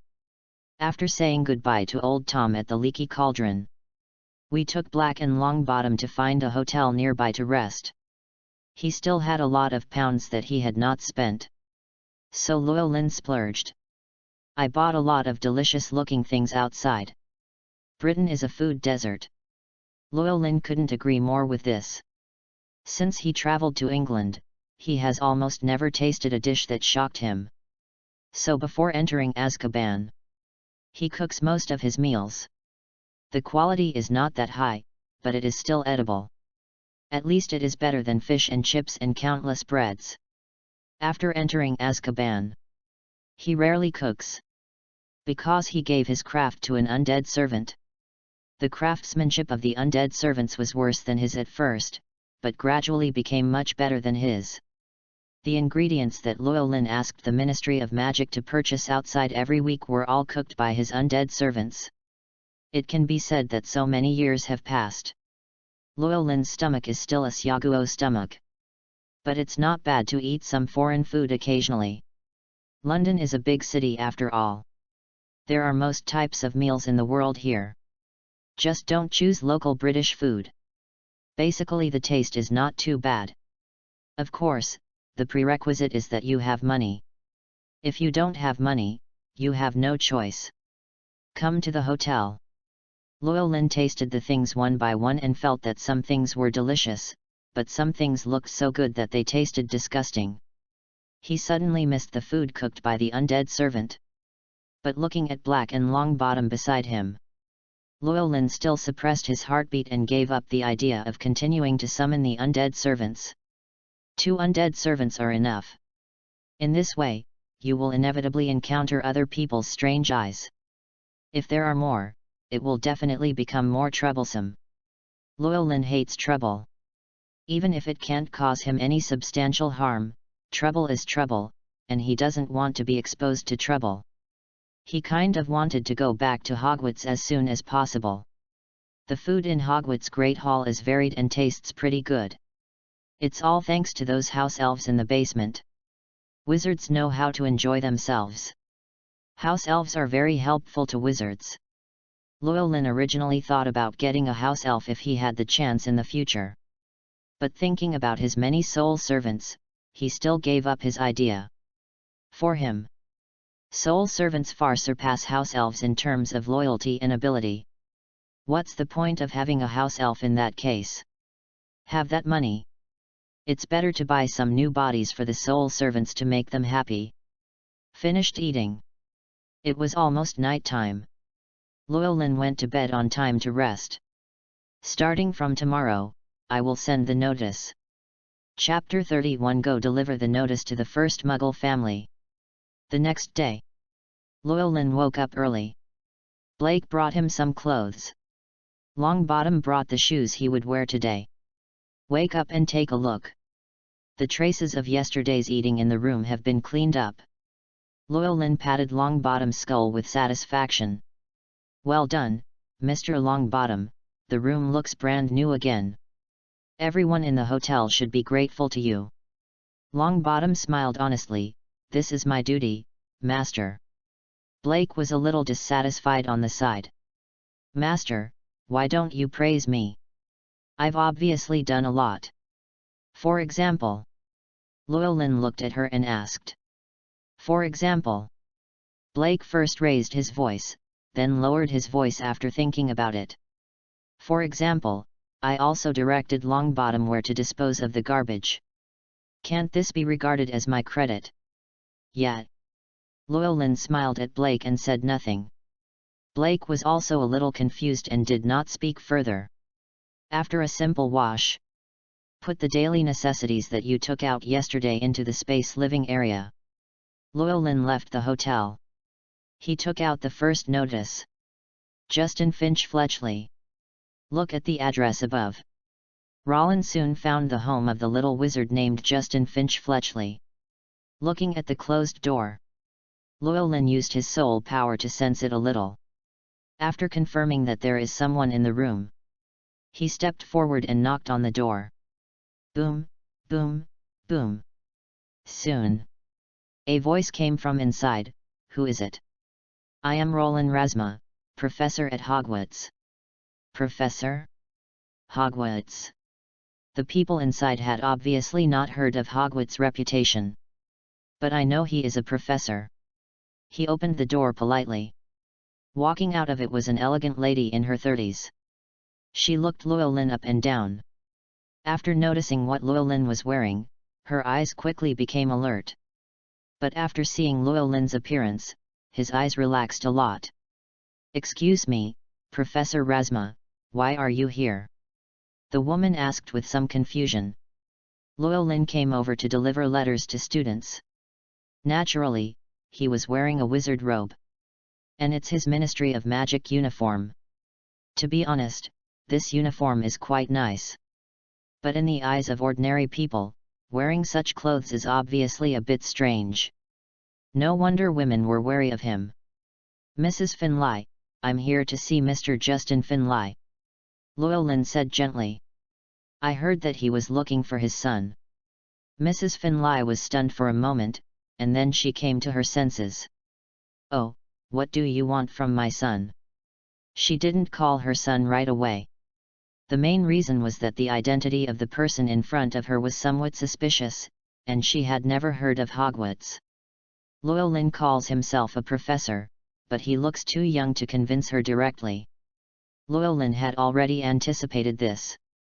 Mr. Justin Finch Fletchley was admitted to our school, and I'm here to deliver the notice to him.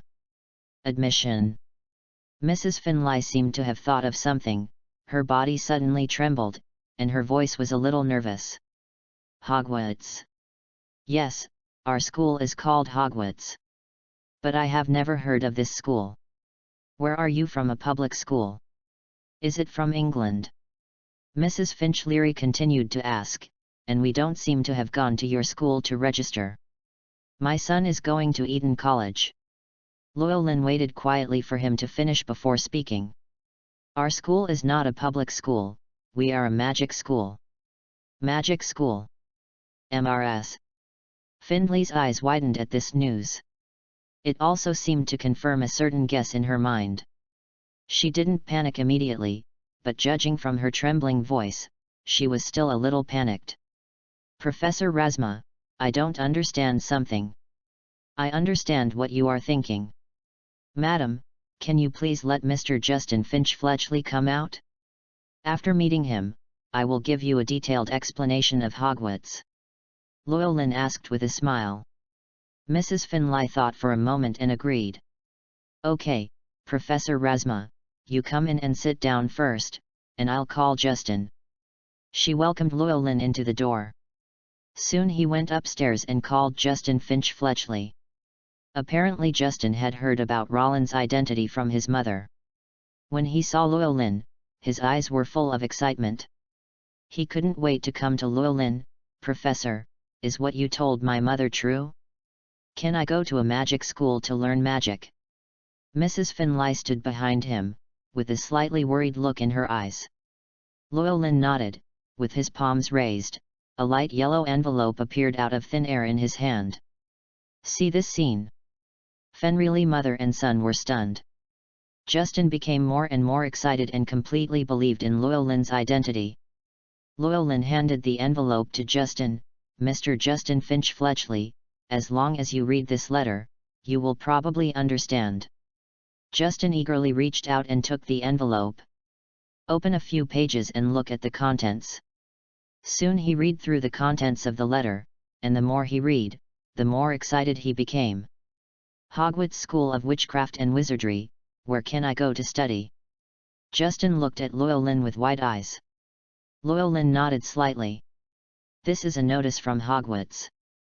Of course, it is just an invitation, not mandatory. Everything is up to you. You can learn magic if you want to. It doesn't matter if you don't want to." "Yes.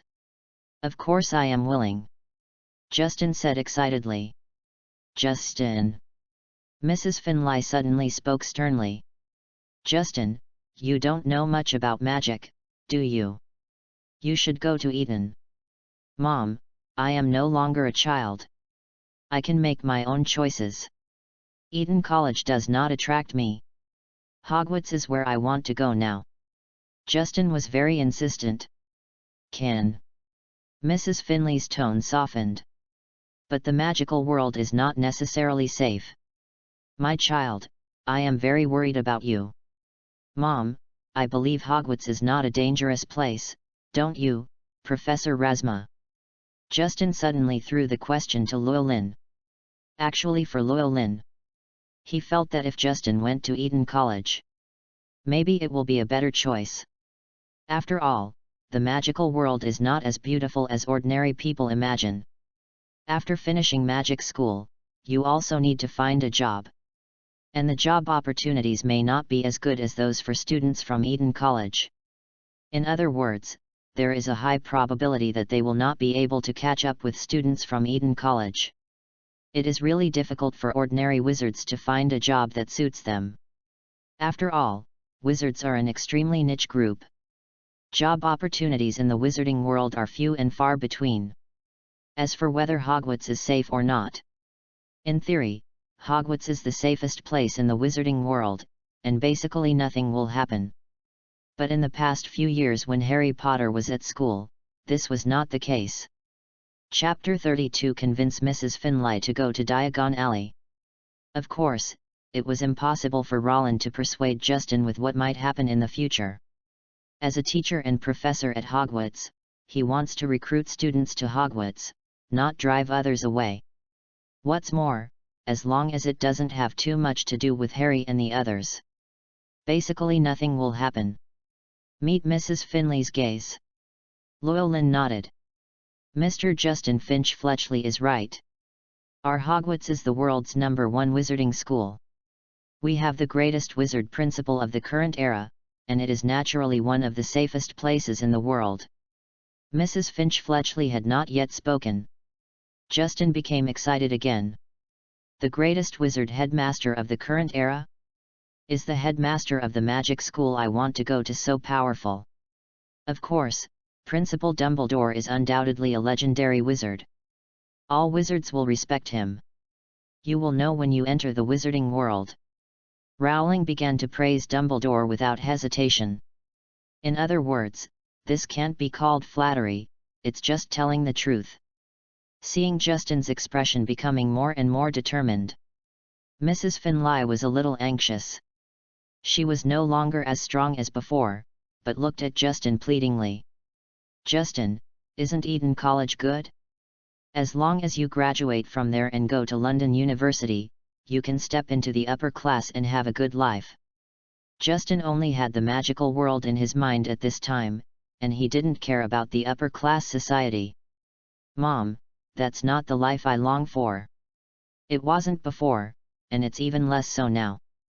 It was just your arrangement. Now I want to enter the magical world, see magical magic, learn magic, and meet the legendary wizard. Mrs. Finlay bowed her head. As an ordinary person, she has some curiosity about the magical world. If she had received an invitation to Hogwarts as a child, she would have chosen to go to the magic school without hesitation. But for his own son. But she hopes that Justin can live a stable life. But Justin, you went to a magic school and entered the magic world. Will you come back? Mrs. Finch-Fletchley's whole person revealed a sad mood. Justin really hesitated now. He just wants to stick to his pursuit, but he doesn't want to be separated from his mother forever. So he looked at Llewellyn for help. Professor Rasma, I went to Hogwarts, can I come back? Mrs. Finch-Fletchley had the same look. Llewellyn was a little helpless and said solemnly. Mrs. Finch-Fletchley, Mr. Justin Finch-Fletchley, let me say it again, our Hogwarts is a school in the wizarding world. I think you should be able to understand what a school is. Students just go there to go to school. What they want to do after school, or what choices they make, are the student's own business. Hogwarts will not force any student to do something he does not want to do. This is our principle. Even if Mr. Justin Finch-Fletchley doesn't want to be a wizard or stay in the magical world in the future, but comes back here, as long as he doesn't violate the laws of the Ministry of Magic, he is allowed. By the way, schools all have holidays, and Hogwarts is no exception.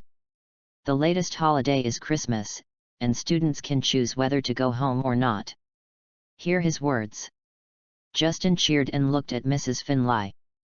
Mom, did you hear that? We can come back during the holidays, and I promise you, I will definitely come and spend this Christmas with you. Fengliola sighed and nodded helplessly. You said so, then Justin, I respect your decision. She still respected her son. He was not forced to go to Eton. But judging from her expression at this time, still reluctant. Thinking about it, she still has a lot of prejudices against magic schools deep down in her heart. But what does this have to do with Llewellyn? Llewellyn didn't care. All he needs to do is serve as a messenger to deliver notices to qualified young wizards, then take them to buy the necessary items, and finally tell the young wizards how to get to school. Just get these 3 things done. The rest of it theoretically has nothing to do with him. Certainly. Llewellyn is not such an irresponsible person. If the little wizard has a question he wants to ask, and he knows it, he will answer it truthfully. Mrs. Finlay agreed.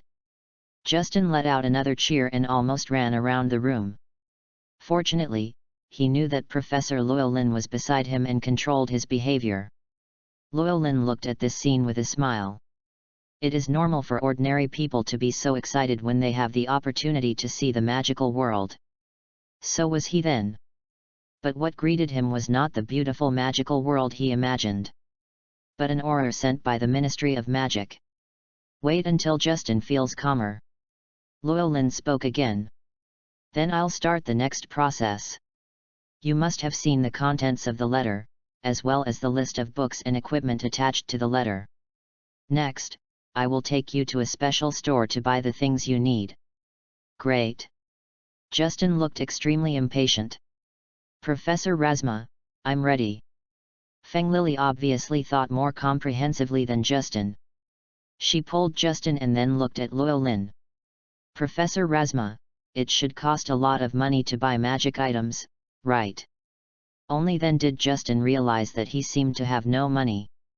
Llewellyn nodded. To purchase magic items, you need the currency of the magic world. As he spoke, he reached out and took out 3 currencies.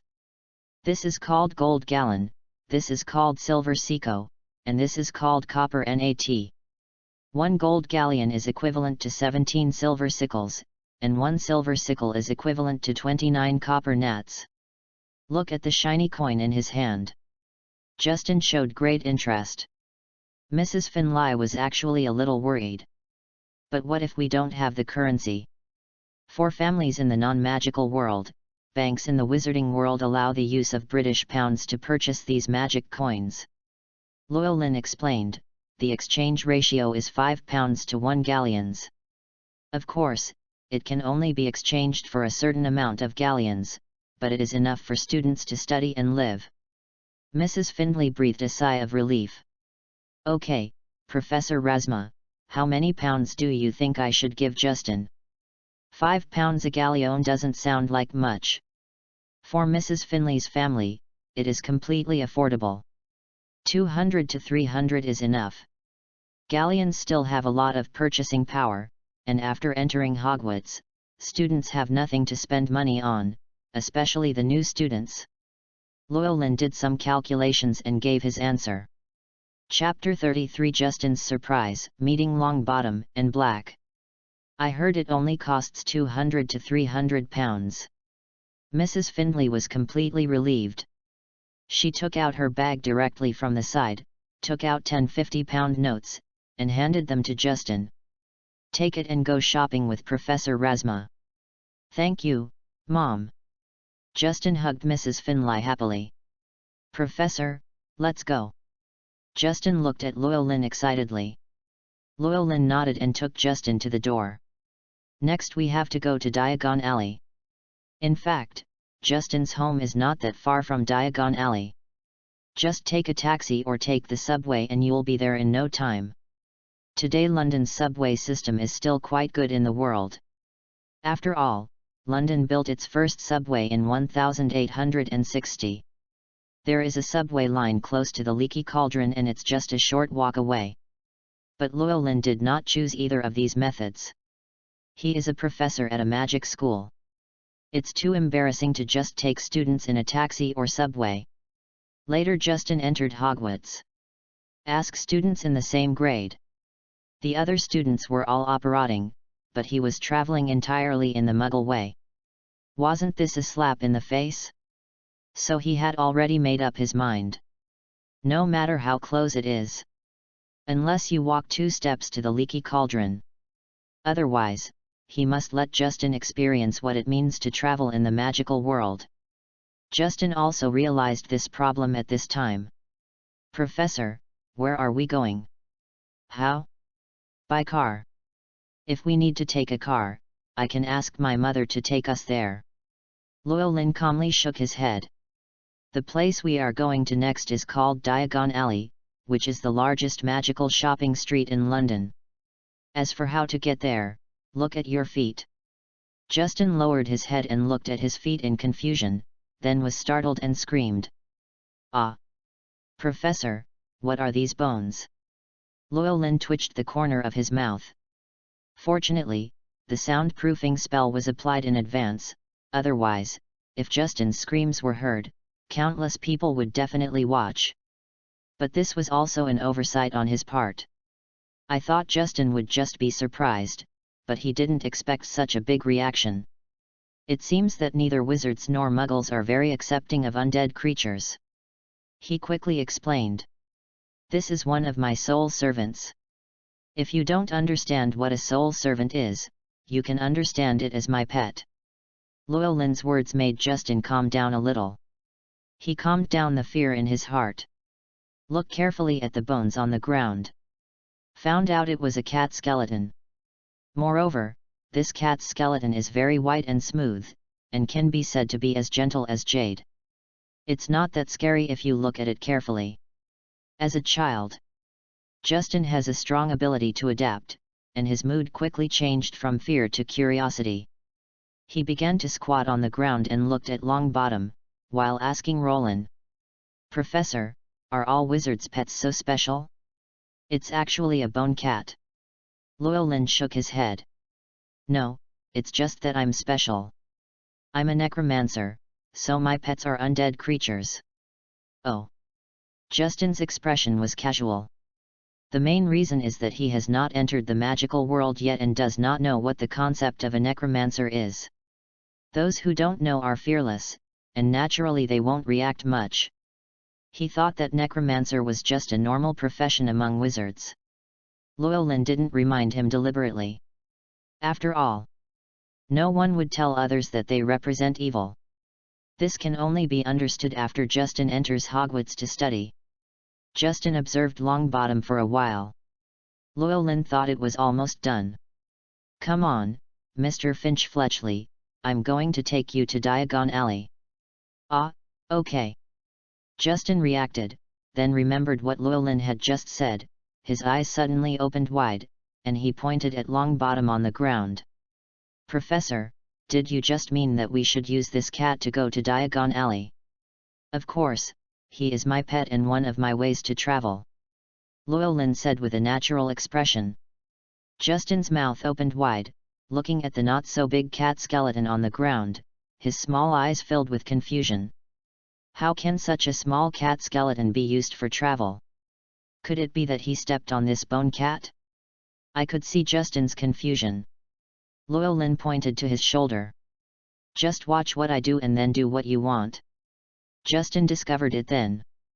At some point, a bone bird appeared on Llewellyn's shoulder. This time he was not frightened, but looked at Llewellyn seriously, preparing to learn what he did. "Blake, we're leaving." "Okay, master." Blake's clear and pleasant voice made Justin stunned again. "Is this bone bird a girl?" "No, why can bones still talk?" Justin realized the problem and quickly looked at Longbottom on the ground. When he looked at Longbottom, he could clearly feel Longbottom looking at him too. And after the two looked at each other for a while, Longbottom gave him a smile.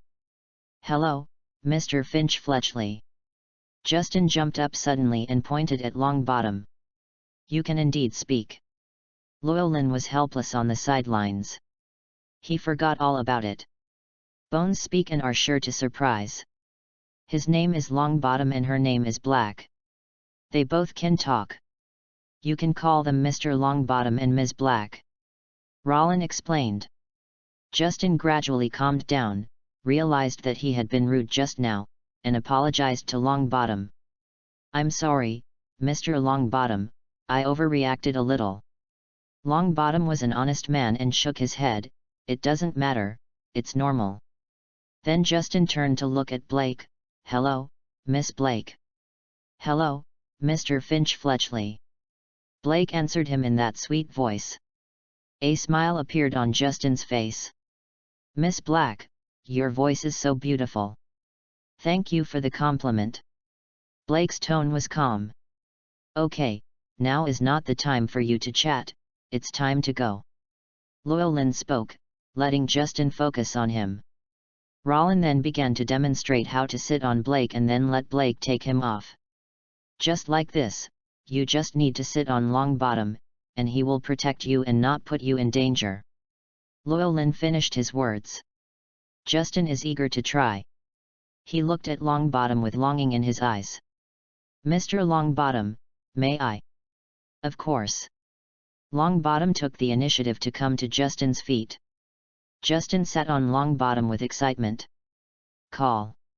The next second, Longbottom took him and flew into the sky. Chapter 34. Excited Justin enters Diagon Alley. Soon, Justin came into the air. When I first took off, he couldn't help but feel a little panicked. But after the sky stopped for a while and gradually got used to it, it became calmer. There were even cheers at the end. "Awesome! I can fly in the sky too. It's great to learn magic. I want to become a great wizard." He sat on Longbottom. Longbottom immobilized him with soul power. At first he hugged Longbottom tightly. Later, after I discovered that I would not fall no matter how much I moved, I became even more aggressive. Even trying to get up from Longbottom. But this failed. Longbottom's soul power is wrapped around him, so his range of activities is extremely limited and he can only swing his body left and right. Rollin didn't care what Justin was doing. Let Black and Longbottom set off directly. Both Black and Longbottom knew the location of the leaky cauldron. After Llewellyn directly performed group ghost transformation, they soon crossed over London and arrived near the leaky cauldron. Justin still seemed a little unfinished. But Longbottom and Black were already on the ground. After the group ghosting is lifted, they walked forward on the busy street. Justin looked around curiously. Found very ordinary. Just an ordinary street. There are bookstores, burger restaurants, supermarkets, and movie theaters, and they are no different from the streets near his home. He looked at Llewellyn with some confusion. Don't know why it's here. Can those magic items be bought here? Llewellyn did not explain. Lead him across the street to the leaky cauldron. When Justin walked to the door of the bar, suddenly I realized that no one around me seemed to be able to see this bar. He realized that this should be their destination. Llewellyn finally spoke. This is the leaky cauldron, we can go to Diagon Alley through here. Diagon Alley. Justin muttered the term. Then he looked at the leaky cauldron in front of him. This is a little shabby bar. If you don't see the specialness of this bar, Justin probably wouldn't care too much. Llewellyn did not speak further, but walked directly inside. Justin followed him, observing the surroundings. Go into the bar. He felt that the place was shabbier and dirtier. It didn't look like where he imagined the wizard would be at all. But the patrons in the tavern fit his image of a wizard. There were not many people in the tavern at this time. There were several elderly witches drinking. 2 short old men were chatting. There is also a middle-aged man sitting in the corner drinking by himself. Justin discovered. When Llewellyn took him into the bar, the whole bar was quiet. It seemed like everyone in the bar knew Professor Razma. Especially the tavern owner who was sitting behind the counter board. As soon as I saw Professor Razma, he came directly to greet him. Llewellyn, you are here, do you want to drink some fruit wine? Llewellyn shook his head and pointed to Justin next to him. I'm here to take the students to Diagon Alley. Old Tom finally noticed Razma beside him, and he glanced at Justin. Oh, is this the new student? They look really good. Thanks for the compliment. Justin said slightly shyly. Okay, Old Tom, I won't tell you more. There are still a lot of things to buy. Well, go quickly. Llewellyn then took Justin through the bar and came to the small patio surrounded by walls. Justin was very curious about this place. But the surrounding situation made him a little disappointed. There is nothing here except a trash can and some weeds. Okay, this is the entrance to Diagon Alley, I'll teach you how to get in. After Llewellyn spoke, Justin stared at him intently, wanting to witness the next magical scene. He was not disappointed. Llewellyn stretched out his finger, count 3 pieces upward from here, and then count 2 pieces sideways inward. That's it. As he spoke, he tapped a brick on the wall 3 times with his fingers. Bricks shake. The hole appears. Justin stared at this scene dumbfounded. He didn't expect that just by knocking on the wall, such an entrance would appear. It's really amazing. Surprise is followed by joy. He finally has access to this magical world. Justin looked at Llewellyn with an impatient look. Llewellyn nodded. Let's go, it's time to go in. Justin cheered and walked along the archway onto the cobblestone street. Welcome to Diagon Alley. Llewellyn expressed his welcome. He could understand Justin's excitement at this time. Entering the magical world for the first time. It's inevitable to get too excited. Justin nodded vigorously. Professor Razma, is this where we buy things? Yes, this is the largest magic items shopping street in London. If you are short of anything in the future, you can basically buy it here. Llewellyn explained. By the way, you should have brought the list of items, right? After hearing his words, Justin quickly took out a list of necessary supplies from his pocket. It reads: Hogwarts School of Witchcraft and Wizardry. Uniform, freshmen need. 1 3 sets of plain work clothes, black. 2 a plain pointed hat, black, worn during the day. 3 a pair of protective gloves, made of dragon skin or similar materials. For a winter cloak, black, silver buckle. Please note, all student clothing must have name tags. Textbook. All students are required to prepare the following books. Standard Spells, Elementary. A History of Magic by Miranda Gorshak. The Theory of Magic by Bathilda Bagshot. Other equipment. A magic wand. A large pot, made of tin plate, standard size number 2. A set of glass or crystal vials. A telescope. A brass balance. Students may bring an owl or a cat or a toad. Parents are particularly reminded that first-year students are not allowed to bring their own broomsticks. Justin had already seen all the items on it. But he couldn't help but ask Llewellyn, Professor Razma, can all the above things be bought here? Of course, look over there. Rollin pointed to a store. Razma saw the pot placed in front of the store. There is a sign on it. Cauldrons made of copper, brass, pewter, silver. Complete models, automatic mixing, and foldable. This is the pot you need. Llewellyn said. Justin's eyes lit up instantly, then let's go buy it quickly. He said that he was going to walk that way. Llewellyn grabbed him. Don't forget, you don't have any money yet, we have to change it first. Justin reacted. He only has pounds in hand now, and no currency in the magical world. Chapter 35 Come to Gringotts and exchange coins. Professor, shall we go to the bank next? Justin asked. Yes, let's go to Gringotts next, which is the only bank in the wizarding world. Llewellyn answered as he walked. The only bank? Is there only one bank in the wizarding world? Justin was amazed. Rollin shrugged. He actually didn't understand it either. The wizarding world actually let a group of defeated goblins take charge of the wizarding world's economic system. This is obviously unreasonable. But it's also possible that goblins and wizards have developed a de facto interdependence. Gringotts was founded hundreds of years ago. Goblins have taken control of the economy of wizard society and are responsible for creating magical currency. Gringotts became an integral part of the wizarding world. As far as Rollin knows, the Ministry of Magic tried to take control of Gringotts for a while. But in the end, control of Gringotts was completely handed over to the goblin. What happened during this period is unknown. But what is certain is that wizard society is inseparable from Gringotts, which is controlled by goblins. Only Gringotts controlled by goblins can stabilize the economy of the wizarding world. This is a relatively deformed economic system. At least it seemed very awkward to Llewellyn. But since it can run stably for hundreds of years, explain that there are its own rules.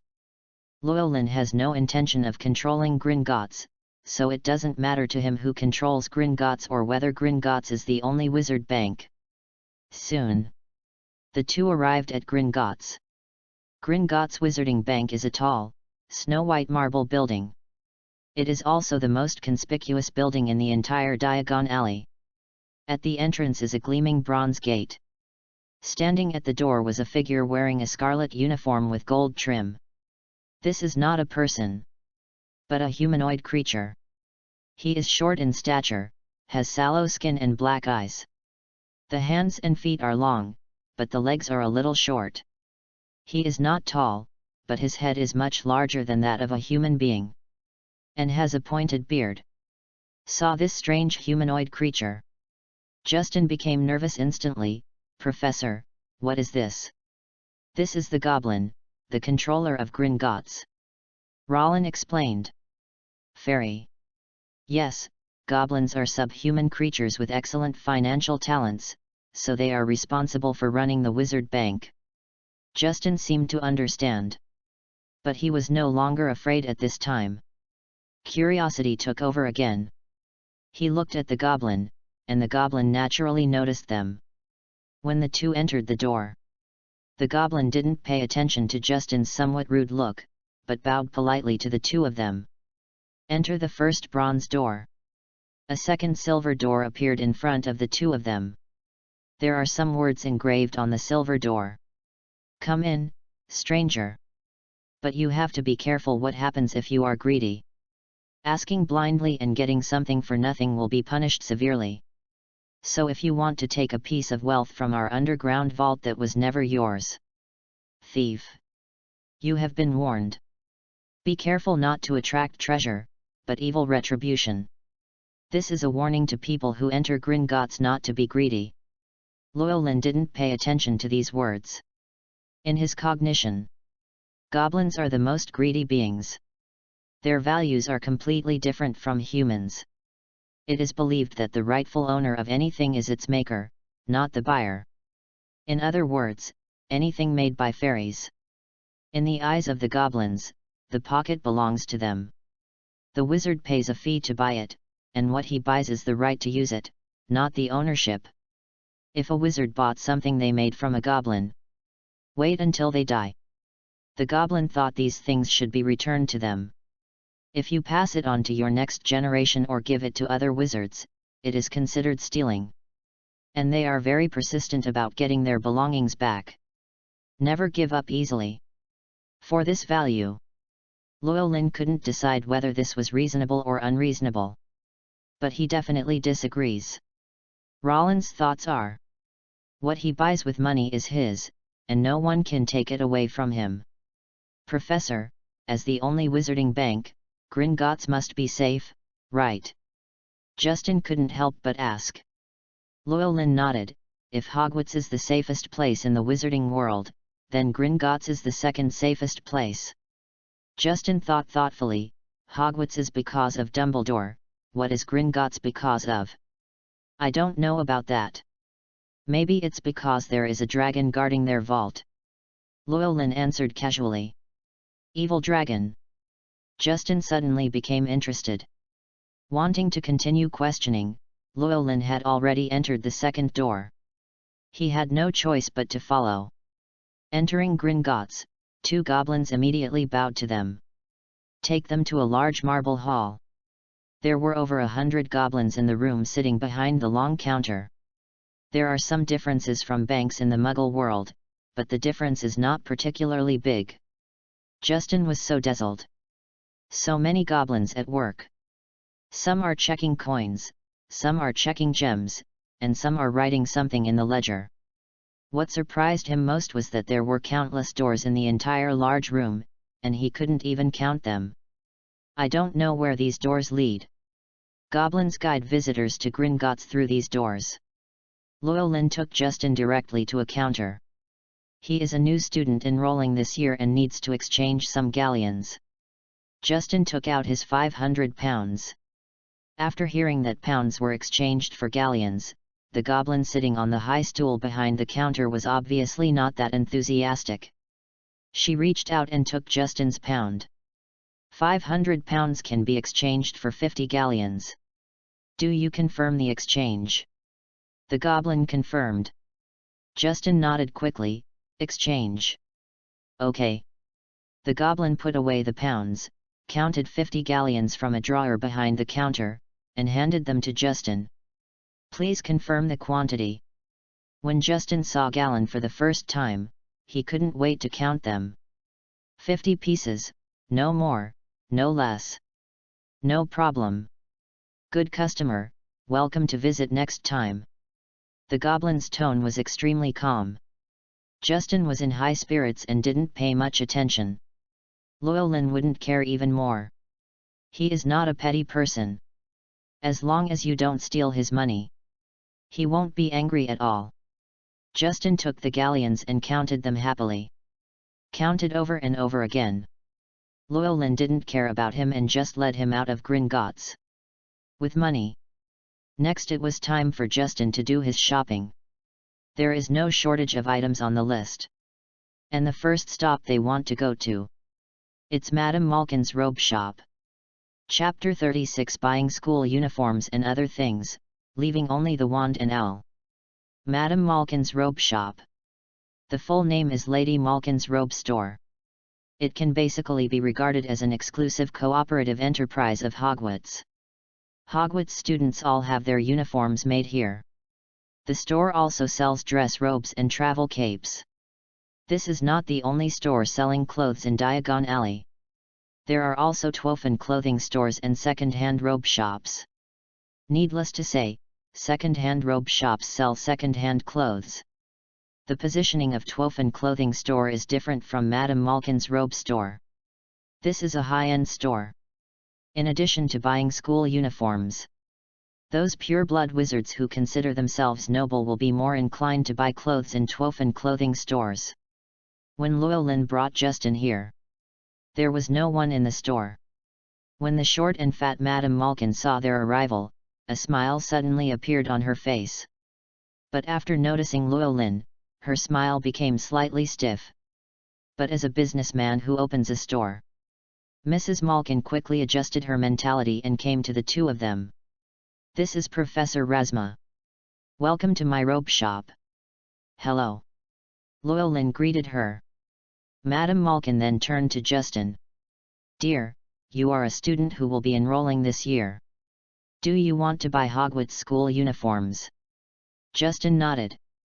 "Then come in with me quickly. You happen to be the only customer at this time. We will be finished soon."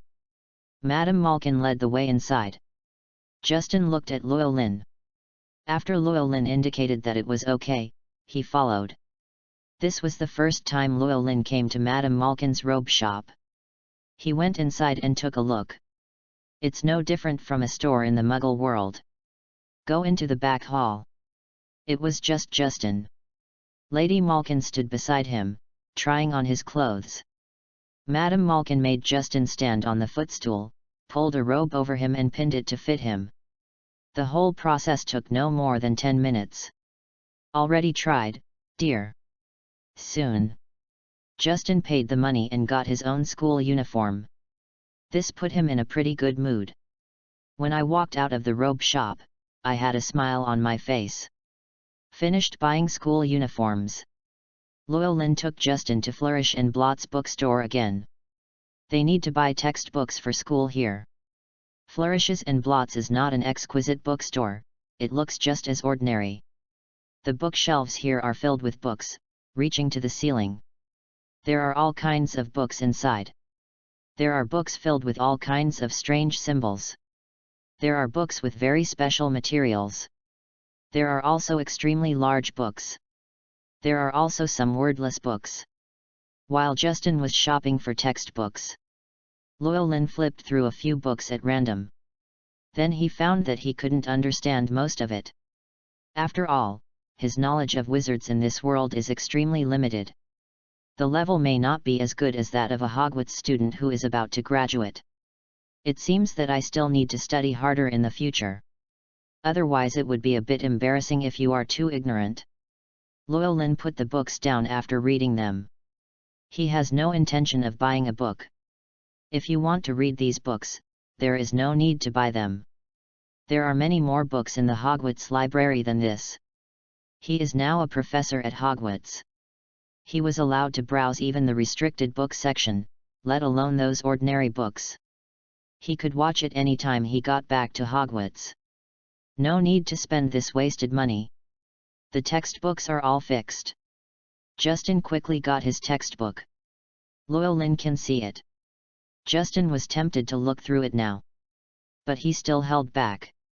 "Professor, what should we buy next?" Rollin thought about what was on the list. There are also pots, glass or crystal vials, a telescope, a brass balance, and of course the most important thing, the magic wand. Well, if you want to have your own pet, you can also choose to buy an owl or a cat or a toad. Justin got even more excited when he heard about wands and pets. But there is also some confusion. "Professor, how much do these two things cost?" "The price of a wand is fixed at 7 galleons. If you want to buy an owl as a pet, it should be 10 galleons. Cats and toads are cheaper." Although Llewellyn had never bought these things, he had already inquired about the prices before coming. "I heard that the two together only cost 17 galleons. Justin's eyes lit up when he looked at the remaining gold coins in his hand. Great, then I want to buy an owl. Professor, do wizards have their own owls? Llewellyn nodded. Basically, unless those wizards have no money, they will all own an owl. After all, owls are very useful and can be used to send letters and other things. Hear his words. Justin became more determined. Then I will buy an owl. As he spoke, he couldn't help but look at Llewellyn's shoulder. Blake was standing on Rollins' shoulders. He was a little curious. What is the difference between a bone owl and a real owl? But curiosity is curiosity. Justin really didn't dare to ask. Even though he has basically overcome his fear of black and long bottom. But looking at the two skulls, I felt a little panicked. In particular, the eyes of the two skulls will emit green light, making people afraid to approach. Well, now let's go to the store just now and buy other things. Put the wand and owl for last. The two of them went all the way to the place where pots were sold. Justin chose a tin-plated pot that looked pleasing to the eye, and also bought a good quality balance, a foldable brass telescope and a crystal vial. Finish buying these things. Llewellyn took Justin to a pharmacy again. Bought a standard dose of various medicinal powders. This will be used later in class. Walk out of the pungent-smelling pharmacy. Justin needs to buy something. Just the wand and the owl.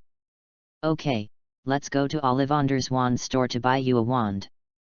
There, you can buy the wand that suits you best. Llewellyn said as he walked. Ollivander's wand shop?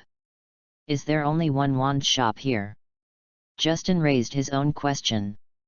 Not just here, but in the entire UK, there is only one wand shop, Ollivander's. All students going to Hogwarts need to buy wands here. Llewellyn's words made Justin's eyes widen. If you buy a wand from him, wouldn't that make him rich? Ha ha ha, it can't be considered getting rich. Llewellyn smiled. After all, the number of wizards is only a small number, and the number of young wizards who enroll every year is even less. A wand only has 7 galleons, so in fact, you can't earn a lot. Of course, as a monopoly business, it will definitely make money. Chapter 37 Ollivander's Wand Shop, Ollivander's Doubts. Ollivander's Wand Shop. A shabby and small shop. When Justin came here, he almost thought that Llewellyn had gone to the wrong place. But the sign at the door indicates that this is Ollivander's Wand Shop. Ollivander has been making exquisite wands since 382 BC. It's just that this golden signboard has peeled off, and it looks shabby no matter how you look at it. Justin looked at Llewellyn doubtfully. Professor, you just said that this place can make a lot of money, but why does it look so shabby? Llewellyn shrugged. I don't know, maybe this is a craftsman's quirk. He really didn't understand why Ollivander's wand shop was made so small and shabby. Can't you spend some money to decorate it? To be honest, it doesn't cost much to renovate these stores. Not to mention this is a magical world. There are many ways to renovate your store. However, Ollivander's wand shop has always remained like this. Llewellyn can only guess that Ollivander is showing that he is a 1,000-year-old shop. After all, the older and more shabby it is, the longer it appears to have a longer history. Llewellyn does not agree with this business philosophy. But for a monopolistic business, doing so does not seem to have any impact. It may even resonate with those pure-blood wizards, thinking that only such a wand shop is a good wand shop. The doubts in Justin's heart could not be solved. He glanced at a solitary wand placed on a purple cushion in the window by the door. I couldn't help but think in my heart. The wand he wants to buy won't be placed like this, right? Is this wand shop really reliable? With this doubt, the two walked into Ollivander's wand shop. Just walked in. They heard the jingling of bells. The sound came from behind. Justin looked curiously at the interior of Ollivander's wand shop. There is nothing extra in the entire wand store except for a bench. There are countless long, narrow cardboard boxes stacked up in the wand shop. Looks like there are at least thousands of them. Those cardboard boxes are like the books in the bookstore, almost reaching the ceiling. Justin always felt a little frightened when he saw this scene. So many wands. When does he have to choose to go? Good morning. Just as Justin was looking around, a soft voice came from behind. Justin was startled. Then a clicking sound was heard.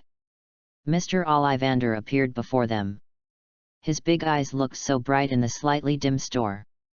As soon as I saw him, Justin couldn't help but feel a little nervous. Good morning, sir. Just call me Ollivander. Are you here to buy a wand? New student, I've never seen you before. Ollivander stared at Justin with sharp eyes. Justin nodded. Yes, Mr. Ollivander. Ollivander wanted to say something more, but suddenly he noticed Llewellyn beside him. He came up to Llewellyn and looked at him several times, his eyes full of doubts. Sir, who are you? I don't think I've ever made a wand for you. Are you from another country? Looking at him impolitely. Llewellyn didn't care, but shook his head. No, I am the new professor of Hogwarts, Roland Rasma. I am a little different from ordinary wizards. I don't need a wand, so I haven't come to you to buy a wand. Roland Rasma, Roland Rasma. Ollivander muttered the name. I seem to have heard it somewhere. There are still wizards who don't need a wand. He frowned and kept thinking. Soon it dawned on him. Professor Rasma, that necromancer, it turns out to be you. Llewellyn nodded. Ollivander asked again, but it shouldn't be? According to the notes passed down by my ancestors, necromancers also need wands. Llewellyn showed an awkward yet polite smile. I am a necromancer. Unlike ordinary necromancers, I do not need a wand to cast spells, and the wand has no effect on me. His explanation made Ollivander realize that he was being rude. I quickly apologized. I'm sorry, Professor Rasma. As a wand maker, I care about every wizard's wand. I'm sorry for the offense I just said. It doesn't matter. Llewellyn waved his hand. Mr. Ollivander should choose the wand for the student first. Ollivander was just a little curious. It wasn't too offensive and I apologized to him. Although he holds some grudges, he doesn't hold even this small amount of grudges. Okay, what is this gentleman's name? Ollivander looked at Justin. Justin replied. Justin Finlay, sir, my name is Justin Finlay. Mr. Finlay, let's get started. Ollivander glanced up and down at Justin and took out a tape measure from his pocket. This is a silver, graduated measuring tape. Llewellyn felt the magic power from above. It should be a magic item. Come, Mr. Finch-Fletchley, open your arms. Justin opened his arms as he was told. By the way, which arm do you use your wand with? Justin couldn't answer Ollivander's question. Are you asking about my dominant hand? Ollivander nodded. Oh, that's the right hand. Good. Looking at Justin, who had already opened his arms, Ollivander began to use a tape measure to measure the size. Measure from the shoulder to the fingers, from the wrist to the elbow, then from the shoulder to the floor, from the knee to the armpit, and finally even the head circumference. Llewellyn watched with great interest. He couldn't understand why the measurement even required head circumference. Does this have anything to do with the wand? Ollivander was very serious, measured meticulously, and introduced while chatting. Every Ollivander's wand contains a powerful magical substance. That's the essence of it. Mr. Finlay, Ollivander's wand is made of unicorn hair, phoenix tail feathers, and dragon nerves. Every Ollivander wand is unique. Because no two unicorns, dragons, or phoenixes are exactly alike. Of course, if you use wands that belong to other wizards, it will never be as effective as using your own wand. Halfway through, Ollivander had already started walking through the shelves. All remaining measurements were taken with a tape measure. Justin was stunned by this scene. Llewellyn complained in his heart. I let the tape measure do the work, but Ollivander didn't even see the results. What's the point? He felt that the data Ollivander needed were probably only the first few. For example, the length of your arms and the height from your shoulders to the floor. Chapter 38 For the Right Wand, by an Owl. Just when Llewellyn was complaining in his heart, Ollivander has selected some long boxes and is moving them down the shelves. All right. He finished. The measuring tape that was flying in the air suddenly fell to the ground and rolled up into a ball. Then he came to Justin and took out a magic wand. Mr. Finlay, try this one. Made of Hollywood and unicorn tail hair, it's 9.5 inches long and very flexible. You can try waving it. Justin curiously reached out to take the wand and waved it casually. Before he could react, Ollivander took the wand from his hand. Almost, try this. It's made of black walnut, phoenix feathers, 9 inches long, very tough. As soon as Justin got it in his hand and before he could wave it, Ollivander took away his wand again. This confused him. But before he could answer the question, another wand was stuffed into his hand. This one will definitely suit you. It's ash wood, has unicorn tail hair, is 8.5 inches long, and has moderate elasticity. Try it now. Justin held the wand and looked at Ollivander carefully. He was afraid that Mr. Ollivander would suddenly snatch the wand away from him again. But this time Ollivander seemed confident and kept gesturing for him to wave. Justin waved the wand in his hand tentatively. Suddenly I felt some warmth on my fingertips. He raised the wand slightly, and a white light suddenly bloomed from the front of the wand. The white light shone for a moment, illuminating the surrounding area even brighter. Justin was stunned for a moment, but Ollivander's eyes lit up and he clapped his hands. Okay, great, Mr. Finch-Fletchley, this is the wand that's best for you. Ashwood, unicorn tail hair, this wand will always stick to its true owner. Never give it to anyone else, otherwise he will lose all power. Justin seemed to understand, but he knew that this wand could not be given away. But he had no intention of giving his wand to anyone else. Thinking of the wonderful feeling just now, Justin couldn't help but wave the wand again. The white light appears again. Gorgeous! Justin was shaken when he saw it, and a smile appeared on his lips unconsciously. Llewellyn watched this scene with interest. I find it really interesting to choose a wand. Do you want to buy a magic wand yourself to play with? After thinking about it, I forgot about it. His current wizard sub-professional level is too low to be of any use. I bought the wand and just put it there. The key is that the magic wands in this world have all kinds of magical properties. If he kept the wand in the storage space, he was afraid that it would undergo unpredictable changes. It's better to wait until he really wants to use the wizard sub-profession to buy a wand of his own. Justin loved his wand so much that he kept it in his hand and refused to put it down. After paying Ollivander 7 gold galleons, Rollin and Justin walked out of Ollivander's wand shop. Justin was still observing his wand and kept mumbling. This is my wand. I can use magic in the future. Llewellyn could understand his current excitement. But it was almost noon. Llewellyn wanted to have lunch. He had to finish his work as a messenger quickly. Yesterday, he got a recommendation from a hotel tenant that there is a very authentic Huxia restaurant in Ealing, London. But it's only open at noon. He had to get there around 12 o'clock noon. It's already 11 o'clock. Finrally, it's time to buy an owl next. Llewellyn reminded, drawing Justin's eyes away from the wand. Oh, yes, there are owls too. The owl and the wand excited Justin equally. He put away his wand and looked at Llewellyn. Professor, let's go quickly. I can't wait to choose a beautiful owl. Llewellyn nodded and took Justin to the Ela Owl shop on the north side of Diagon Alley. The Ela Owl shop specializes in selling owls and a variety of food and utensils needed by owls. After entering the door, Llewellyn found that it seemed a little dark here.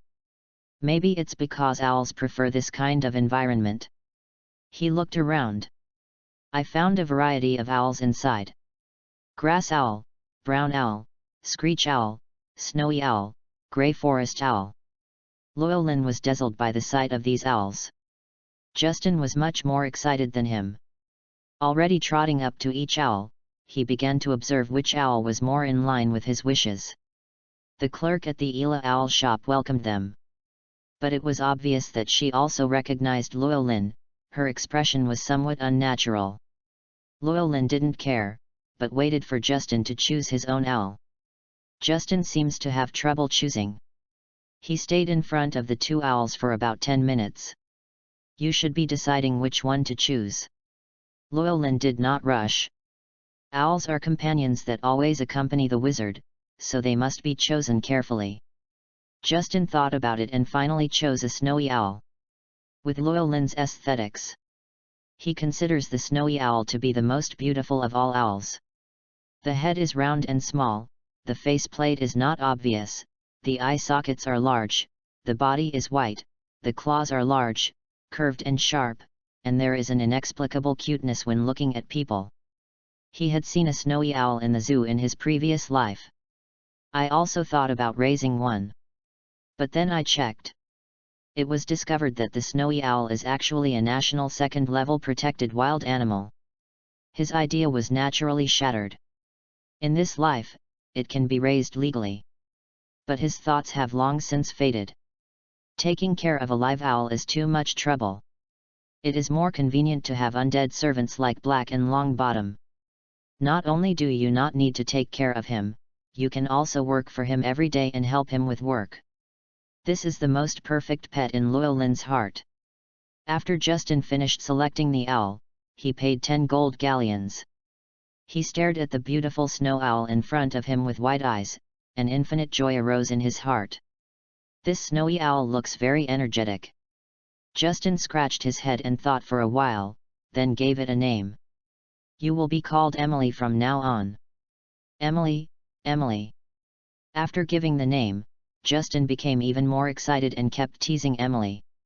Emily, on the other hand, ignored Justin, raising her wings from time to time, looking a little disgusted. Justin didn't mind at all. He even used some of the remaining money to buy Emily a lot of owl nuts. After seeing the nuts, Emily was obviously a lot more friendly.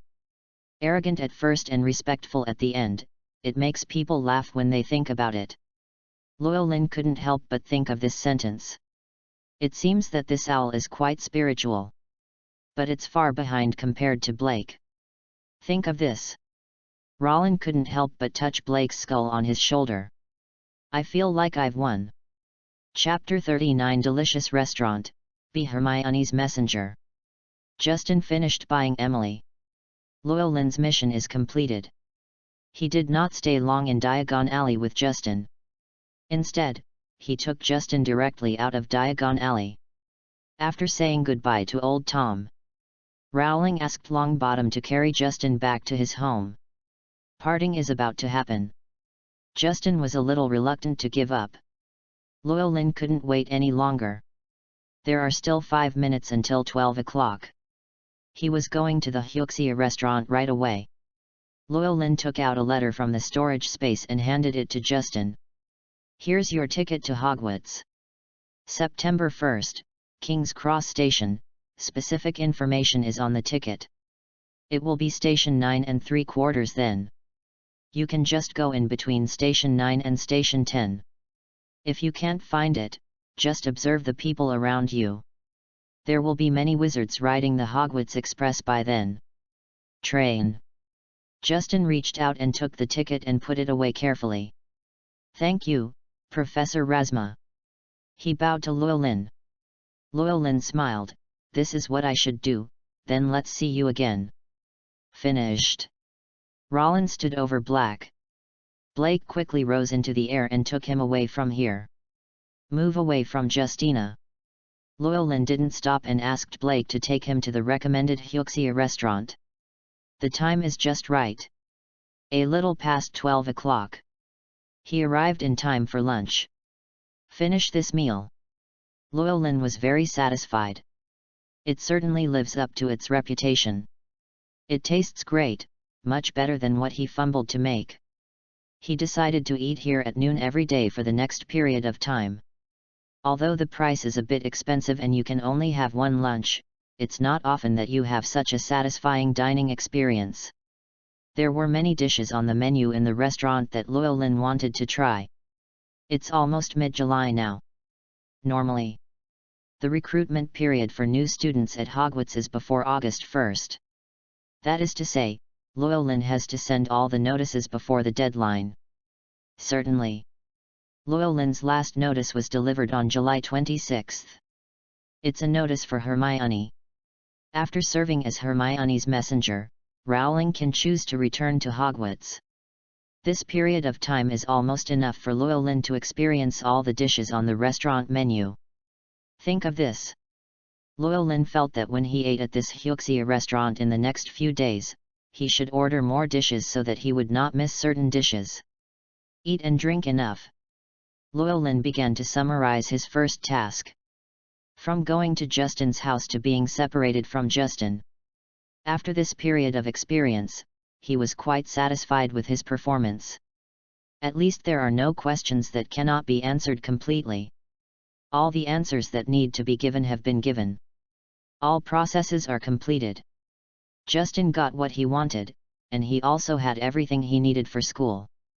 It was quite an experience. Llewellyn believes that his experience has greatly increased, and now he will be more proficient in communicating with parents of other students.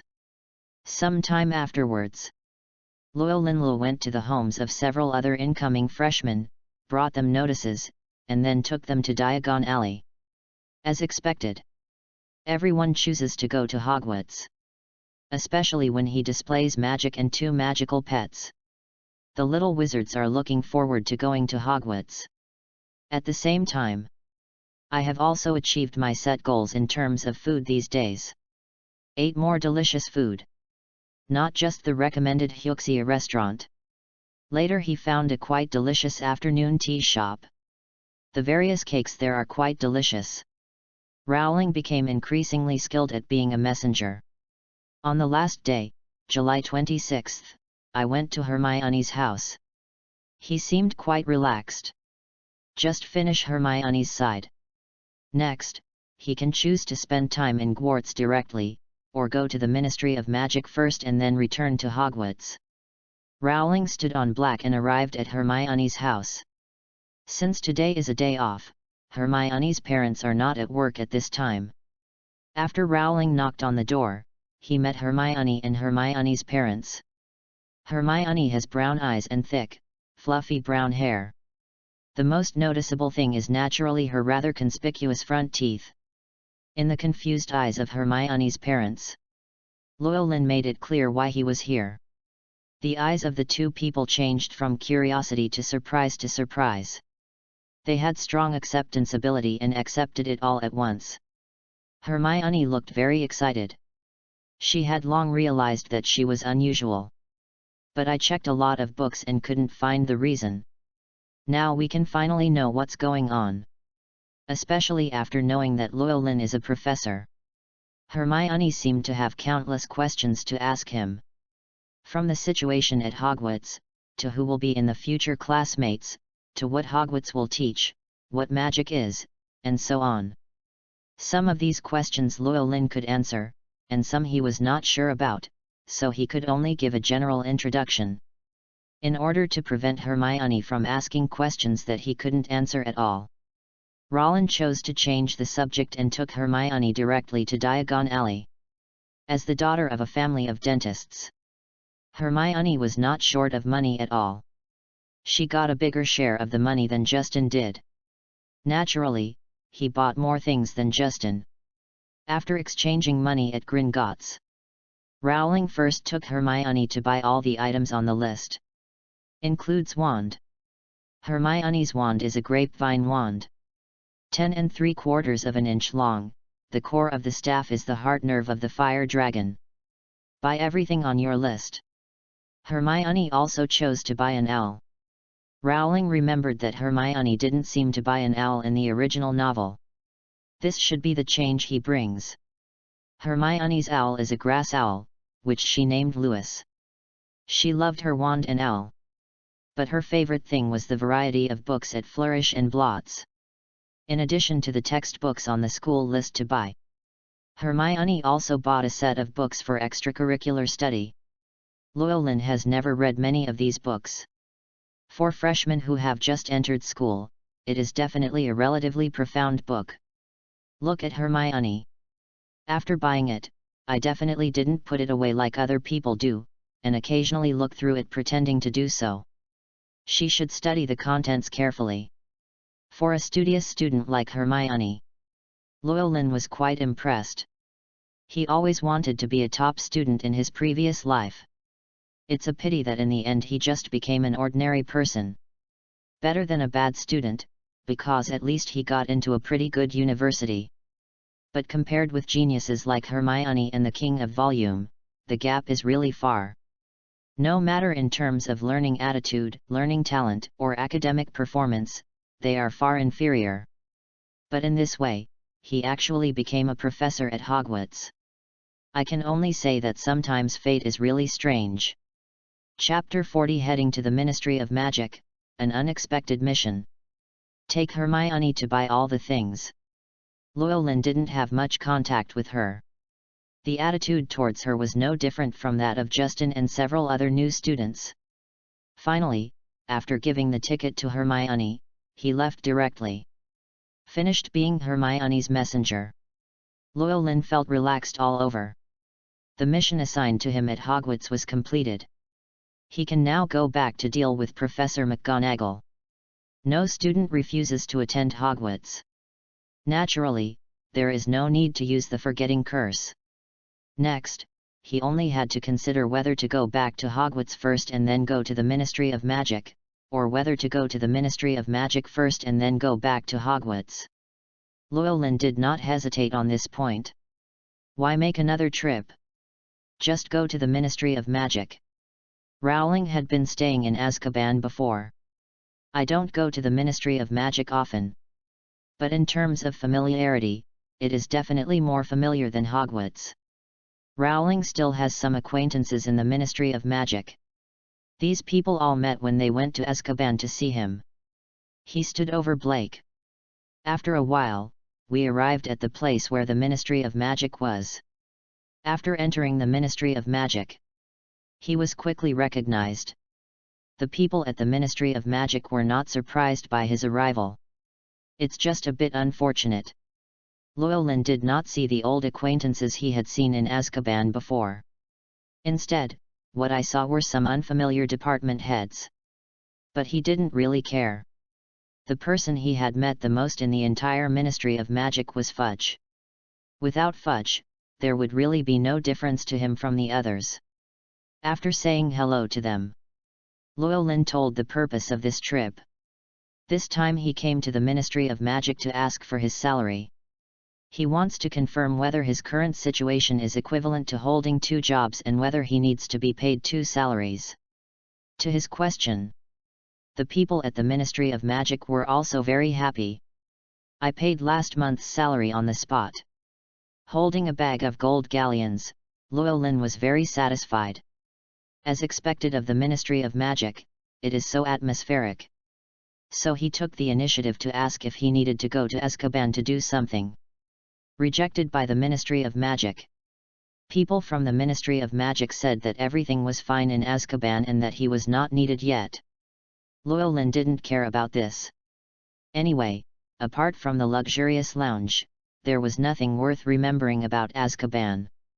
If you can get an extra salary without having to work, why not? After receiving his own salary and the subsidies of the undead servants, Llewellyn was ready to leave. However, he was stopped and given 2 letters and a key. He was confused. I don't have any acquaintances in the magical world. Who will deliver the letter and the key to him? Wait for him to return to the hotel. I opened the envelope and looked at it twice. Llewellyn understood what was going on, but at the same time he was a little confused. The letter was given to him by Dumbledore at the Ministry of Magic. One of them was a letter written to him by Dumbledore. The other is a letter from Dumbledore to Gringotts. As for the key, it is naturally the key to Gringotts' vault. The content of the letter written to him was simple, but what he had to do was not simple at all. The content of the letter was to ask him to wait in London for a few more days. We have to wait until July 31st. The letter read: Hogwarts sent a notice to Harry Potter. But the mysterious book in the school shows. Harry hadn't seen the notice yet. This meant that someone had prevented the notice from being delivered to Harry. All Llewellyn needs to do is observe the situation of Harry's family. If Harry still hasn't read the notice on July 31st, he needed to let Harry see the notice with his own eyes and then let Harry decide whether to come to Hogwarts. Harry is different from other Muggle families, although he also comes from a Muggle family. But Harry's aunt and uncle both knew about the wizarding world. Not a Muggle in the traditional sense. So Hogwarts did not arrange for Harry to have a professor as a messenger, but just asked the owl to deliver the letter to him. Now Harry had no chance to see the notice. This requires Hogwarts to take action. Hogwarts respects the wishes of young wizards, but only if they see the notice. Only after reading the notice can you decide whether to go to Hogwarts. Not to mention that this time the target is Harry Potter. The famous Harry Potter. Even an undead wizard like Llewellyn, who had been imprisoned in Azkaban for nearly a year, had heard this name countless times. Dumbledore had high hopes for Harry. Rowling even wondered if Harry Potter was unwilling to come to the wizarding world and become a wizard. Dumbledore will also use various means to get Harry to Hogwarts. After all, Harry's identity is different. He is the boy who lived. The hero who killed Voldemort. Many of Dumbledore's plans required a figure like Harry to carry out. And in this world, there is almost no one who can replace Harry. Rowling is of course somewhat interested in the protagonist Harry. But basically it's just like Hermione. Somewhat curious, but not wanting to have too much contact. To Llewellyn's surprise, this time Dumbledore took the trouble to him. It can't be called a trouble. It can only be said that Llewellyn did not expect that Dumbledore would not let Hagrid be Harry's messenger, but instead let him, a new professor who had just joined Hogwarts, do it. Dumbledore must have his own ideas about this. All Rowling could think was that Dumbledore was using Harry to test him. Let's see if he has any thoughts about Harry, or if he is on the Death Eater side. But how could he, a necromancer who had just awakened for a year, be connected to Voldemort? For deeper reasons. Llewellyn didn't think much. Anyway, Dumbledore is the principal, and if he is given a task, he just does it. It's not like Dumbledore didn't pay him a salary. There's nothing wrong with touching Harry. At this time, Harry was just an ordinary kid. Unlike when I was at Hogwarts in the future, I would basically encounter all kinds of troubles every semester. Rowling really doesn't like trouble. The worst thing he could do was not have more contact with Harry in school from now on. He was a defense against the dark arts professor and didn't have many opportunities to interact with Harry. After all, he is not Quirrell. Voldemort didn't grow on the back of his head either. Except for Harry. Llewellyn was even more surprised that Dumbledore actually asked him to take out the contents of Gringotts' vault. Although the letter did not specify what it was. But Llewellyn, who had read the original work, certainly knew that it was the Sorcerer's Stone that Voldemort wanted to get day and night. The Philosopher's Stone is a magical alchemy item, able to convert all metals into gold. It can also be used to make elixirs of life. Llewellyn was not very interested in the elixir of life, but he was quite curious about its ability to convert gold. Chapter 41 Llewellyn's idea. Let's get the magic stone first. The Philosopher's Stone is a magical thing. But in fact, it is not that important to Llewellyn now. Or it can be said that he can't take this magic stone as his own now. He couldn't just give the Philosopher's Stone heir to Dumbledore. Not to mention that this thing belongs to Dumbledore. With his character, he can't do anything to steal other people's things. Moreover, he is now working under Dumbledore, and he even misses the leadership. That is really a bit too much. The most important thing is once he takes the magic stone, Dumbledore would 100% suspect him of being Voldemort's associate. After all, besides Voldemort, who else would need this magic stone so much? The key point is that Llewellyn is still a necromancer. This status of being infinitely evil in the magical world means that whenever he does any bad things, he will be associated with black magic. Once Dumbledore, the great wizard, marked him as an associate of the Dark Lord, it can be said that Rowling would become a being that everyone in the wizarding world would want to beat up for a long time to come.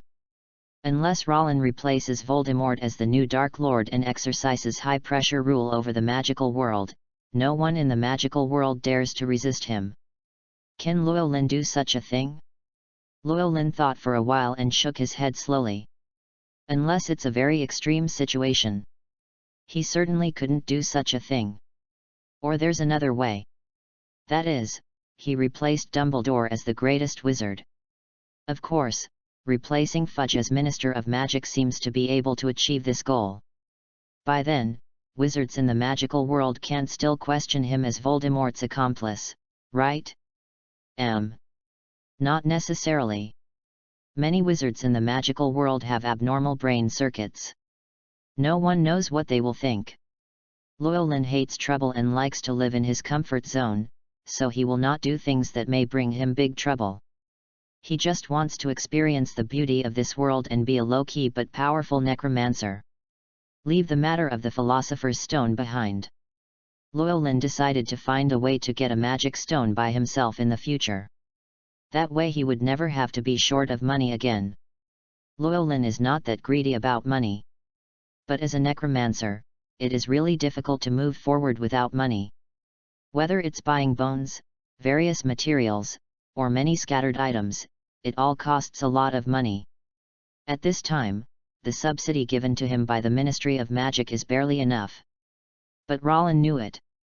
After he levels up a few more levels and the undead servants evolve further, these subsidies will definitely not be enough. And if all his 28 undead servants were released, just daily body replacement is a huge sum of money. Llewellyn is not poor.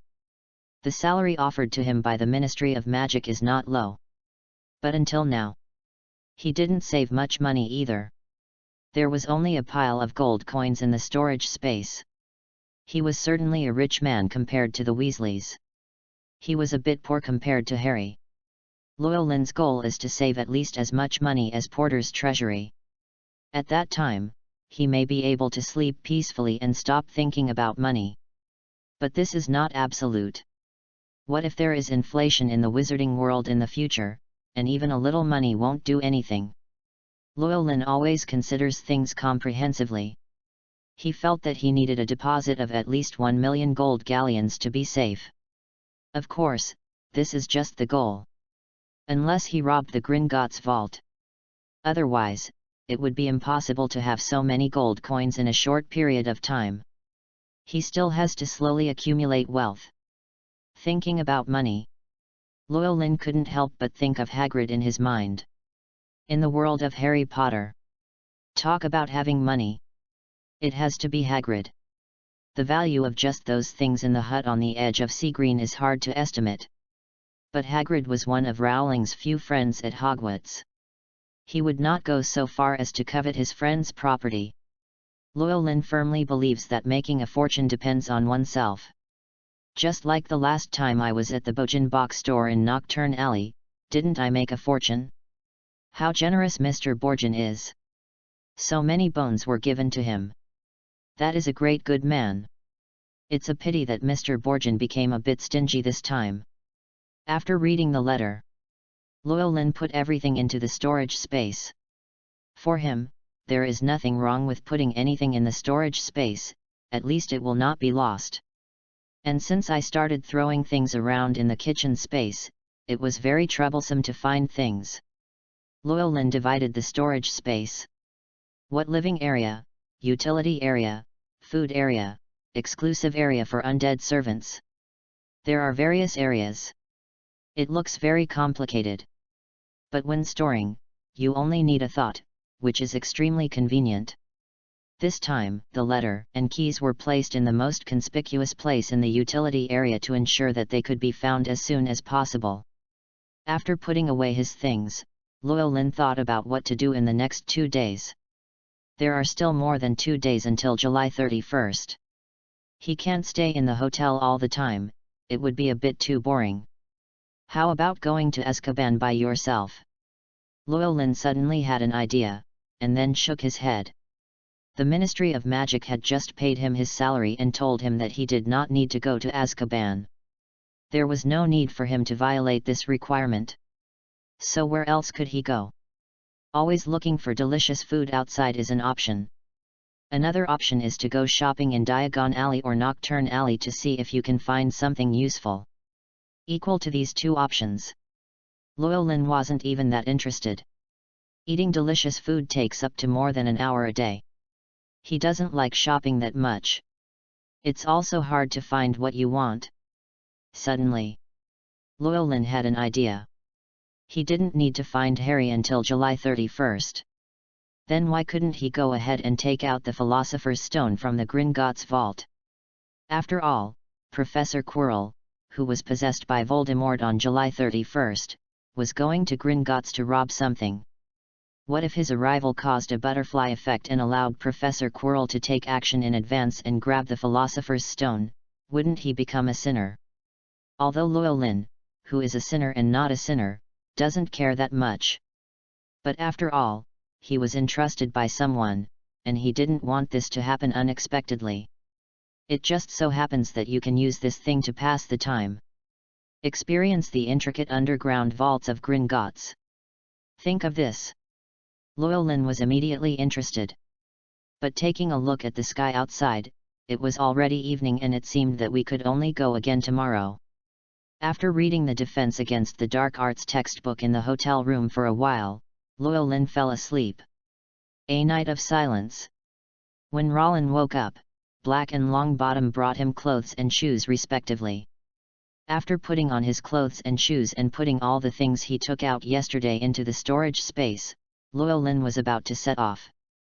The location of his hotel is not far from Diagon Alley, so instead of taking Blake this time, he walked directly there. Chapter 42. Arrive at Gringotts and enter the underground vault. After breakfast, Llewellyn couldn't wait to come to the Leaky Cauldron bar.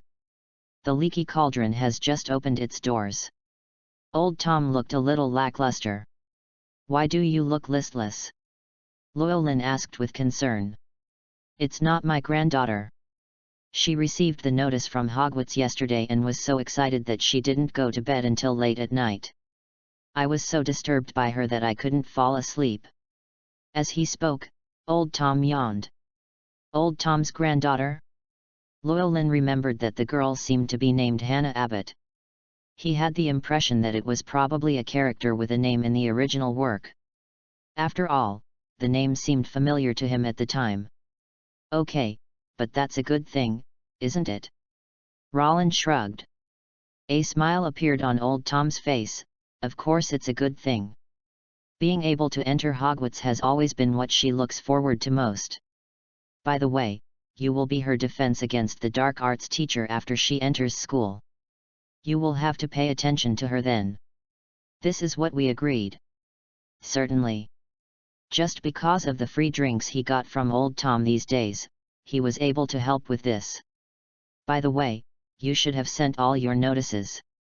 Why are you still here and not going back to Hogwarts?" Old Tom asked curiously. Llewellyn shook his head. "There is no other way. I also want to go back, but the school has assigned me another task, so I can only stay and work for Dumbledore. What an honor it is to be able to work for Dumbledore. I don't know how many people want to work for Dumbledore." Old Tom looked contented. Llewellyn twitched the corner of his mouth. "That's because you worship Dumbledore too much. I don't care about his so-called identity as the greatest wizard among legendary wizards." But he didn't refute. A year in the wizarding world. Rowling has a deep understanding of Dumbledore's position in wizarding society in the entire wizarding world. Even the squatting criminals in Azkaban. When Dumbledore was mentioned, he couldn't help but show respect. It can be said about the entire Wizarding Society. There are 3 people who are most famous. One is Dumbledore, one is Harry Potter, and the other is Voldemort. But few people dare to mention Voldemort's name. Harry Potter is a boy who survived. He has a great reputation, but has no particular influence. Others will respect Harry because of what he did back then. I only respect him because of what happened back then. Dumbledore was different.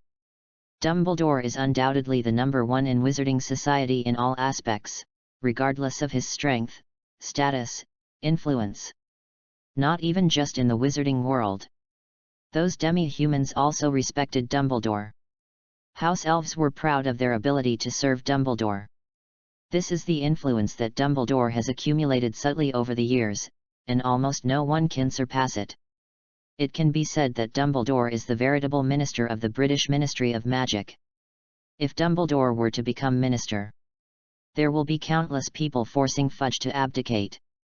After all, this idiot Fudge has countless owls delivering letters to Dumbledore every day, asking him to come up with ideas. Simply let Dumbledore be the minister directly, and save the middleman from making the difference. Many people have this idea. Rowling didn't have much respect for Dumbledore. In other words, he treats everyone in the world equally. It's just that he still has a certain affection for Dumbledore. At least Rowling went to Hogwarts to meet Dumbledore, and Dumbledore left a good impression on him. He simply did not refute what old Tom said. "Okay, I won't chat with you here anymore, I have to go to Diagon Alley to do something." Hearing Llewellyn's words, old Tom raised his eyebrows. "Go ahead, do you want to have something at my place for lunch?" Speaking of which, Llewellyn had never had a meal at old Tom's. But Llewellyn still refused. He is going to that Huxia restaurant for the last time today. There are only 3 dishes left, and he can finish all the dishes in that Huxia restaurant. In old Tom's regretful eyes, Llewellyn walked through the front desk, came to the patio, and entered Diagon Alley. He had a clear purpose in coming to Diagon Alley this time, so didn't stop anywhere else. Instead, he went directly to Gringotts, the tallest marble building. Go through the 2 doors and come to the Marble Hall. A few days ago, Llewellyn had a student from a Muggle family come here almost every day to exchange galleons. Some of the goblins in Gringotts already know Llewellyn. See Llewellyn arriving. Immediately a goblin came to greet him. "Good morning, Professor Razma." "Good morning." Llewellyn said hello to the goblin. "Professor, why are you here today?" "I have a letter here written by Professor Dumbledore. He asked me to come here to pick up the item in the underground vault of No 713. Llewellyn took out the letter from the storage space and handed it to the goblin. The goblin read the letter carefully and nodded. "Very good, I'll find someone to take you to vault No 713. The goblin returned the letter to Llewellyn and shouted to the side, "Griphook." Griphook is also a goblin. Llewellyn put away the letter and followed Griphook out of the hall through one of the countless doors. Griphook opened the door for Rollin. What appeared in front of him was a narrow stone corridor. There is a burning fire on the stone gallery wall. The entire stone corridor is illuminated like daylight. It's a steep downhill. Below is a small railway. Llewellyn didn't have time to take a closer look. Griphook whistled. A small cart rushed towards Llewellyn. "Professor Razma, please get in the car." The cart stopped in front of the 2 men. Llewellyn looked at the cart in front of him curiously and climbed up. The pull ring also came up, and then the cart began to move forward along the road. The road is extremely winding. Now turn left, now turn right, now turn left, now turn right. Countless winding roads and countless forks. The cart moves on its own. Llewellyn looked at the surrounding scene. Soon they came deeper underground and passed an underground lake. A beautiful sight appeared.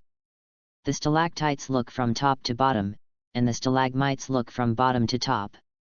However, Llewellyn didn't look at this scene for long, and the cart set off again. During this period, Llewellyn saw several small doors, which should be various vaults. The cart went deeper and deeper, and finally stopped at a mountain stream. Looking down from above, it was a completely dark scene, which was a little scary. In front of them is underground vault number 713.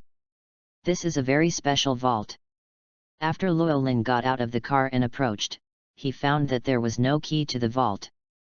"Stand back," Griphook reminded. After Llewellyn retreated, he stretched out his long finger and pointed at the door, knocking a few times. The door actually slowly disappeared. Chapter 43. Get the Sorcerer's Stone and go find Harry Potter in advance. Llewellyn looked at the disappearing door with some curiosity. Griphook on the side was a little proud. Except for the goblins of Gringotts, anyone else who does this will be sucked in by the door, and now they can't get out. Oh! Llewellyn didn't care about this, he was just curious about how the door disappeared. It looks different from the passage in Diagon Alley. It should be the goblin's own magic, right? See, he doesn't care. Griphook felt bored and pointed inside. "Go in, there should be what you want to take away." Llewellyn walked into this underground vault. After taking a look, I was a little disappointed. There was nothing in the underground vault, only a slightly dirty small bag wrapped in brown paper. This should be the magic stone. Llewellyn didn't hesitate, stepped forward, picked up the small bag, and threw it into the storage space. Saw him walking out empty-handed. Griphook was already used to it. These days, all fairies know that Llewellyn should have a storage space of his own. I just don't know if it is a traceless stretching spell or some other magic. Anyway, the goblin doesn't want everyone to have their own storage space like Llewellyn. Then their coffers would be useless. Take things out. Llewellyn can leave. Get on the car again. After a while of galloping, Llewellyn returned to the sun. There is no way to go back into Gringotts through the underground passage, so you can only go outside. However, Llewellyn had no need to return to Gringotts. Just right outside. Llewellyn did not leave Diagon Alley immediately, but went to drink a cup of coffee. The coffee shop in Diagon Alley tastes good, at least better than the wine sold by Old Tom. While drinking coffee, Llewellyn was also thinking about what he should do next. The magic stone has been obtained. Although Dumbledore never told him not to open things in his letter. But he thought it better not to open it. It would be really embarrassing if he opened it because he was really greedy and refused to return it to Dumbledore. Llewellyn didn't think highly of his own conduct. He is just an ordinary necromancer, no different from ordinary people, at most he is a little stronger. Don't study the Philosopher's Stone. There were still 2 days left before we had to go to Harry's place. What are you doing these 2 days? Llewellyn started to get into this problem again. The time soon came to noon. Llewellyn quickly went to the Huxia restaurant to finish the remaining dishes. While eating, Llewellyn suddenly thought of an idea. How about he go to Harry's place in advance to observe Harry's condition? Llewellyn's impression. Harry was having a miserable time leading up to Hogwarts. But he only remembered the specific plot of Harry sleeping in the cupboard and being bullied by his cousin. Other than that, he really didn't remember much, and he didn't know much about it. Rollin has no interest in getting into deep contact with the protagonist Harry. But he was still very interested in passing the time and having fun. He's very mobile. After finishing lunch, Llewellyn took the black airplane to Surrey County. He first came to Privet Drive, only to find that there was no one there. There was only the dismantled door, which was nailed shut with wooden bars. As for where Aunt Harry's family went, Llewellyn had no way of knowing. No way. The owl can only be turned to for help. Soon, with the help of an owl, Rowling found Harry's location. Harry was now at the Kirkworth Railway View Hotel. Stayed in room 17. After turning himself into a ghost, Llewellyn walked into the hotel. also met Harry Potter. It's pretty much the same as described in the novel. Wearing shabby glasses, messy black hair, green eyes, and a lightning scar on his forehead. He is thin and small, does not look very handsome, and looks a bit timid, with a humble temperament that comes from living under others for a long time. Llewellyn couldn't help but shake his head when he saw Harry like this. What a wonderful child! How come you were raised like this? Harry's parents are also heroes in the wizarding world. Voldemort can basically be said to have been solved by them. The two men's sons were abused by harsh relatives. Not only is there psychological abuse, there is also physical abuse. If Harry hadn't been more sunny and cheerful, he might have already suffered from psychological problems at this time. Rowling didn't understand Dumbledore's choice very much. Dumbledore clearly knew how evil these two people were. Certainly. It can also be said that these two people are not vicious to the end. After all, Harry was allowed to go to school, and he was allowed to eat well and grow up healthily. Besides, they have no obligation to raise their nephew. So in the end it all comes down to Dumbledore. Rowling thought back to the Harry Potter book. If he remembered correctly, Dumbledore's reason was that Harry had a curse placed on him by his mother, which contained Harry's mother's love for him and could prevent Death Eaters from finding him. But the spell had to be around the serum for the spell to work. That sounds reasonable. But you are Dumbledore. He is the greatest wizard in the world and the most legendary existence in the wizarding world today. Especially the two people who died were your students and made such great contributions to wizard society. Can't they keep their son with them to protect them? Could it be that Harry's mother's spell is more powerful than your legendary wizard? If Rowling were in Dumbledore's shoes. Two of his students died because of Voldemort, and at the same time they became the heroes who destroyed Voldemort, the Dark Lord. He would definitely choose to take Harry with him, take good care of him, and raise him well. Instead of letting him stay in a family destined to be rejected and abused, and endure such suffering. No one is born to suffer. Dumbledore was not qualified to give Harry a choice and make him suffer. Dumbledore wasn't powerless after all. He has enough ability to give Harry a good childhood and train him to become an excellent wizard. But he didn't do it. This is Rowling's most negative impression of Dumbledore. Certainly. Llewellyn is just saying that. He is not Dumbledore. Harry had nothing to do with him. No matter what kind of life Harry leads, it will only make him feel pitiful, without any further thoughts. Llewellyn is selfish after all. If he were a Madonna-type figure, maybe seeing Harry's pitiful appearance at this time, he would take Harry away directly and let him live a better life for a few days without suffering the abuse from the Dursleys and their son. But he's not. So he will do what Dumbledore arranges. Dumbledore asked him to pick up Harry on the 31st, so he picked up Harry on the 31st. At most, he would go earlier than Hagrid. Anyway, it was Dumbledore who caused everything, not him. Chapter 44 Poor Harry, a sick family. In the hotel. Harry felt very puzzled. This is a very poor hotel, small and shabby, with dim lighting in key areas. He couldn't figure out what Uncle Vernon was doing these days. Ever since I saw the letter sent to him, Uncle Vernon was absolutely crazy. First of all, she refused to show him the letter. Even Dudley couldn't do it if he wanted to. Later, he was kind enough to let him move out of the storage room and live in a normal bedroom. The most important thing was that the bedroom belonged to Dudley. Even though Dudley was hysterical, he couldn't get the bedroom back. But the messenger didn't stop. Still sending him letters.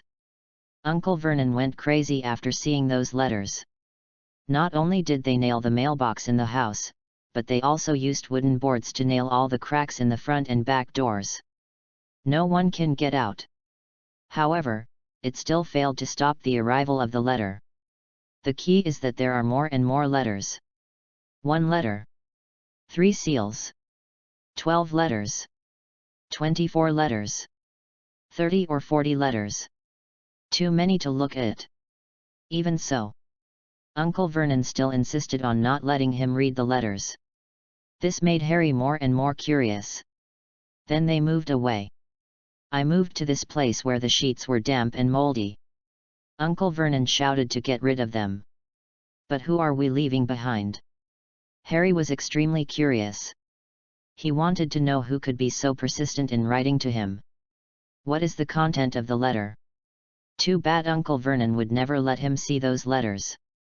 Harry just lay next to the snoring Dudley, thinking about things, and fell into sleep. The next day, after eating a breakfast that left me with no appetite at all, the hotel proprietress is here. He also brought a letter and claimed that the service desk had received 100 letters, all addressed to Harry Potter. Harry hadn't spoken yet. Uncle Vernon had already followed and got 100 letters, and then destroyed all the letters. That's not all. After leaving the hotel, Uncle Vernon drove the family to a remote place. Keep searching. Even Aunt Petunia was a little scared, but she still couldn't stop Uncle Vernon's strange behavior. Harry couldn't understand it. He thought Uncle Vernon might be crazy. This made him a little worried. Nothing would happen later, right? Uncle Vernon took them first to the center of a forest, then to a field, and then to the center of the suspension bridge and the top floor of the parking lot. However, every time he was in a place like this, he would look around, then shake his head and continue looking for somewhere. No one knew what he was looking for. Dudley thought he was crazy too.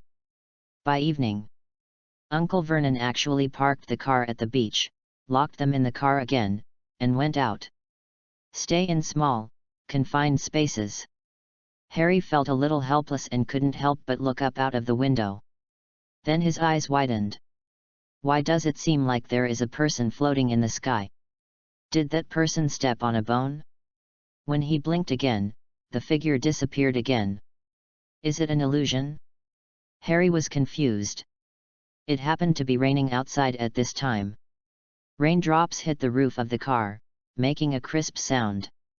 Dudley couldn't help crying because he wanted to watch TV. Harry paid no attention to this. He was still thinking about what he had just seen. The scene just now was so clear. A young man wearing a strange robe, with white bones under his feet, was floating in the air.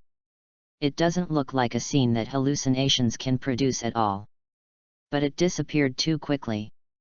Harry couldn't react at all. After that, no matter how much I looked, I couldn't see that person. It made him feel like he was hallucinating again. Harry fell into a tangled state of mind. Llewellyn said it was very dangerous.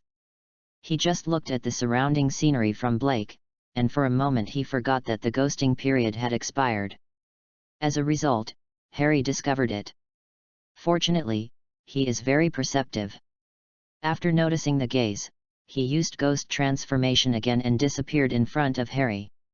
If it says it's the 31st, then it's the 31st. Rowling decided to do exactly what Dumbledore had written to him. He couldn't appear in front of Harry just yet. But I'm sure Harry will recognize him when he shows up later. Should we just regard it as an illusion now? Llewellyn looked not far away. A man carrying a slender package came over. It was Uncle Vernon. Llewellyn hated this man. Because he is an out-and-out paranoid. Harry is your nephew after all, so what's the use of having a grudge against you, to do this? No matter how much you hate the magical world, you still have to understand it a little before expressing your opinion, right? Compared to Uncle Vernon, Aunt Petunia sometimes seemed like a normal person. Of course, neither of them are very normal. But he understood Aunt Petunia's motives. It must be out of jealousy for his sister. My sister went to the magical world, but he could only be a muggle. No matter how he thought about it, he felt very uncomfortable. If you don't know, forget it. The key is to know. As the saying goes, I could have endured the darkness if I had never seen the light. Aunt Petunia was one of those people who had seen the light, but not much. So there was jealousy towards his sister and extreme aversion to the magical world. This mentality seems quite normal to Llewellyn. But since he chose to adopt his nephew, it is not normal to abuse him like that. In Llewellyn's opinion, the Dursleys are all pathological. My paranoid dad, my jealous mom, and my doting self formed a perverted family. That's pretty much it. Llewellyn did not pay more attention to the Dursleys. He just paid attention to the time and Harry's schedule. Wait until after 12 o'clock. He was going to find Harry. Uncle Vernon came back from a short distance away. Because he looked for a suitable place. He drove everyone out of the car and pointed to a huge rock on the sea. There is a faint room on the reef. Take a closer look. It's a shabby room, and it's very small. Uncle Vernon borrowed an old rowboat from an old man. And also bought some food. I took the family directly to the opposite reef in a rowing boat. It took several hours. Harry almost fainted from the cold. Sea water and rainwater flowed down his body. Fortunately, we have reached the reef. Uncle Vernon couldn't wait to take them to the cabin. The cabin smelled fishy. The fireplace is wet. And they had nothing to make a fire with. This made Harry, who was shivering from the cold and wanted to feel the warmth, extremely disappointed. Uncle Vernon was very satisfied with it. He distributed the potato chips and bananas he bought to everyone. These things could not fill Harry's stomach. Harry hugged his legs and huddled in a corner. It's not completely dark outside yet. He couldn't help but think of the scene just now. How great would it be if the mysterious man just now could come to save him? Chapter 45 Harry's birthday, Rowling arrives. Harry huddled coldly. This lasted until nightfall.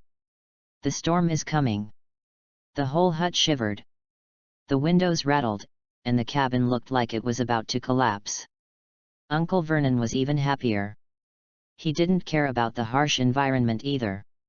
Went to bed with Aunt Petunia in the lumpy bed next door. Before that, they made a simple bed for their precious son, using moldy quilts spread on the sofa. Seeing this, Harry could only find a less uncomfortable place, and then got under the moldy quilt, so that his body could be warmed up a little. But it's only slightly warmer. The wind was so terrible. The cold is so uncomfortable. What's even worse is that Harry is still hungry and feels extremely uncomfortable. Dudley let out another thunderous snore. It was so noisy that he couldn't sleep at all. As midnight approached, Harry moved closer to Dudley's pulled-down wrist. Look at the watch on your wrist. The luminous dial shows the time. 11:53. 7 minutes to go. Today is over. And tomorrow is July 31st. His birthday. The ticking sound of the watch reminded Harry that he was about to turn 11. But what if you are over 11 years old? Will anyone remember his birthday? Tick-tock. The more time passes. Harry felt his body getting colder. And not only is my body getting colder, but my heart seems to be a little cold as well. He emptied himself. Think back to those letters you wrote to yourself. I don't know what to expect when he returns to Privet Drive again. Can I still see those letters? Will Uncle Vernon always be like these days? Or that they will live in this dilapidated hut from now on? The sleeping conditions here are worse than the cupboards under the stairs. Thinking about it. Only 1 minute left until he turns 11. His eyes were fixed on his watch. Watch the time pass by second by second. 50 seconds. 49 seconds. 45 seconds. At this moment, the figure wearing strange clothes suddenly appeared in Harry's mind. Who could that person be? And why is there a skeleton under his feet? 30 seconds. 20 seconds. He thought again of what he had experienced over the years. Why did he encounter this? 10 seconds. 3. 2. 1. Bang. A loud bang suddenly sounded in Harry's ears while he was thinking. The closed door of the hut exploded open. Harry saw a figure that had just flashed through his mind at the door. Is it him? Does he exist for real? Why does he come here? Is he here to find himself? The visitor didn't speak, but just walked inside. "What's the noise?" Dudley was disturbed and said in a daze. "The visitor has already reached the center of the room." Other side. Uncle Vernon rushed in with a gun in his hand. "Saw someone coming." Seeing the clothes on the visitor, Uncle Vernon's eyes widened and his mouth opened unconsciously. But he soon turned his gun on the man. "Get out of here. You are not welcome here. No one wants to come into contact with you freaks, get out of here." Harry didn't understand why Uncle Vernon was so excited. He only knew that Uncle Vernon should know the identity of the visitor, otherwise he would not have this reaction. Harry turned his attention to the visitor. "I want to see panic in the eyes of strangers.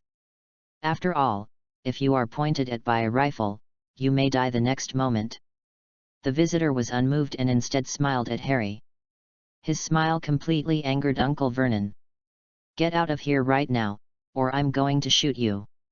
You're breaking into a private house. Your parents didn't." When Harry saw that Uncle Vernon hadn't finished speaking, the next moment he rolled his eyes, dropped the rifle in his hand, and then knelt on the ground, bg his head on the floor. He looked at the person again. The man just extended a finger and tapped Uncle Vernon. Then he continued to look at him with a smile, as if what he had just done was just a small thing. Harry was stunned for a moment and was about to ask about this person's identity. Aunt Petunia also ran out. "I saw Uncle Vernon, who was kowtowing and rolling all over the ground, and the man standing in the middle of the room." There was a look of horror in her eyes, and she hurried to Uncle Vernon. "Dear, what's wrong with you? Get up quickly. What are you going to do? I won't allow you to do this to Vernon." Faced with Aunt Petunia's questioning, the visitor just chuckled. "It seems that you still don't understand the situation clearly. Are you qualified to talk to me like this now? Mrs. Disley, you don't want your husband to kowtow to death like this, do you?" Harry always felt that this sentence was a bit weird, but when he thought about it carefully, it seemed to be okay. Wasn't this a threat to Aunt Petunia? Knowing what he knew about Aunt Petunia would obey. Really? The next moment, Aunt Petunia seemed to have seen the situation clearly, and she suddenly knelt on the ground and hugged Uncle Vernon tightly. "I'm sorry, sir, it's our fault. For Harry's sake, can you spare us?" Harry couldn't understand it again. Why for his sake? Seeing Harry's confused look, Llewellyn laughed. "Of course. It was just a small lesson. As long as Mr. Disley can understand what he should and shouldn't say, I won't do anything to him." Aunt Petunia quickly promised, "Vernon will never talk nonsense, I will cover his mouth." Llewellyn nodded and pointed at Vernon again. Vernon had returned to normal. When Vernon woke up, he was no longer as arrogant as before, and huddled up like a frightened mouse. Penny didn't dare to make any move. After all, Llewellyn really dared to take action. She could feel that Llewellyn didn't care about them, whether it was their lives or anything else. It was as if they were worse than dead people in Llewellyn's eyes. If her thoughts were known to Llewellyn, Llewellyn will definitely feel that her perception is extremely sharp. In Llewellyn's heart, the Disleys really weren't as important as the body. Corpses can also be used as casting materials. On the contrary, he cannot kill this family, so they are pure waste. Vernon was terrified. Penny didn't dare to speak either. Llewellyn was about to say something to Harry. Dudley suddenly woke up, looking at Petunia and Vernon who were kneeling on the ground. Dudley's eyes were so big. "Dad, Mom, what are you doing on the ground?" Then he noticed Llewellyn and suddenly became a little angry. "Who are you? How dare you?" He hasn't finished speaking yet. Penny covered her mouth as she rushed over, and then looked at Llewellyn cautiously. "Sorry, there's something wrong with his brain." Chapter 46, Rowling's Warning, Low Self-Esteem Harry. For Aunt Petunia's words, Llewellyn expressed his understanding. "It's okay. If you are sick, remember to see a doctor as soon as possible. A flash of green light flashed in his eyes and he said with a smile, "This is a very kind reminder. I just don't know if Aunt Petunia can understand." Dudley's mouth was tightly covered by Aunt Petunia. She was still very unconvinced, struggling wildly, and even wanted to bite Aunt Petunia's hand. "But Mother is always great." She nodded at Llewellyn. While covering Dudley's mouth tightly, he stopped his rude behavior and made him unable to make a sound. Llewellyn looked at Dudley's appearance and shook his head slowly. What a spoiled stupid pig. He didn't plan to pay attention to this family anymore. Instead, he turned to look at Harry and said his first words to Harry. "Happy birthday, Mr. Harry Potter." Harry froze. What's going on? How could the person in front of me know his birthday? This was incredible to Harry. Because basically no one will remember his birthday except himself. Even Aunt Petunia and Uncle Vernon seldom mentioned it. From childhood to adulthood, Harry himself had never had a very formal birthday. At this moment, he suddenly heard someone wishing him a happy birthday. His heart suddenly warmed up. "Hello, thank you for your blessing. Who are you?" Llewellyn reached out and took out a letter. "My name is Roland Rasma, and I am a professor at Hogwarts. I came to see you this time to give you the admission notice from our school." Hogwarts? Harry was very confused when he heard the name. He had never heard of such a school.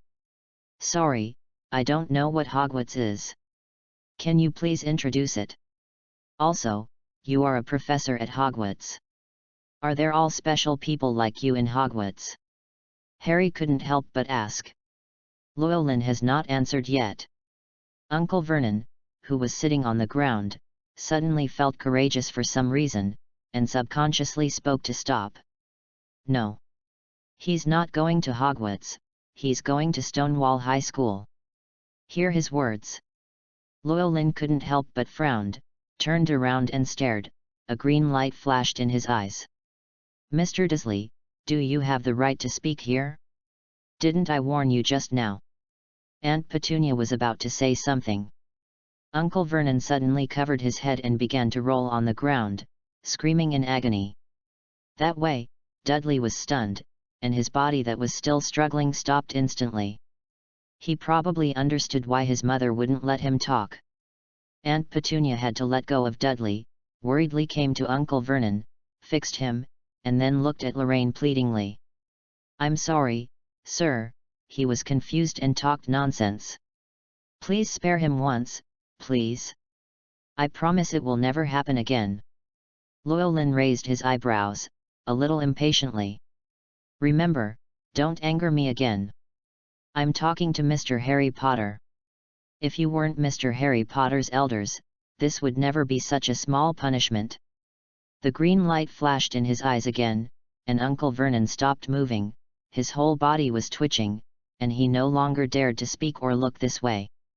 When Llewellyn was about to turn around, he seemed to remember something and said, "By the way, apart from my identity as a Hogwarts professor, I also forgot to introduce my other identity. I am a necromancer, and my main ability is to manipulate corpses. And my magic is completely different from that of ordinary wizards.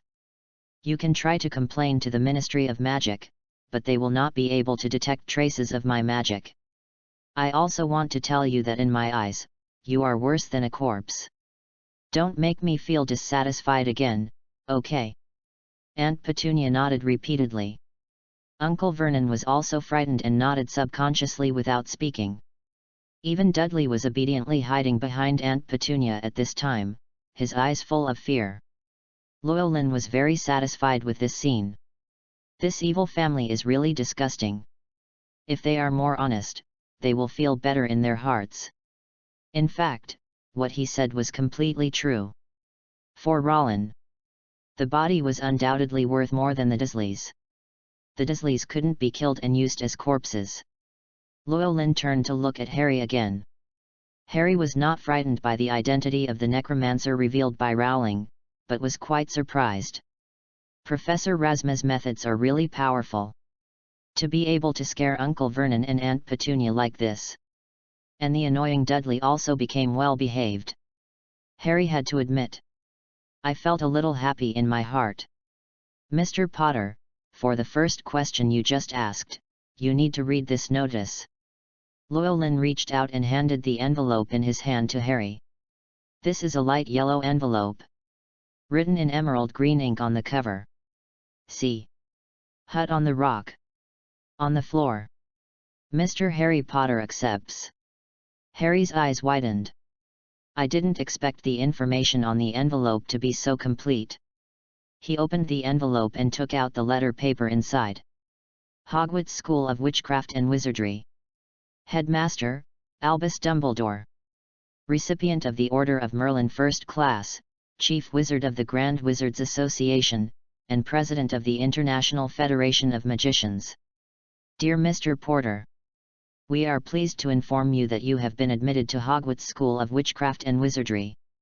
Attached is a list of required books and equipment. The semester is scheduled to begin on September 1st. We will be waiting for your owl to bring your reply before July 31st. Vice Principal, Female. Sincerely, Minerva McGonagall. Hogwarts School of Witchcraft and Wizardry. See this line of text. Harry's head felt like he'd been hit with a heavy hammer. Magic School. Is that what he imagined it meant? There is also an owl replying, what does this mean? Dumbledore, McGonagall, who are these two headmasters? Harry's head was filled with countless questions. Excuse me, is the magic school I imagined? Harry asked the first question. Llewellyn nodded, lightly snapped his fingers, and a ball of emerald green flame suddenly appeared on his hand. It's what you think of as magic, and what our school cultivates is what people call wizards. Harry looked at the flame in his hand, and his eyes suddenly lit up. There really is magic. But soon his eyes darkened. Why would the magic school send him a notice? There must be a mistake. How could he be a wizard? He is just an ordinary person. He was beaten by Dudley every day and humiliated by Aunt Petunia and Uncle Vernon. If he really is a wizard, how could such an encounter happen? Harry said with discomfort in his tone. Professor Razma, you must be mistaken. I cannot be a wizard. Chapter 47 Llewellyn's Story, Taking Harry Away. Rowling saw Harry's inferiority complex. And this? Apparently it was brought to him by environment. Tell the truth. Llewellyn had to admire Harry's strength again. If it weren't for Harry's own strong qualities. Take this approach from Dumbledore. Harry is destined to be a coward for the rest of his life. After all, almost no one who has been bullied and domestically abused since childhood can still be a sunny and positive child. Llewellyn looked at Harry with a smile. You are wrong, Mr. Potter. You are a wizard, and you will be a great wizard like your parents in the future. My parents are also wizards. Harry recovered from his grief and was surprised. How could my parents be wizards? He couldn't help but look at Uncle Vernon and Aunt Petunia. Neither of them dared to look at him. It was obvious that Uncle Vernon wanted to stop Lorraine. But the torture of steel made him understand the current situation. He really didn't dare to speak. Uncle Vernon couldn't help but curse Lorraine in his heart, and at the same time he began to resent Harry's parents. It's all their fault. Otherwise, I can still live a peaceful life and not get involved in these strange things. There was no answer from my aunt and uncle. Harry could only look at Rowling again. Professor Razma, can you tell me about my parents? Llewellyn nodded. He knew that the Dursleys had fed Harry a lot of lies. For example, they said that Harry's parents died in a car accident. There are many such things. This kept Harry unaware of his situation. Llewellyn didn't go into too much detail, he just gave a general outline. Your parents were both graduates of Hogwarts. They were both excellent wizards at the time. They got married after graduation. But 10 years ago, something happened. There was a powerful black magician in the world at that time, Voldemort, who was called the Dark Lord. He rules the Wizarding Society with strong methods, and he has a lot of powerful wizards under his command. At that time, Voldemort almost took over the world. In the eyes of most wizards, that period of wizarding was dark because you didn't know who to trust and you didn't dare to make friends with others casually. He killed those who opposed him and allowed his men to take power. The only safe place at that time was the school you were going to, Hogwarts. It is rumored that what Voldemort fears most is our principal Dumbledore, at least that was the rumor at the time. Harry listened silently. But until now, he didn't hear that it had anything to do with him. Rollin continued, "It was Halloween 10 years ago. Voldemort came to the place where you and your parents lived. You were only 1 year old at the time. Voldemort came to your house and killed your parents and many temporary workers. But your mother is great. Before she died, she left you a curse. It is because of this curse that you survived and became what people call the boy who lived. Moreover, your mother's curse is still there. Destroying Voldemort makes you a hero in the Wizarding Society. So you don't have to feel inferior. You should be proud, because you are the benefactor of most wizards, and they should be grateful to you. And you are destined to become a great wizard. In other words, you are now a famous person in Wizard Society, and they all respect you." "Do they respect me?" Harry murmured. Then he remembered what Llewellyn said about his parents. His parents died at the hands of Voldemort in order to protect him. But why did Uncle Vernon lie to him that his parents died in a car accident? Think of Uncle Vernon's hysterical behavior during this period. Harry sort of understood. Uncle Vernon and Aunt Petunia would treat him that way. I'm afraid his aunt and uncle didn't just mistreat him like that because they didn't like him. It's possible that his parents were angry with him. This made Harry feel a sense of grievance in his heart. Why did his parents die so early? Why does he have to stay under someone else's roof? Why didn't his aunt and uncle tell him that he was a wizard before?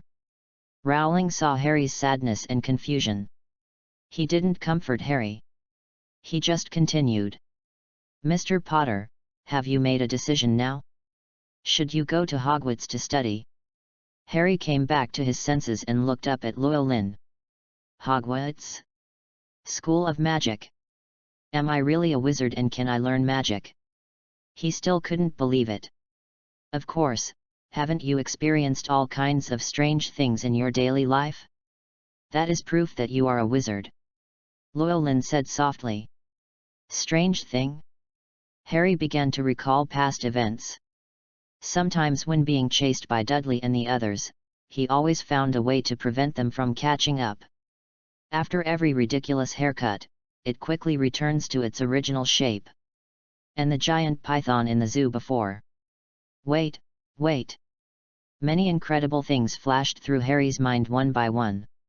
Harry suddenly realized that he really seemed to be a wizard. He looked directly at Llewellyn. Llewellyn smiled and nodded at him. "How about it, Mr. Potter, do you understand? You are the wizard, and you will become an excellent wizard. But you may have some troubles, such as being too popular in school. Can being popular also be a problem?" Harry smiled bitterly and scratched his head. He had never been popular since he was a child and had always been bullied. "You'll know then." Llewellyn smiled mysteriously. He knew what kind of uproar the name Harry Potter would cause in the wizarding world. It can be said that in the Wizarding Society, no one does not know about Harry Potter. Those children almost grew up listening to the legend of Harry Potter. The boy who survived is a legend in the wizarding world. Even a legend second only to Dumbledore. Harry was still a little confused.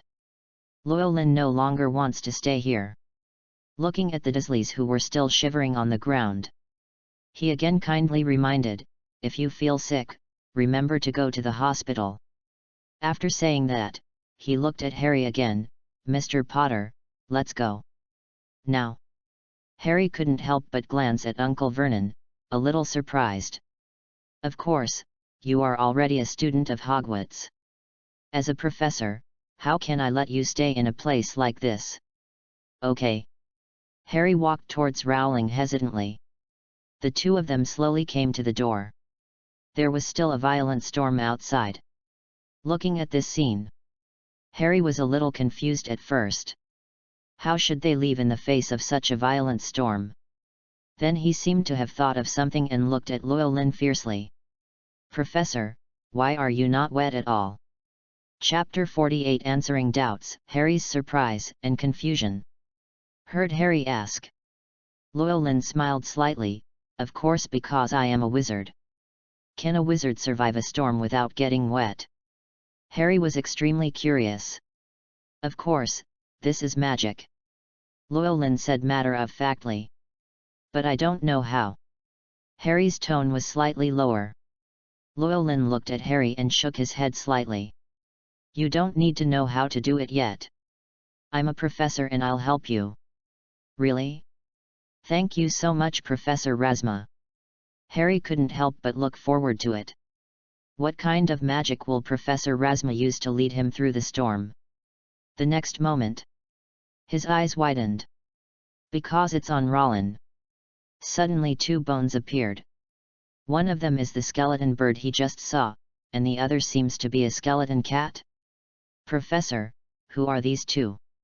Harry was not afraid, but full of curiosity. In his opinion, this is the magic that wizards have. There is nothing to be afraid of.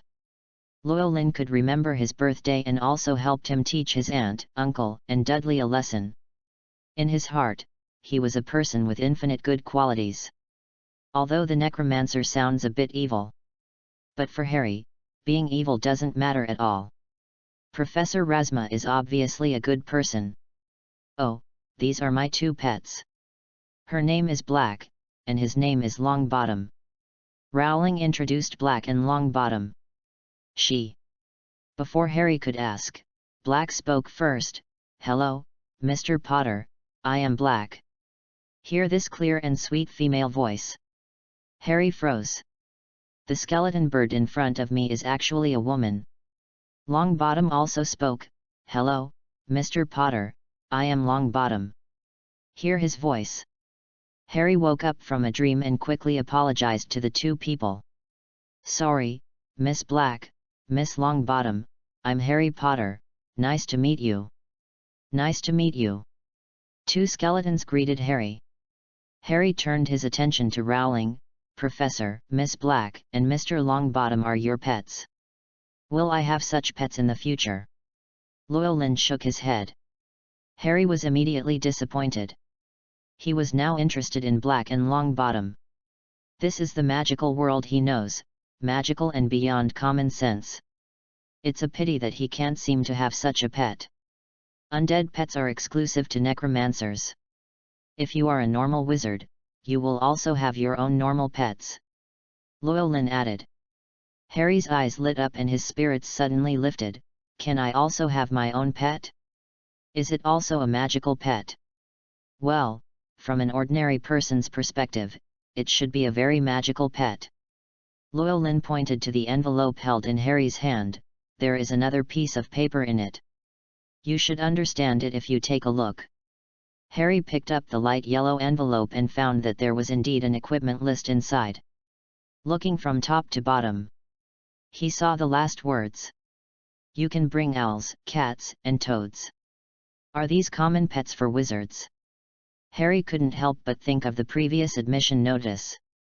Professor, is this the owl mentioned in the notice? Llewellyn nodded. Yes, actually Blake is also my owl. In Wizarding Society, basically every wizard has his own owl, and the owl can take on the responsibility of delivering letters and express delivery for you. Harry became excited. Every wizard has his own owl, so can I also have an owl as a pet? Of course, this is every wizard's right. Very good. Harry shouted happily, and then his voice became quieter again. But I have no money, nothing, and I can't afford an owl at all. Yes, you are very rich. Llewellyn interrupted. Harry was stunned for a moment and pointed to himself. Am I rich? But I really have no money. I don't have a penny on me. Uncle Vernon will never give me any money. It doesn't mean Muggle currency, but wizard currency. Llewellyn explained. Wizard currency? And what does Muggle mean? Harry is like a problem baby who always asks questions when he encounters them. As the messenger, Llewellyn had the responsibility to explain this clearly to him. Wizards naturally have their own currencies, galleons, nuts, sickles.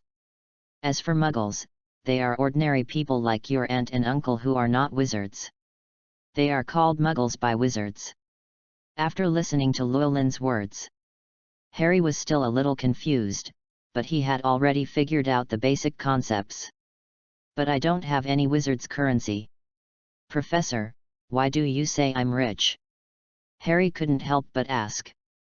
A mysterious smile appeared on Llewellyn's face. You will know when we go shopping during the day. Oh. Harry still didn't understand, but he didn't question Roland's words. Roland found out now. Being the Riddler seems pretty cool. No wonder Dumbledore always liked to have talk. He was now looking forward to Harry's expression when he saw the Potter family's vault tomorrow. Okay, I'll tell you the rest during the day. It's already late at night, and I noticed that you are hungry and tired now. Let's go eat something first and then go to bed. Llewellyn said this. Harry's stomach suddenly growled. His face turned red, a little embarrassed. What a troublesome professor. It's okay, you are Harry Potter. If other people know your identity, I'm afraid they will rush to treat you to dinner, and then I won't have a share. Llewellyn said with a smile. Harry knew that Llewellyn was joking, but he was still a little embarrassed. Then Professor, how are we going to get out? You sit on Longbottom's body. Ah. Harry was startled and asked him to sit on Longbottom's body. Looking at the pure white bone cat at his feet, Harry had some doubts. Wouldn't he really collapse it if he sat on it? Harry knew he was light, but the bony cat looked a little more fragile. Don't worry, Longbottom is no ordinary skeleton. He can carry you more than enough. Llewellyn saw his worry and explained. The professor said so, so Harry naturally chose to obey. So he carefully sat on Longbottom. Then Harry found out. It seemed that he was not sitting on the bones at all, but sitting somewhere suspended on the bones. He lowered his head and looked down. Didn't find any cushions either. It's so weird. Excitement ensues. Is this the magical world? It is a novel experience that he has never experienced before. Are you seated? Then let's go. In Harry's surprised eyes, Rowling jumped on Black, and then Black and Longbottom took off into the air at the same time, flying towards the distance.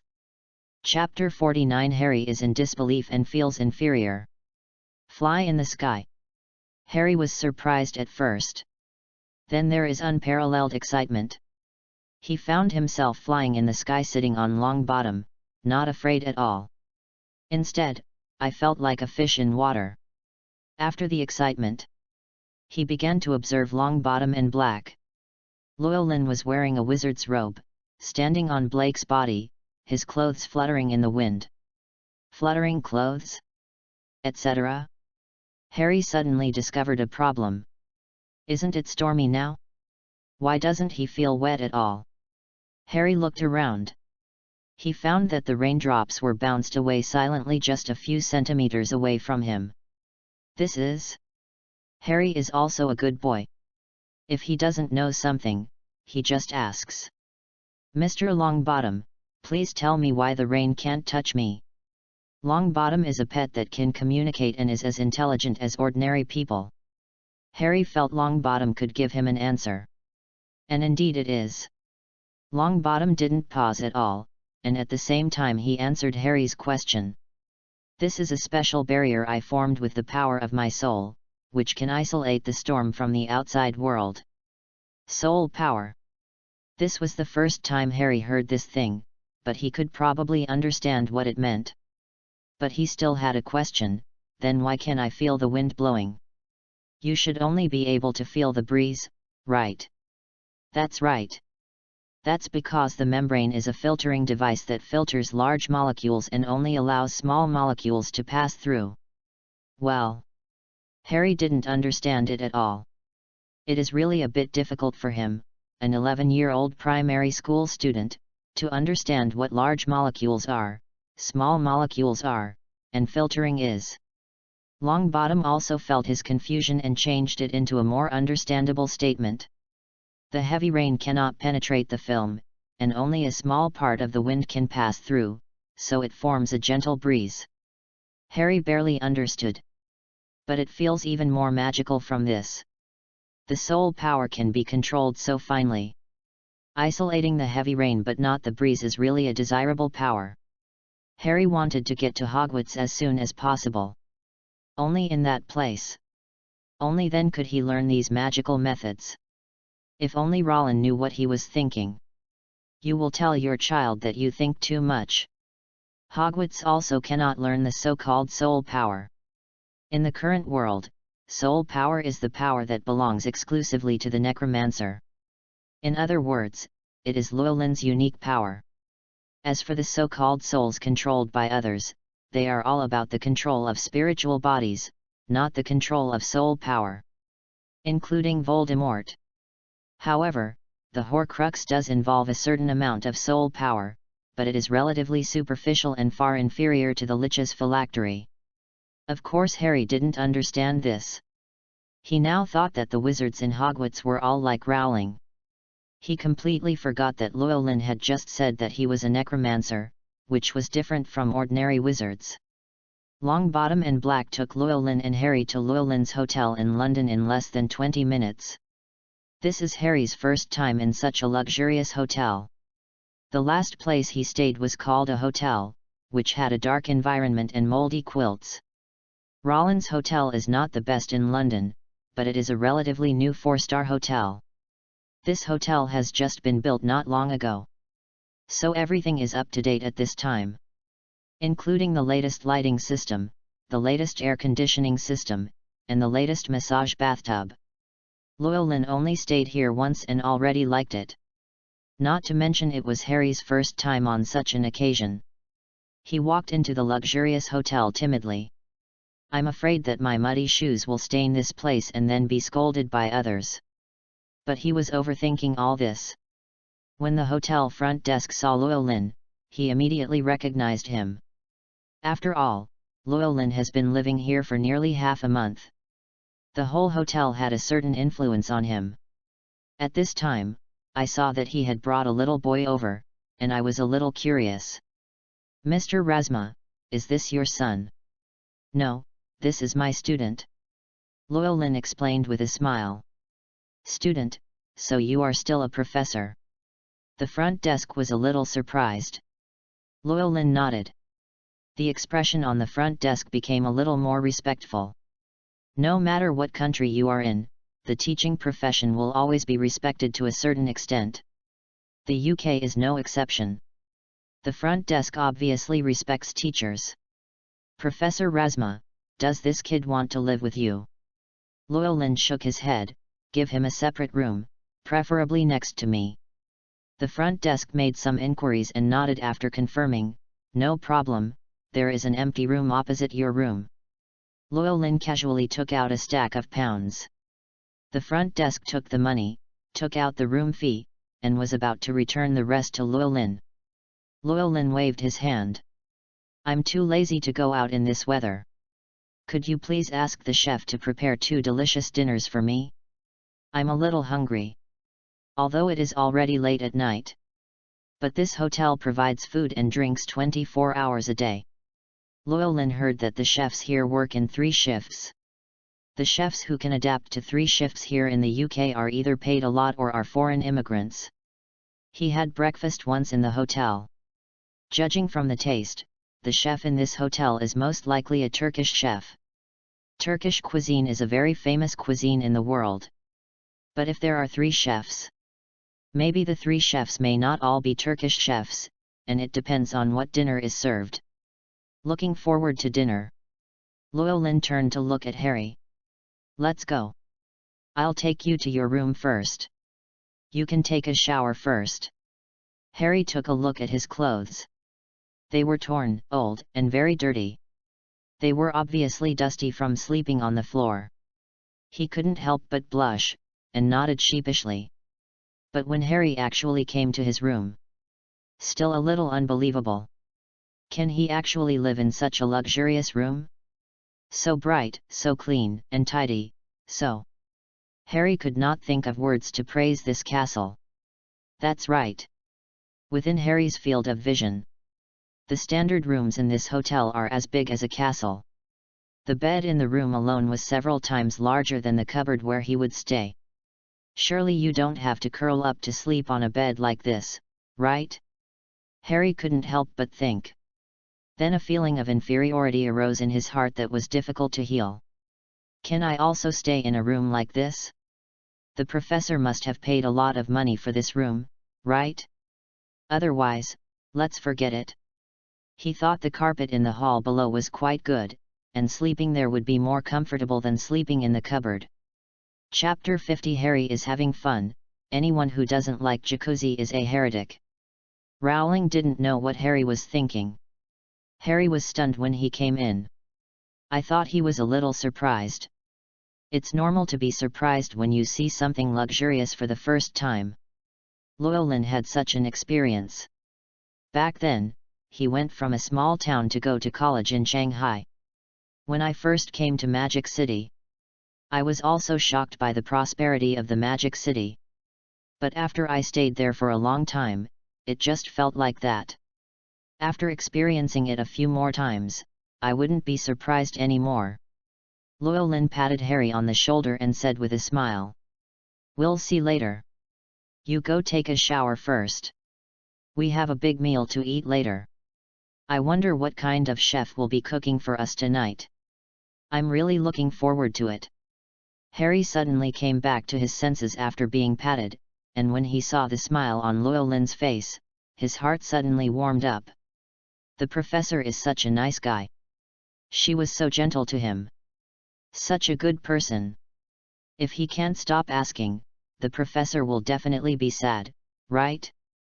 Harry was on the verge of refusing to live here but couldn't say anything, so he could only nod.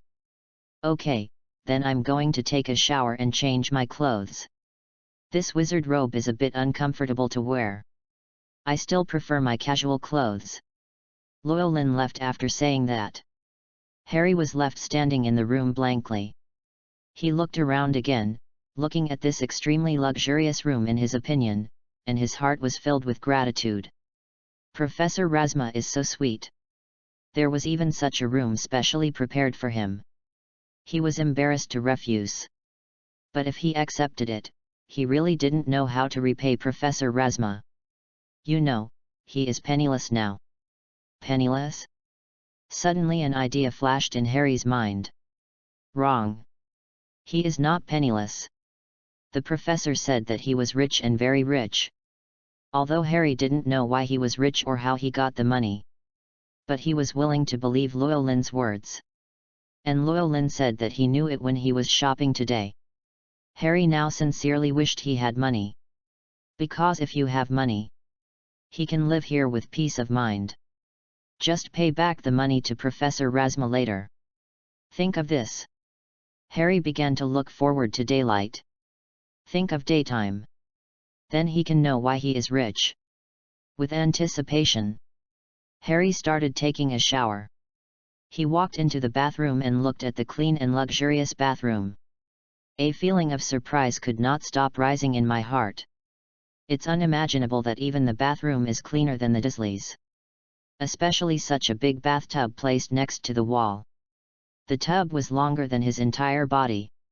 It is definitely more comfortable to sleep in than a cupboard. Everything Harry saw now had to be compared to the Dursleys. Or compare it with what he has come into contact with before. The more I compare, the more I realize how pitiful my life was before. But thinking about the amount of money Llewellyn had just spent, Harry could still understand Uncle Vernon. Uncle Vernon probably didn't make as much money in a week as the professor just casually took out. He must not be willing to spend at least a week's salary to stay in such a luxurious place for one night. Harry took off his clothes. Start exploring how to use various sprinklers in the bathroom. Fortunately, these nozzles are pretty much the same. There's definitely nothing wrong with letting them out of the water. After being burned twice and iced several times, Harry finally adjusted the water temperature to a suitable temperature. Then start enjoying that comfortable bathtub. But he didn't quite understand. Shouldn't a bathtub be extremely smooth? Why are there so many small holes in this bathtub? It doesn't look like it's damaged, but it looks like a hole was punched intentionally. But Harry didn't think too much. Anyway, as long as the bathtub doesn't leak, it'll be fine. He lay in the bathtub and couldn't help but let out a comfortable cry. Just the right temperature. It completely dispelled the severe cold he had just felt in the cabin. He felt warm all over his body, as if he were in his mother's arms. Harry was completely immersed in the beauty of the bath. However, at some point, he didn't know where he came across. Suddenly he felt like something was touching him. Harry was startled.